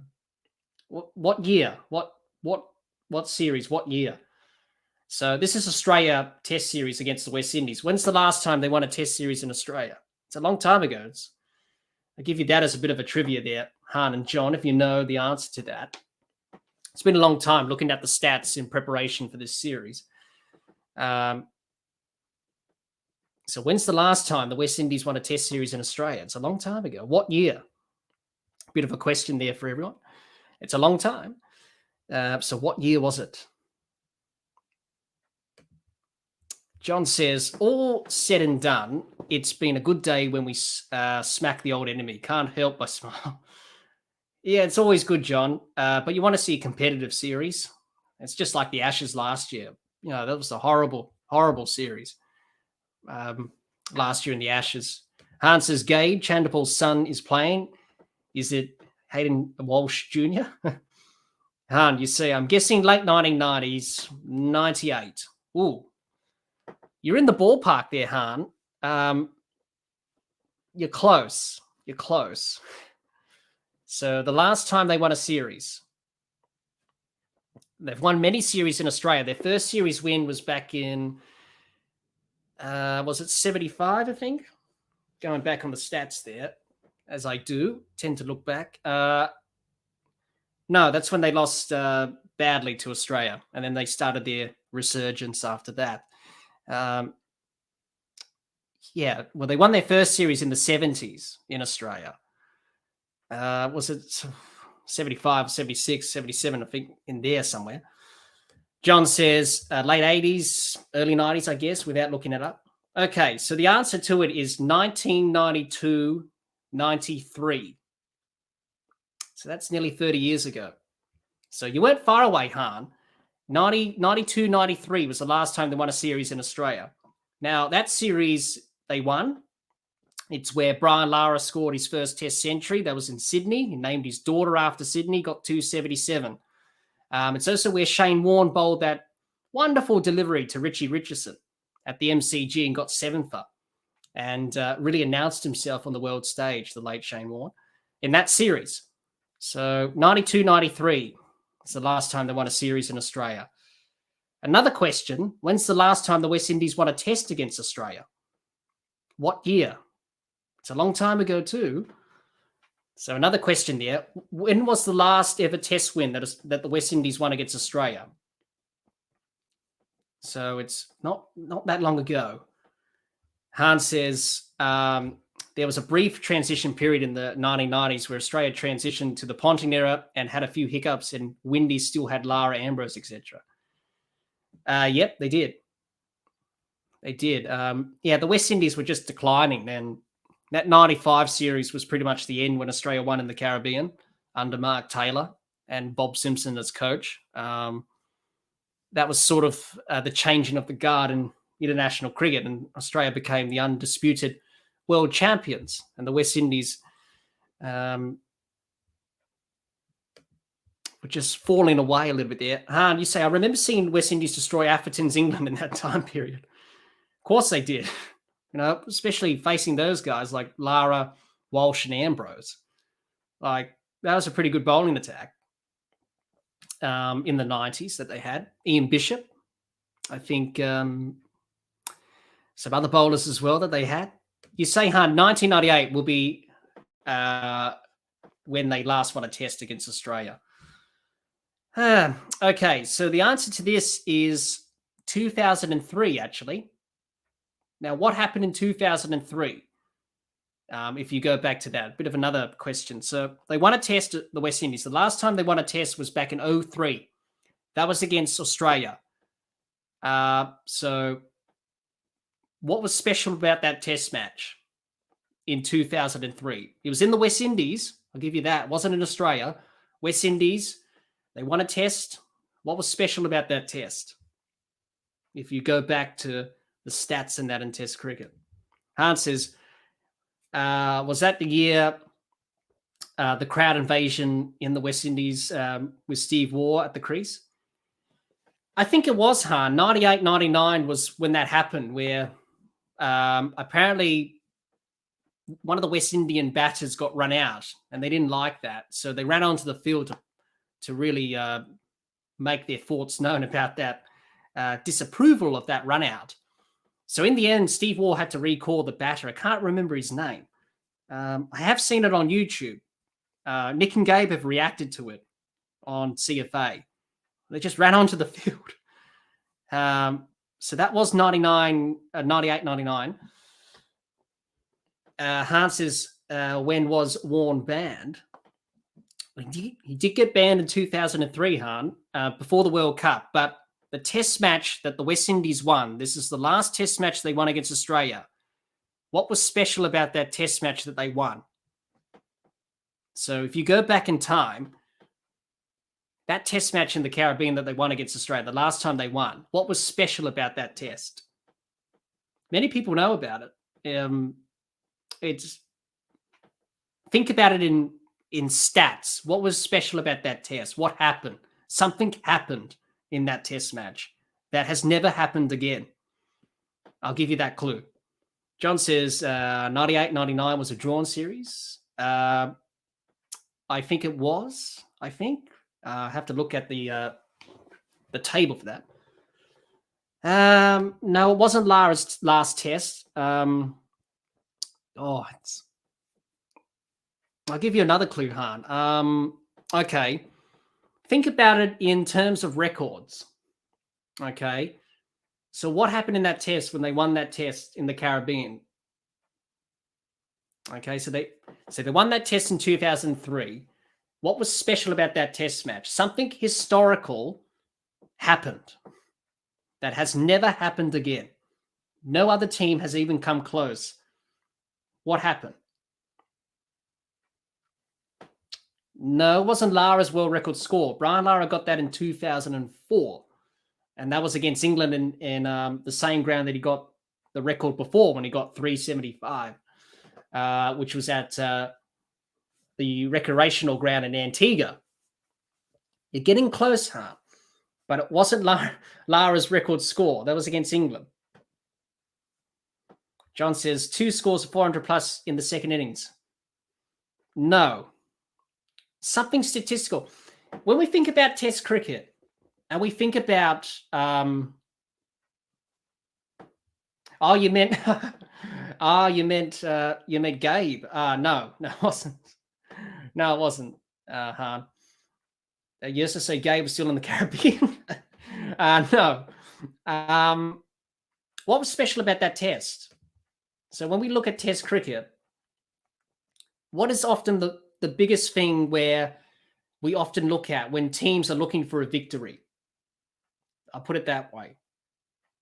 There was some words exchanged with one particular bowler and batter in that test. Some words were exchanged. He never really spoke like that, but he did in that test, and he wasn't happy for obvious reasons. I'll give you that clue. Han says, which year was that abandoned match where the pitch was dangerous? I think that was in the 90s, Han. I think that was England, the West Indies. That was at Sabana Park in Jamaica, where Michael Atherton and Brian Lara were captains. And they called that game off. That pitch was too dangerous. I can't remember what year that was. I think it was in the 90s or something like that. Maybe 95, 96, I think. Maybe. I have to look back at the records there.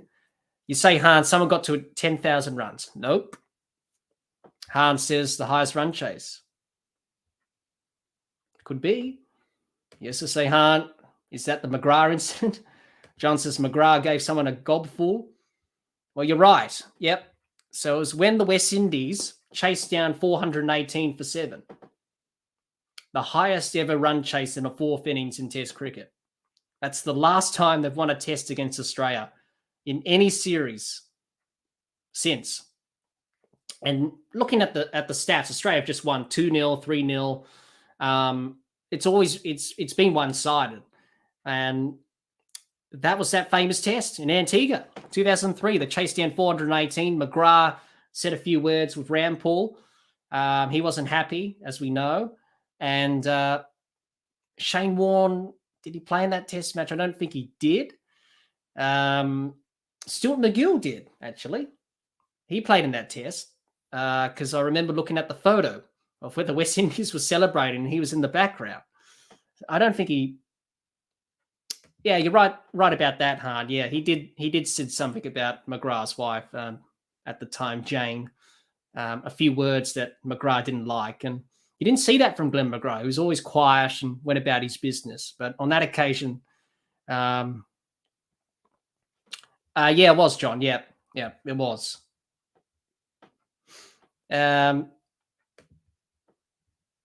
Yes, he was. Gilly was the keeper. This was 2003, so obviously moving from the Ian Healy era to the Gilchrist era. So, yeah, it was Gilly behind the stumps. And I don't think Shane Warne played in that test. Well, he could have. I'm not sure. Because obviously that's the same year that he got banned before the World Cup in South Africa. And he couldn't play any international cricket for a year, obviously.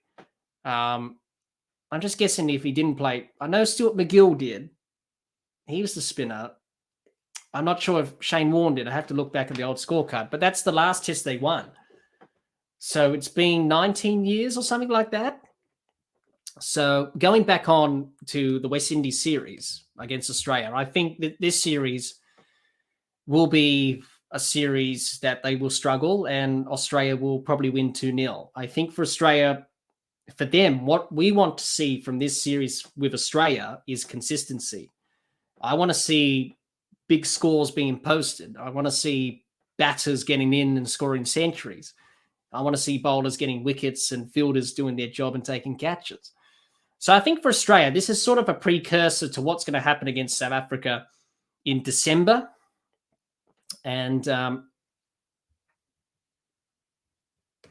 yes, they did, John. Yeah, that's right. Yeah, both sides did score 400 plus in the second innings. Yep, in that test. I just couldn't remember the scorecard at the time. But memorable test match and chased down 418 runs. Hasn't been done since. And I don't think it will ever be chased down. I did know that Don Bradman chased down 400 odd at Headingley with Australia in the Ashes. Was that in 1948? I believe it was. I think he scored 100 and what did he score? 170 odd or something like that. So it has been done many times in Test cricket, a few times where 400's been chased down to win the last inning successfully. I don't think it will ever be matched that record again. You never know, it could be. But going back onto the West Indies, this Test series, yeah, I think Australia will win 2-0. And it'll be interesting to see how Australia go about it. Thank you, Han. Yeah, Warne didn't play. I thought he didn't. No. I was just wondering, when was that Test match played? It must have been after the World Cup, actually, that Test series. Just can't remember what month. Yeah, I thought he didn't play. No, Stuart McGill, yeah, he definitely played that Test. John says, I think both teams scored the same in their first innings, mid-200s or thereabouts. Yeah, that was a very good Test. You know, who would have thought that you would think you get 418 runs in, to set the West Indies to win. And Australia couldn't finish off the job and they won by 3 wickets. They chased them down. It's just, how do you do that? Thank you, Han. McGrath, Lee, McGill, Gillespie, Bickle, Steve Waugh, Bold, May 9 to the 13th, 03. So that must have been after the World Cup. I think the World Cup was early that year, around about, was it February, March period for that World Cup in South Africa and Zimbabwe and Kenya.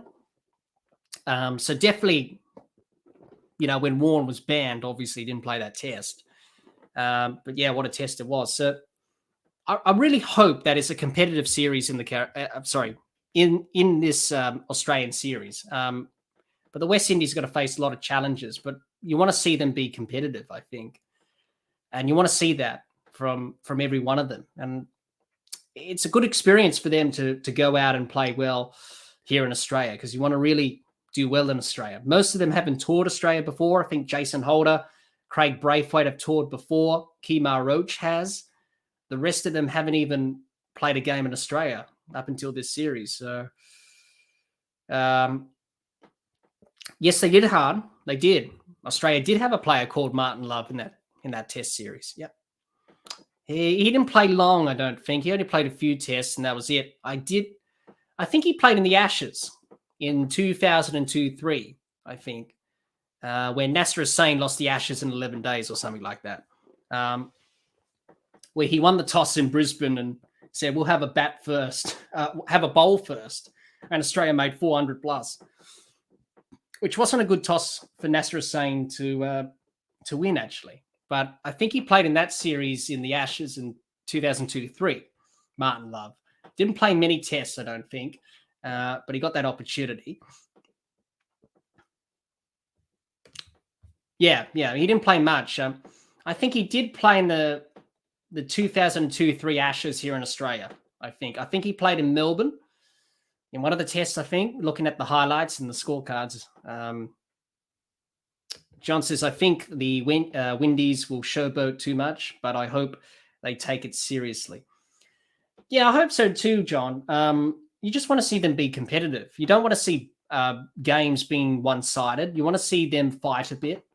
But as I said, it's going to be a real big test. And Australia look pretty good. Smith's going to score runs. He's going to score tons of runs. Marsh the same. David Warner's in form. Travis Head's got confidence. Cameron Green is going to score his first test century, I hope. And I hope he does, because he's come close on some occasions. So hopefully, thank you, Han. He averaged 46. That's not bad in 5 games, if you put it in that context. But that's not bad, 46.6. Not a bad average. You'll take that. 5 test matches, yeah. Which is not much, obviously. It just shows that Australia had a very dominant team in those periods in the 2000s and that. John says, just realised David Willey is Peter Willey's son. Yes, he is. He is. He's actually an umpire, before Peter Willey. He was an international umpire. If only we had a bowler named Holding. Well, that was funny. Funny piece of commentary there. Yes, he is his son. Peter Willey was a former international umpire with the ICC. He was meant to be on the elite panel, but he decided not to go through with that, because that meant spending time away from home. But he was an umpire, Peter Willey, and he is David Willey's father. Hans says Australia would love a player at number 5 nowadays who averages 46. Yeah. You look at it now, Travis Head's at number 5 in the test side. And he's averaging 30, I think, Travis Head. So if Travis Head, the thing with Travis Head is about going to India next year, is about how would he play on those slow pitches in India? He does struggle. He did struggle in Pakistan, and he struggled in Sri Lanka. I'm just interested to see how he will go in India in a big series next year in March. How would he go facing the likes of the Indian spinners? Will he improve? Will he struggle? I don't know. Thank you, Han. Correction, Love was at number 3. Well, yeah, we have Marsh at number 3, and he's averaging 50 plus, which is pretty good. Yes, I say Han. I guess Punter took that spot after the series. I think he did. Ricky Ponting started his career batting down the order at 6 and 5, and then he moved up to number 3 when he became established in the side and he became captain. Because he said that's the best position for me to bat in the order. Very good player, Ricky Ponting. Very good captain as well. Very good coach, in fact. But yeah, so it'll be interesting to see how Travis Head would go this summer. But I do think that Australia are going to score a lot of runs. If we're going to fast forward a bit to the South Africa series, talk about that. I know that's not until December, but we'll talk about that. We might as well. Get to your comment here, Han. Ponting scored 523 runs in the series, but didn't play the last match. I wonder why, John. Han, was he injured? I think he was injured, maybe. And that's why he probably didn't play the last test. Yes, to say, John, the Aussie test side would look very different in 3 years. Could be some rough waters ahead. Yeah, it could be different. Very different, because the team's got to transition. You got to transition from the Smith-Warner era and into the new era. It's going to be interesting, but you got to brunt that as a cricket side. You got to be prepared for the transition when it comes, and you got to be prepared for that. And I think Australia will be prepared for that. Hans says a replacement for Ponting, who averages 46, is not bad at all. So Martin Love did play for Ponting. Interesting. Thanks for that, Han. So just going on Australia and South Africa, if we fast forward to that, because we'll talk about that. Australia and South Africa have played very good test cricket throughout this WTC cycle. Australia, I think, will win the series against South Africa. I think South Africa's batting is quite thin. The experience they've got is not there. You've got Dean Elgar and Temba Bavuma, who have played a lot of test cricket. They've played in Australia before. The others haven't. So I think their batting's going to be a bit vulnerable against the Australian quicks. You make a good point here, Han. South Africa have the bowling to hurt Australia big time. They do. But can their batting cope? That's the question, Han.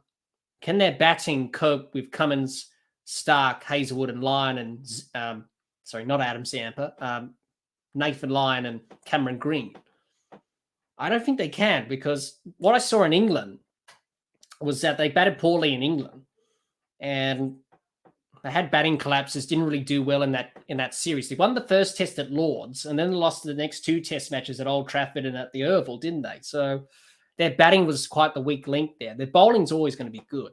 You got Rabada, Nokia.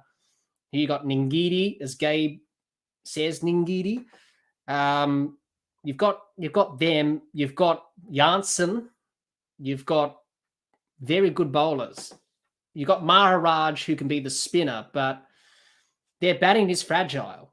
And I do think that Australia could break the hoodoo and win a series against South Africa for the first time in ages in Australia. It's been a long time. Hans says South Africa's batting is too erratic. They can score 600 one match and not take 150 the next. Yeah, that's the thing with their batting is their batting good enough in these conditions? You would think Australia and South Africa conditions are similar. And it'll be interesting to see how they'll go. Hans says, will Brevis be playing the test? I don't think he's in the squad, Han. I had a look at the squad briefly. He's not in the squad. I don't think South Africa think he's ready to play test cricket. I think they only see him as a limited overs player, I think.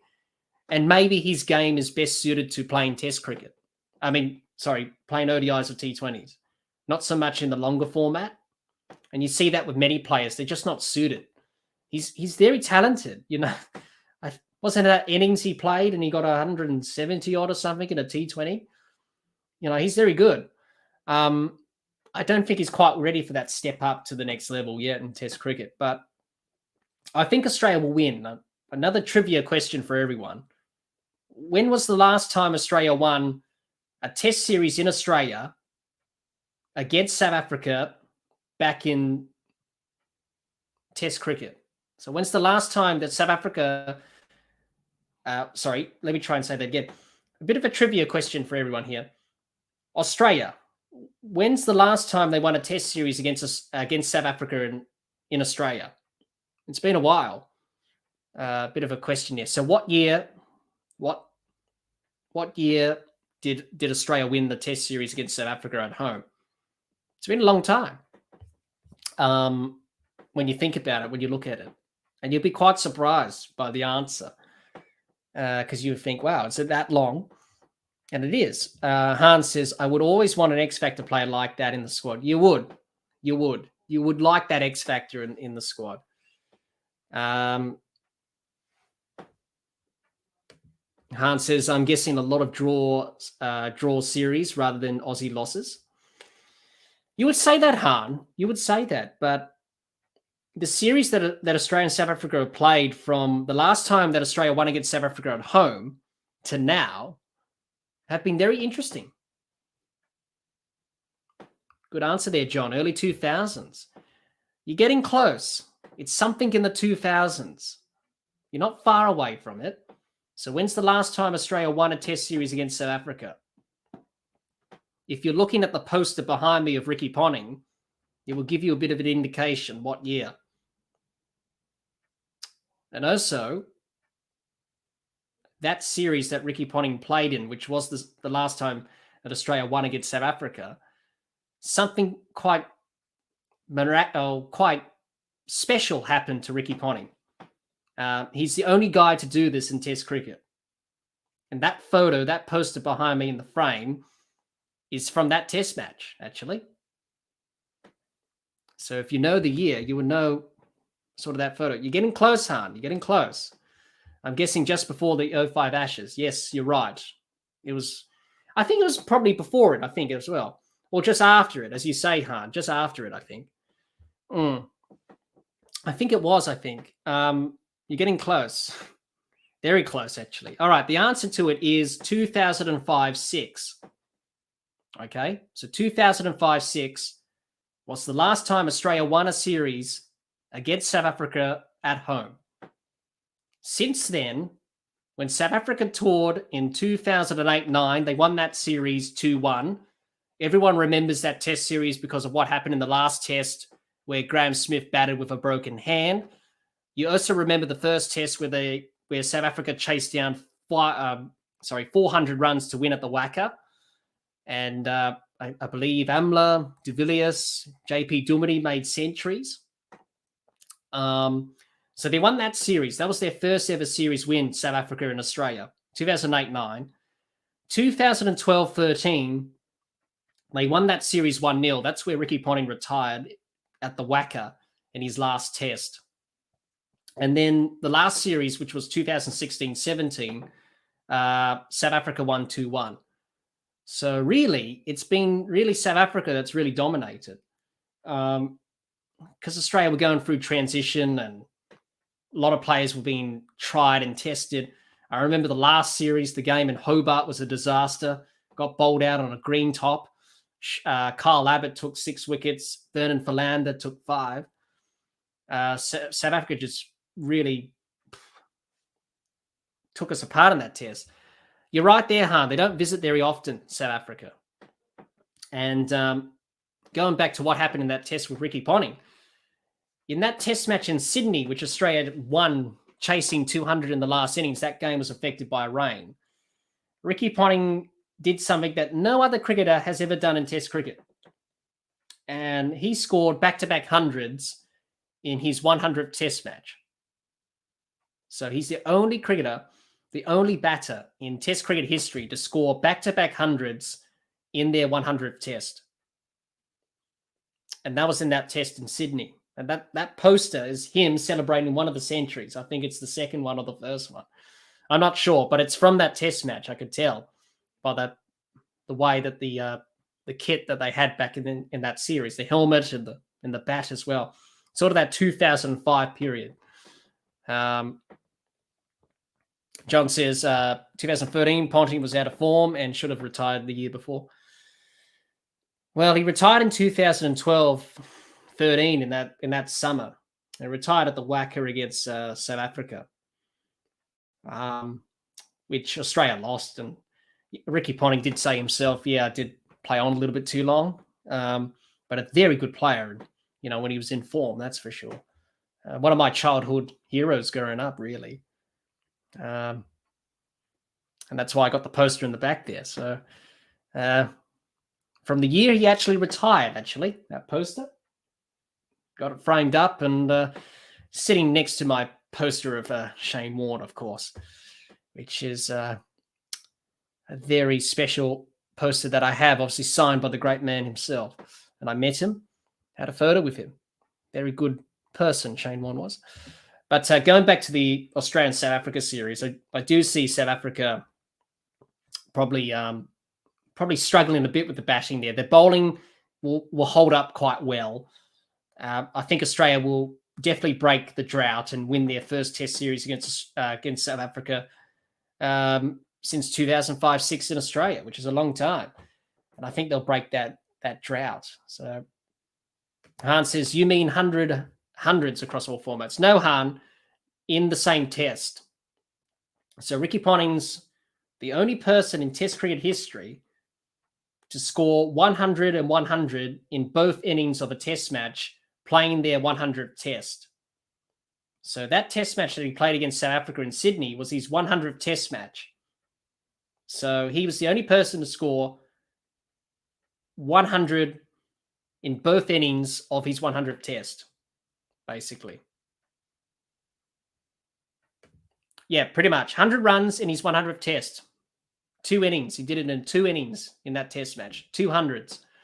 Got one in the first innings, got one in the second innings in his 100th test. The only man to do that in Test cricket history. It's unbelievable, isn't it? Playing your 100th test and I scored 200s in the game and pretty much got over 200 runs for the test.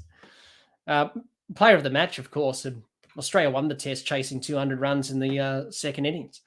John, you say Punter was great, but have this sad memory of him losing his footwork and being cleaned up in the end. Yeah, pretty much. I remember that as well, John. It wasn't good. I remember that century he scored in Sydney against India. And he dived and got that century. That was a great feeling to see him get that century. And he also got a double century in that series as well. This was back in 2011-12 in Adelaide. Yeah, very good player, Punter, but time catches up with you and you have to call it a day, I suppose. Hans says, well, the Don never got to play a 100 test. Yeah, he didn't. He played 56, I think. I could be wrong there. I'm just remembering from memory. But, well, that's the thing, Han, because they never played a lot of test matches back then. He could have easily played 100 tests right now, Don Bradman, and easily average over 100 and probably 10,000 runs. I know that's a bit hard to compare eras because we can't really compare eras from when he played in the 1920s to now. He played on uncovered pitches. He played in different times. He played when bowlers did different things. Yeah, 52 tests. Yep. I knew I was out a little bit there. Thank you, Han. 52. Yep. Yes. And also World War II ended, took a bit of his career off there for 6 years. And by the end of World War II, he was nearly 40 and they said, we're going to get cricket back on again. So he said, okay, I'll come back and play. And they went over to England for the 48 Ashes and became the Invincibles. And look what happened there. They never lost a test. They never lost a game against the counties. It's remarkable to do that for a tour. Don't lose a test against England for the Ashes. Win the Ashes.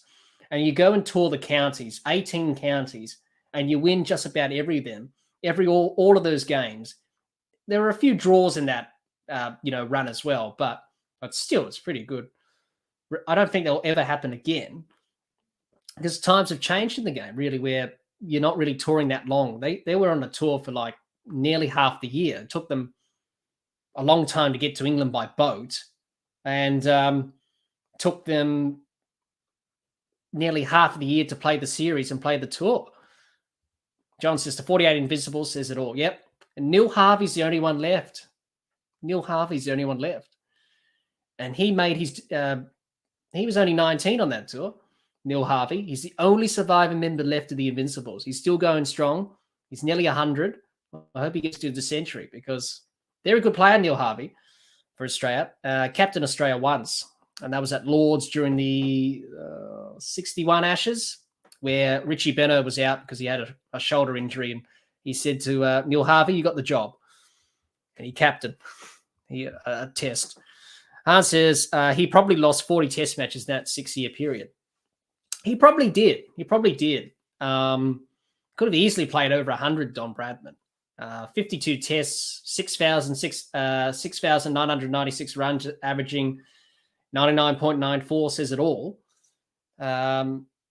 Truly remarkable. A lot of people said he had very good eyesight, but his eyesight was average, I think. He was just good hand-eye coordination. I know a lot of people have compared him with Steve Smith, but they're two very good players. They're just better than anyone else. It's like the best players in the world just pick up things earlier than good players. So you have the great players up here, and then you have the good players down here. There's something different about the great players like Bradman. Bradman was 10 times higher than anyone else. And then you have like the other players, not even close in his league, averaging 60, but they couldn't even match his strike rate or scoring rate. It was very interesting hearing him speak about his career. I know there's an interview on YouTube about when he spoke about his career and his life. Quite interesting. watching that.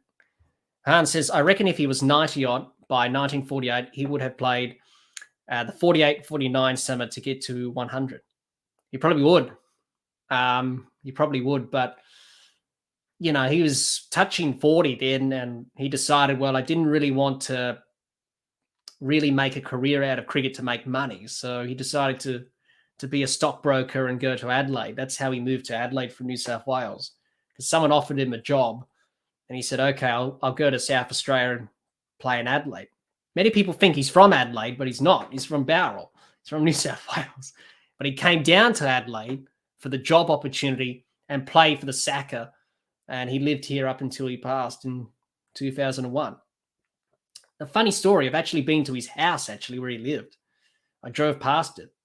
I was like, well, let's go past Don Bradman's house. It's still there. It's still there, still in the same place. You know, many cricketers went over to have tea with him during the test match, went past his house. It was a bit of a cricket nostalgia sort of thing. Sort of a weird aura about it, you know, to be at his house. I'm like, wow, that's where the Don lived? Pretty cool. Hope to go to the museum in Bowral, actually, which is where he's actually from. John says, hand-eye and footwork. Ursa wouldn't hit sixes. Don't hit it in the air. Can't be caught. Exactly right, John. Go back to basics. How often players don't do that? That's what Don Bradman said. Hit along the ground, you won't get out, son. And I don't know how many sixes he's hit. I think he's only hit a few sixes in his career. I think most of the best players from that time, Bradman in the 20s and 30s, you have a look at their careers in terms of how many sixes they hit. It was quite rare for them to hit a lot of sixes. I think they only hit a handful of sixes. I think you can count on your hand, basically. I'm guessing Bradman hit 5 sixes or something. It wasn't much, I know that. Just trying to remember from memory. You say, Han, yes, but the pool of getting 100 tests, if it was close, would have been tempting. Better to get 100 than retire on 97 tests. Yeah, you better. He was just one of a kind, Don Bradman. Very good player, and no doubt. I think he met Babe Ruth once. I think when he was in America, he met the baseball legend Babe Ruth. I can't remember what it was, but he had a chat with him, and he was pretty good in baseball, wasn't he, Babe Ruth? And he met Don Bradman. Yeah, two very good players in their two very chosen fields. Very good hand-eye coordination players, and could hit a cricket ball and a baseball very well. John says all the best players come from rural New South Wales. Well, they do. And you have a look back at the history of how Test cricket came in Australia. New South Wales is the predominant state. You have New South Wales as the oldest state in Australia, along with Victoria and South Australia, the three oldest states in domestic cricket in Australia. That's pretty much where cricket started in Australia. And that's how when the Sheffield Shield came in 1892, there were pretty much the three states that played it. And then you had WA come in. Then you had Queensland come in the 30s or the 20s or something. So they came in much later. And then you had WA that came in 47, 48. And then you had Tasmania that came in the 70s. So quite interesting how the states formed up and how the Sheffield Shield became what it is today. But definitely New South Wales. A lot of the test players that have played for Australia have come from New South Wales. Some very good test players indeed. Hans says Livingston took the Don's advice to heart. Yeah, he's got talent, Livingston, but he just needs to know when to go and when to not go.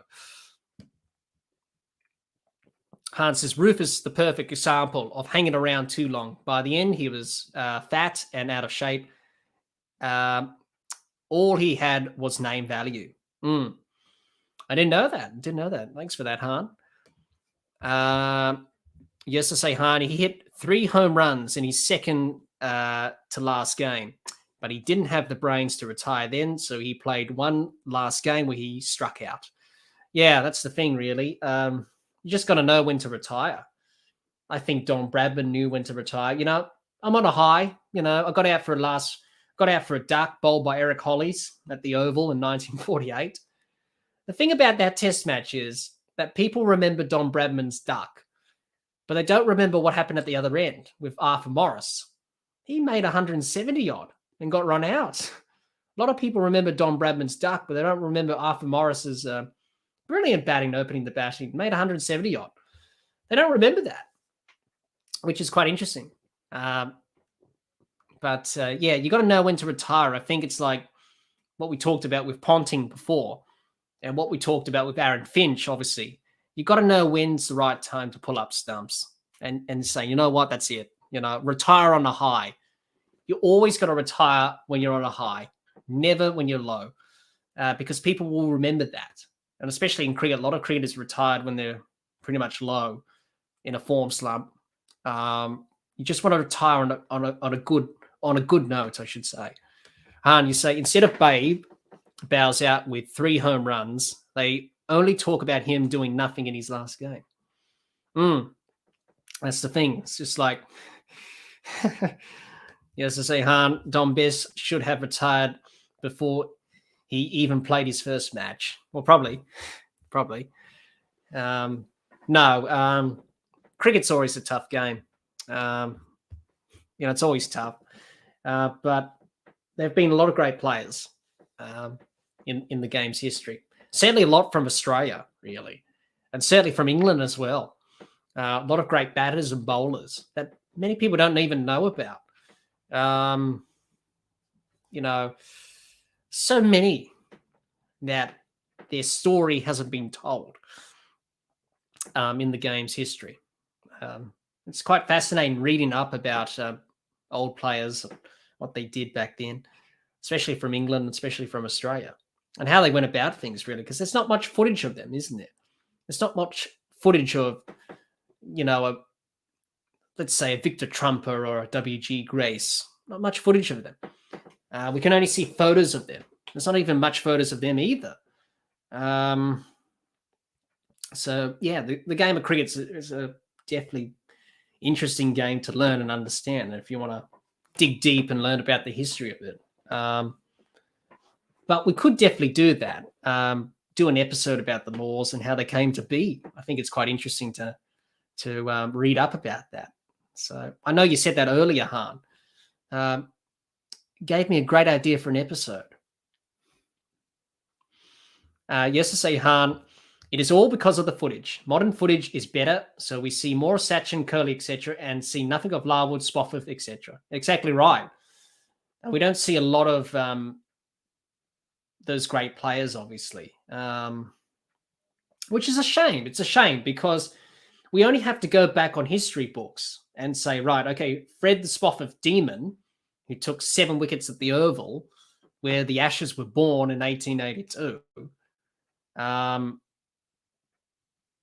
But it would be interesting to see more of them because when you're comparing eras, like we do this all the time when you pick best 11s and that, and you say, all right, okay, but he was good, Bradman was good than anyone else in the world.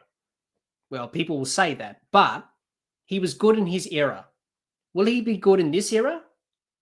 Could be. It could be 10 times better. It could be 20 times better than he was when he played. That's the thing. You can't really compare eras because you can't really tell if he was a good player or not because you didn't see them. Not a lot of people saw Larwood when he bowled, especially in body line. Not a lot of people saw the Fred the Spofford Demon. Not a lot of people saw Clary Grimmett. He was a very good leg spinner for Australia. Not a lot of people saw those other England players like Wilfred Rhodes, Sydney Barnes was a good player. Even W.G. Grace, the doctor. Not a lot of people saw him, and he was a very good player. So we have to rely on the history books and really make those comparisons. But in this modern era, it's definitely easier to, definitely easy for us to make those judgments, unlike the old eras where we didn't really have those sort of comparisons that we could make. Yes, to say, Han, even the footage of Grace, etc., is so short and bad quality that is disconnected from reality. It doesn't seem alive. And that's right. There's not much footage of him. There's not much footage of Victor Trumper. There's only one photo of him, and there's only one piece of footage. It's not even Victor Trumper playing a game. It's him demonstrating the cricket shots. I think he was playing some pull shots or something like that. This is back, what was it, 1800s, 1900s, something there. So I think I heard somewhere from a documentary I watched, is that back in those days, film footage was very bad quality. It didn't last long. So you had to be really careful how you handled it. I think we've gotten better now, really. John, you say not a lot of footage of the Crimson Rambler, Fred Truman either. I didn't hear about the Crimson Rambler, John. Tell me more about him.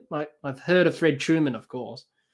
First bowler to take 300 Test wickets in Test cricket. Fred Truman. Yes, to say Han. Yes, the origins of the laws would be very interesting. Yeah, it would be. Be interesting. I haven't seen other people take the time to really dig into that. So you've given me a very good idea for an episode, Han. I'll see what I can come up with. John says, Len Pascoe, Rodney Hogg always come to mind from 40 years ago. Yep, they were good bowlers back in the day. Yes, to say Han, average is the only way to tell how good someone was. Even for his time, Bradman was miles ahead of everyone else. So it wasn't the pitches, etc. He was just a step above. Yeah, he was. He was. I think I've said this about Bradman before. I said he was on steroids, basically, because he was. He was one of a kind. He was just better than anyone else. He was better than all of his other batting contemporaries of the time. He batted with some very good batters in that time, in the 20s and 30s and 40s, that were very good in that time. Yeah, you know, it's like people that said, well, Sachin's like Don Bradman in a way. That's what Don Bradman said about Sachin. He said, well, Sachin reminded me of me when I used to play, the way he played the ball, the shots and all that stuff. So even Don Bradman put Sachin Tendulkar in hard regard. But it's often difficult when you make best 11s and that, and people pick their 11 and people say, well, that's not probably the right 11 to go about it. But, you know, as you say, Han, even the greats of that era were just about making 50 averages. So 99.94 is on another level. It is. When you break it down, he nearly got 100 runs per game that he played. I can't remember how many innings he played, but he played over 100 innings, and to score almost 100 runs and average 99 is something different. No one will ever do that in this game today in the modern era. No one.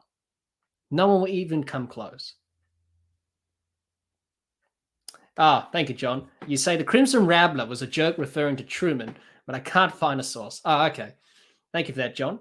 But yes, Fred Truman was a very quick bowler for England back in the day, and got 300 Test wickets, and very fiery he was.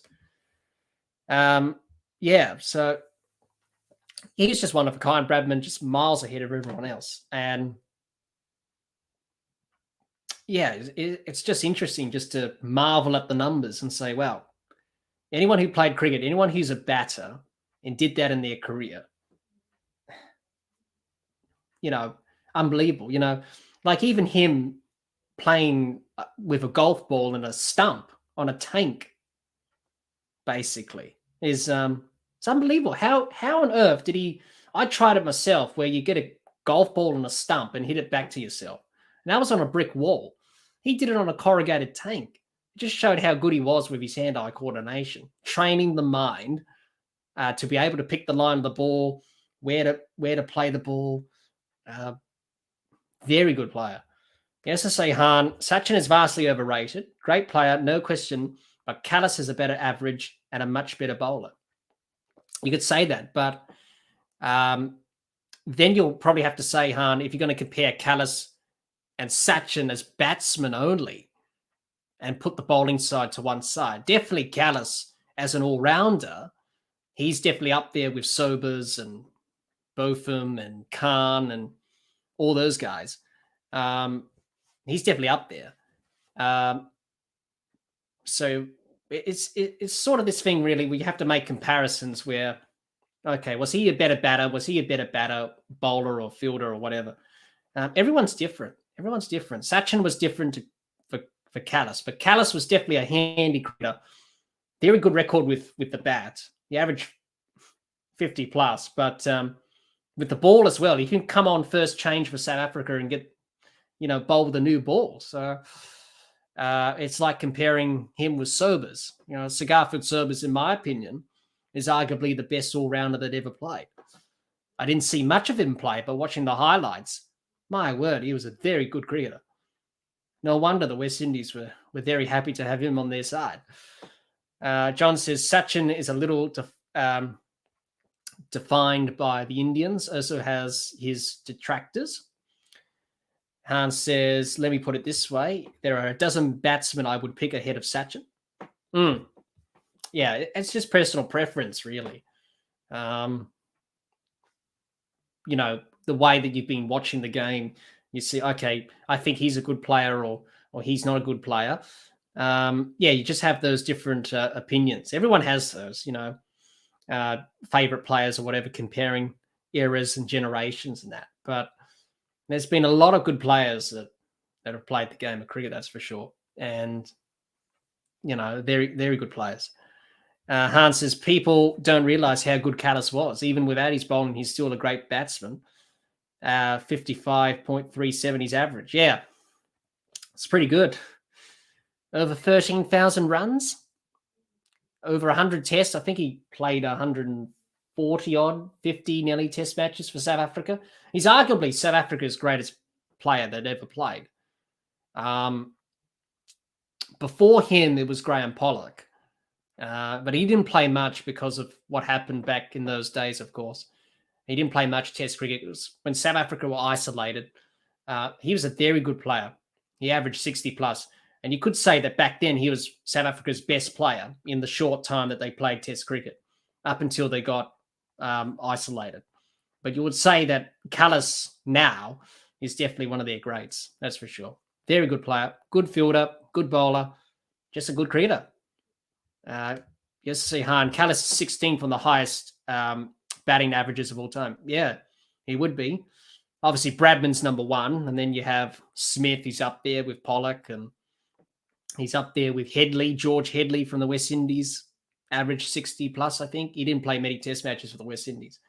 And then you have Sobers, and then you have all these greats that have played. And yeah, it's just pretty good batters that we've had in the game. It's like Joe Root from England. A lot of people are saying Joe Root is probably the best England player to play of all time, and he probably is. But then it's unfair on Joe comparing him to different eras. Is he, he's definitely up there with some of England's great batters. Hans says Burgess is number 2. Yeah, he is. He only played a few test matches, Adam Burgess. It did help when he got a double century against New Zealand and also against the West Indies as well. Got a few centuries, so it did help his average a bit there. But, you really got to think about it when it comes down to classing averages. How many innings did he play or a certain amount of runs? Because I think that can be a little bit misleading, I think, when it comes to averages. So you really got to really make those sort of benchmarks or something like that. Okay, you got to score over this amount of runs for the average to count or something. But he is definitely up there. Adam Burgess, I think he averaged 60-something, I think, in Test cricket, something like that. Had to wait for his time. He was in his late 30s when he played for South Africa. You also say Herbert Sutcliffe is England's highest in the list at number 4, 60.73 from 54 matches. He was a very good player, Herbert Sutcliffe. Opened the batting for England. Very, very good opening partnership he had with... was it, trying to think, was it Jack Hobbs, I think? Sutcliffe and Hobbs or something like that. But he had a good opening partnership. Just trying to remember who. I think it was Hobbs, a very good player, Herbert Sutcliffe, and he averaged, as you said, 60.73. That's not bad from 54 matches. That's pretty good. And you played in that era with, back in those days, like in the 20s, 30s or something like that. So to do that in that time is pretty good. John says, South Africa are traditionally tough-minded, like the Australian teams of old, tough to beat, and I'm always happy we take a series from then, especially in South Africa. Yes, we do. I think it comes down to conditions. I think South Africa and Australia are similar in conditions when it comes to pace and bounce, and we always like to do well against South Africa at home. But it's always good if we beat them over there as well. And South Africa haven't won too many test series against Australia. They've won a few over the years. But it's always a good series. Hopefully this series in 2022-23 will be good. Hans says there are a lot of English players way above Root. That's the thing. Because as you mentioned before, Han, there's Sutcliffe, there's Wally Hammond, there's Ken Barrington. Who else? You got Graham Gooch, you got David Gower. You've got Jack Hobbs. He was a very good opener. You got Jeffrey Boycott. So it's very hard comparing Joe Root with those greats, isn't it? But you would say Joe Root's good in his era, whereas the other guys, as I mentioned, some of them, were very good batters in their own right, but in different eras. So it's very hard to compare. No doubt, Joe Root's a very good player. He will definitely lead England's leading run scorers in Test cricket. What is he on now? He's got an average of 50, as you say there, Han, 42nd place. That's the problem with Joe Root is his conversion rate from 50s to 100 in his average. But, 10,000 runs averaging 50 plus is pretty good. I'll take that. He'll definitely surpass Sir Alistair Cook's record. He's got 12,000 runs, and no doubt he will be England's best player that ever played in his era. I don't know about comparing it over time. So he's nearly got 11,000 runs. So 10,504 runs. So he's moving up the list, isn't he, in the leading run scorers list in Test cricket, Joe Root. Every time I look at the list, I see Joe Root. He's down there and then he's up here. And I was like, wow, he's a run machine. But I do think with him not being captain, it has really freed him up. And in the Ashes last year, he was just a one-man doing it all, really. And you could feel sorry for him because he was in a team that was struggling. He was still scoring runs. Got an 80 odd, I think, in Brisbane, and in Adelaide he batted well as well in that test and second test. Melbourne was a disaster. Hobart wasn't good. It's very hard to try and put him in an echelon in English cricket, but no doubt England have produced very good batters over the years, going way, way back to when the game started. He's definitely a way above Cook. Cook averaged 45, as you say there, 0.35, which is not a bad career from Alistair Cook. Someone who played 12,000 runs averaged 100. Someone who played over 100 tests averaged 45. Over 12,000 runs. He wasn't the most best player to look at. He was quite ugly, but he did it in his own way. He sort of grinded it out. He had his own method, which worked at test level. I think he only had a few shots that he's ever played in his career, and he stuck to his strengths, really. Very hard job opening the batting in test cricket, but very good record indeed. As I say, Han, Root is number 9 in England's highest averages. Cook is 24. Indeed. There is a few players that have averaged 60 plus for England. As you mentioned before, Herbert Sutcliffe was one of them. Ken Barrington nearly averaged 60. I think he averaged 50 or something. Obviously, you got Hobbs. You got Hammond. Who else you got? So many other batters that I can't think of, but averaging well into the 50s plus. for England. It's the same with Australia as well. Got a lot of players averaging 50. Obviously, Steve Smith's averaging 60. Marsh, who was obviously Bradman's top of the list, of course, with 99.94. Greg Chappell averaged 50. Steve Waugh averaged 50. Ricky Ponting averaged 50. Michael Hussey averaged 50. So a lot of great players have averaged 50 plus, but it's often the metric that we often look at in cricket. Well, thanks. I appreciate that, Han. You say I'll send you the page so you can look through it. You can go by all players or by country. Is it on ESPN Cricket Info, Han, or is it on another site that you found it on? Because I tend to go on ESPN Cricket Info for that sort of information. But I appreciate that with the averages there. Quite interesting to see what people are averaging around the world. But, stats tell not all the story, really. They don't tell most of the story, I don't think, with cricket. John says, hope Smudge can keep his average above over 60 between now and when he retires. I think he will.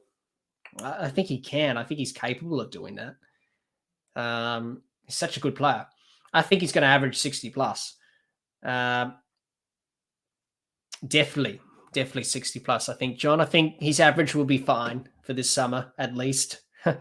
And you say Australia have 11 players over 50 average. No, it's not on ESPN. Okay, thanks for that, Han. I appreciate that. Really, 11 players. Well, I knew it was high.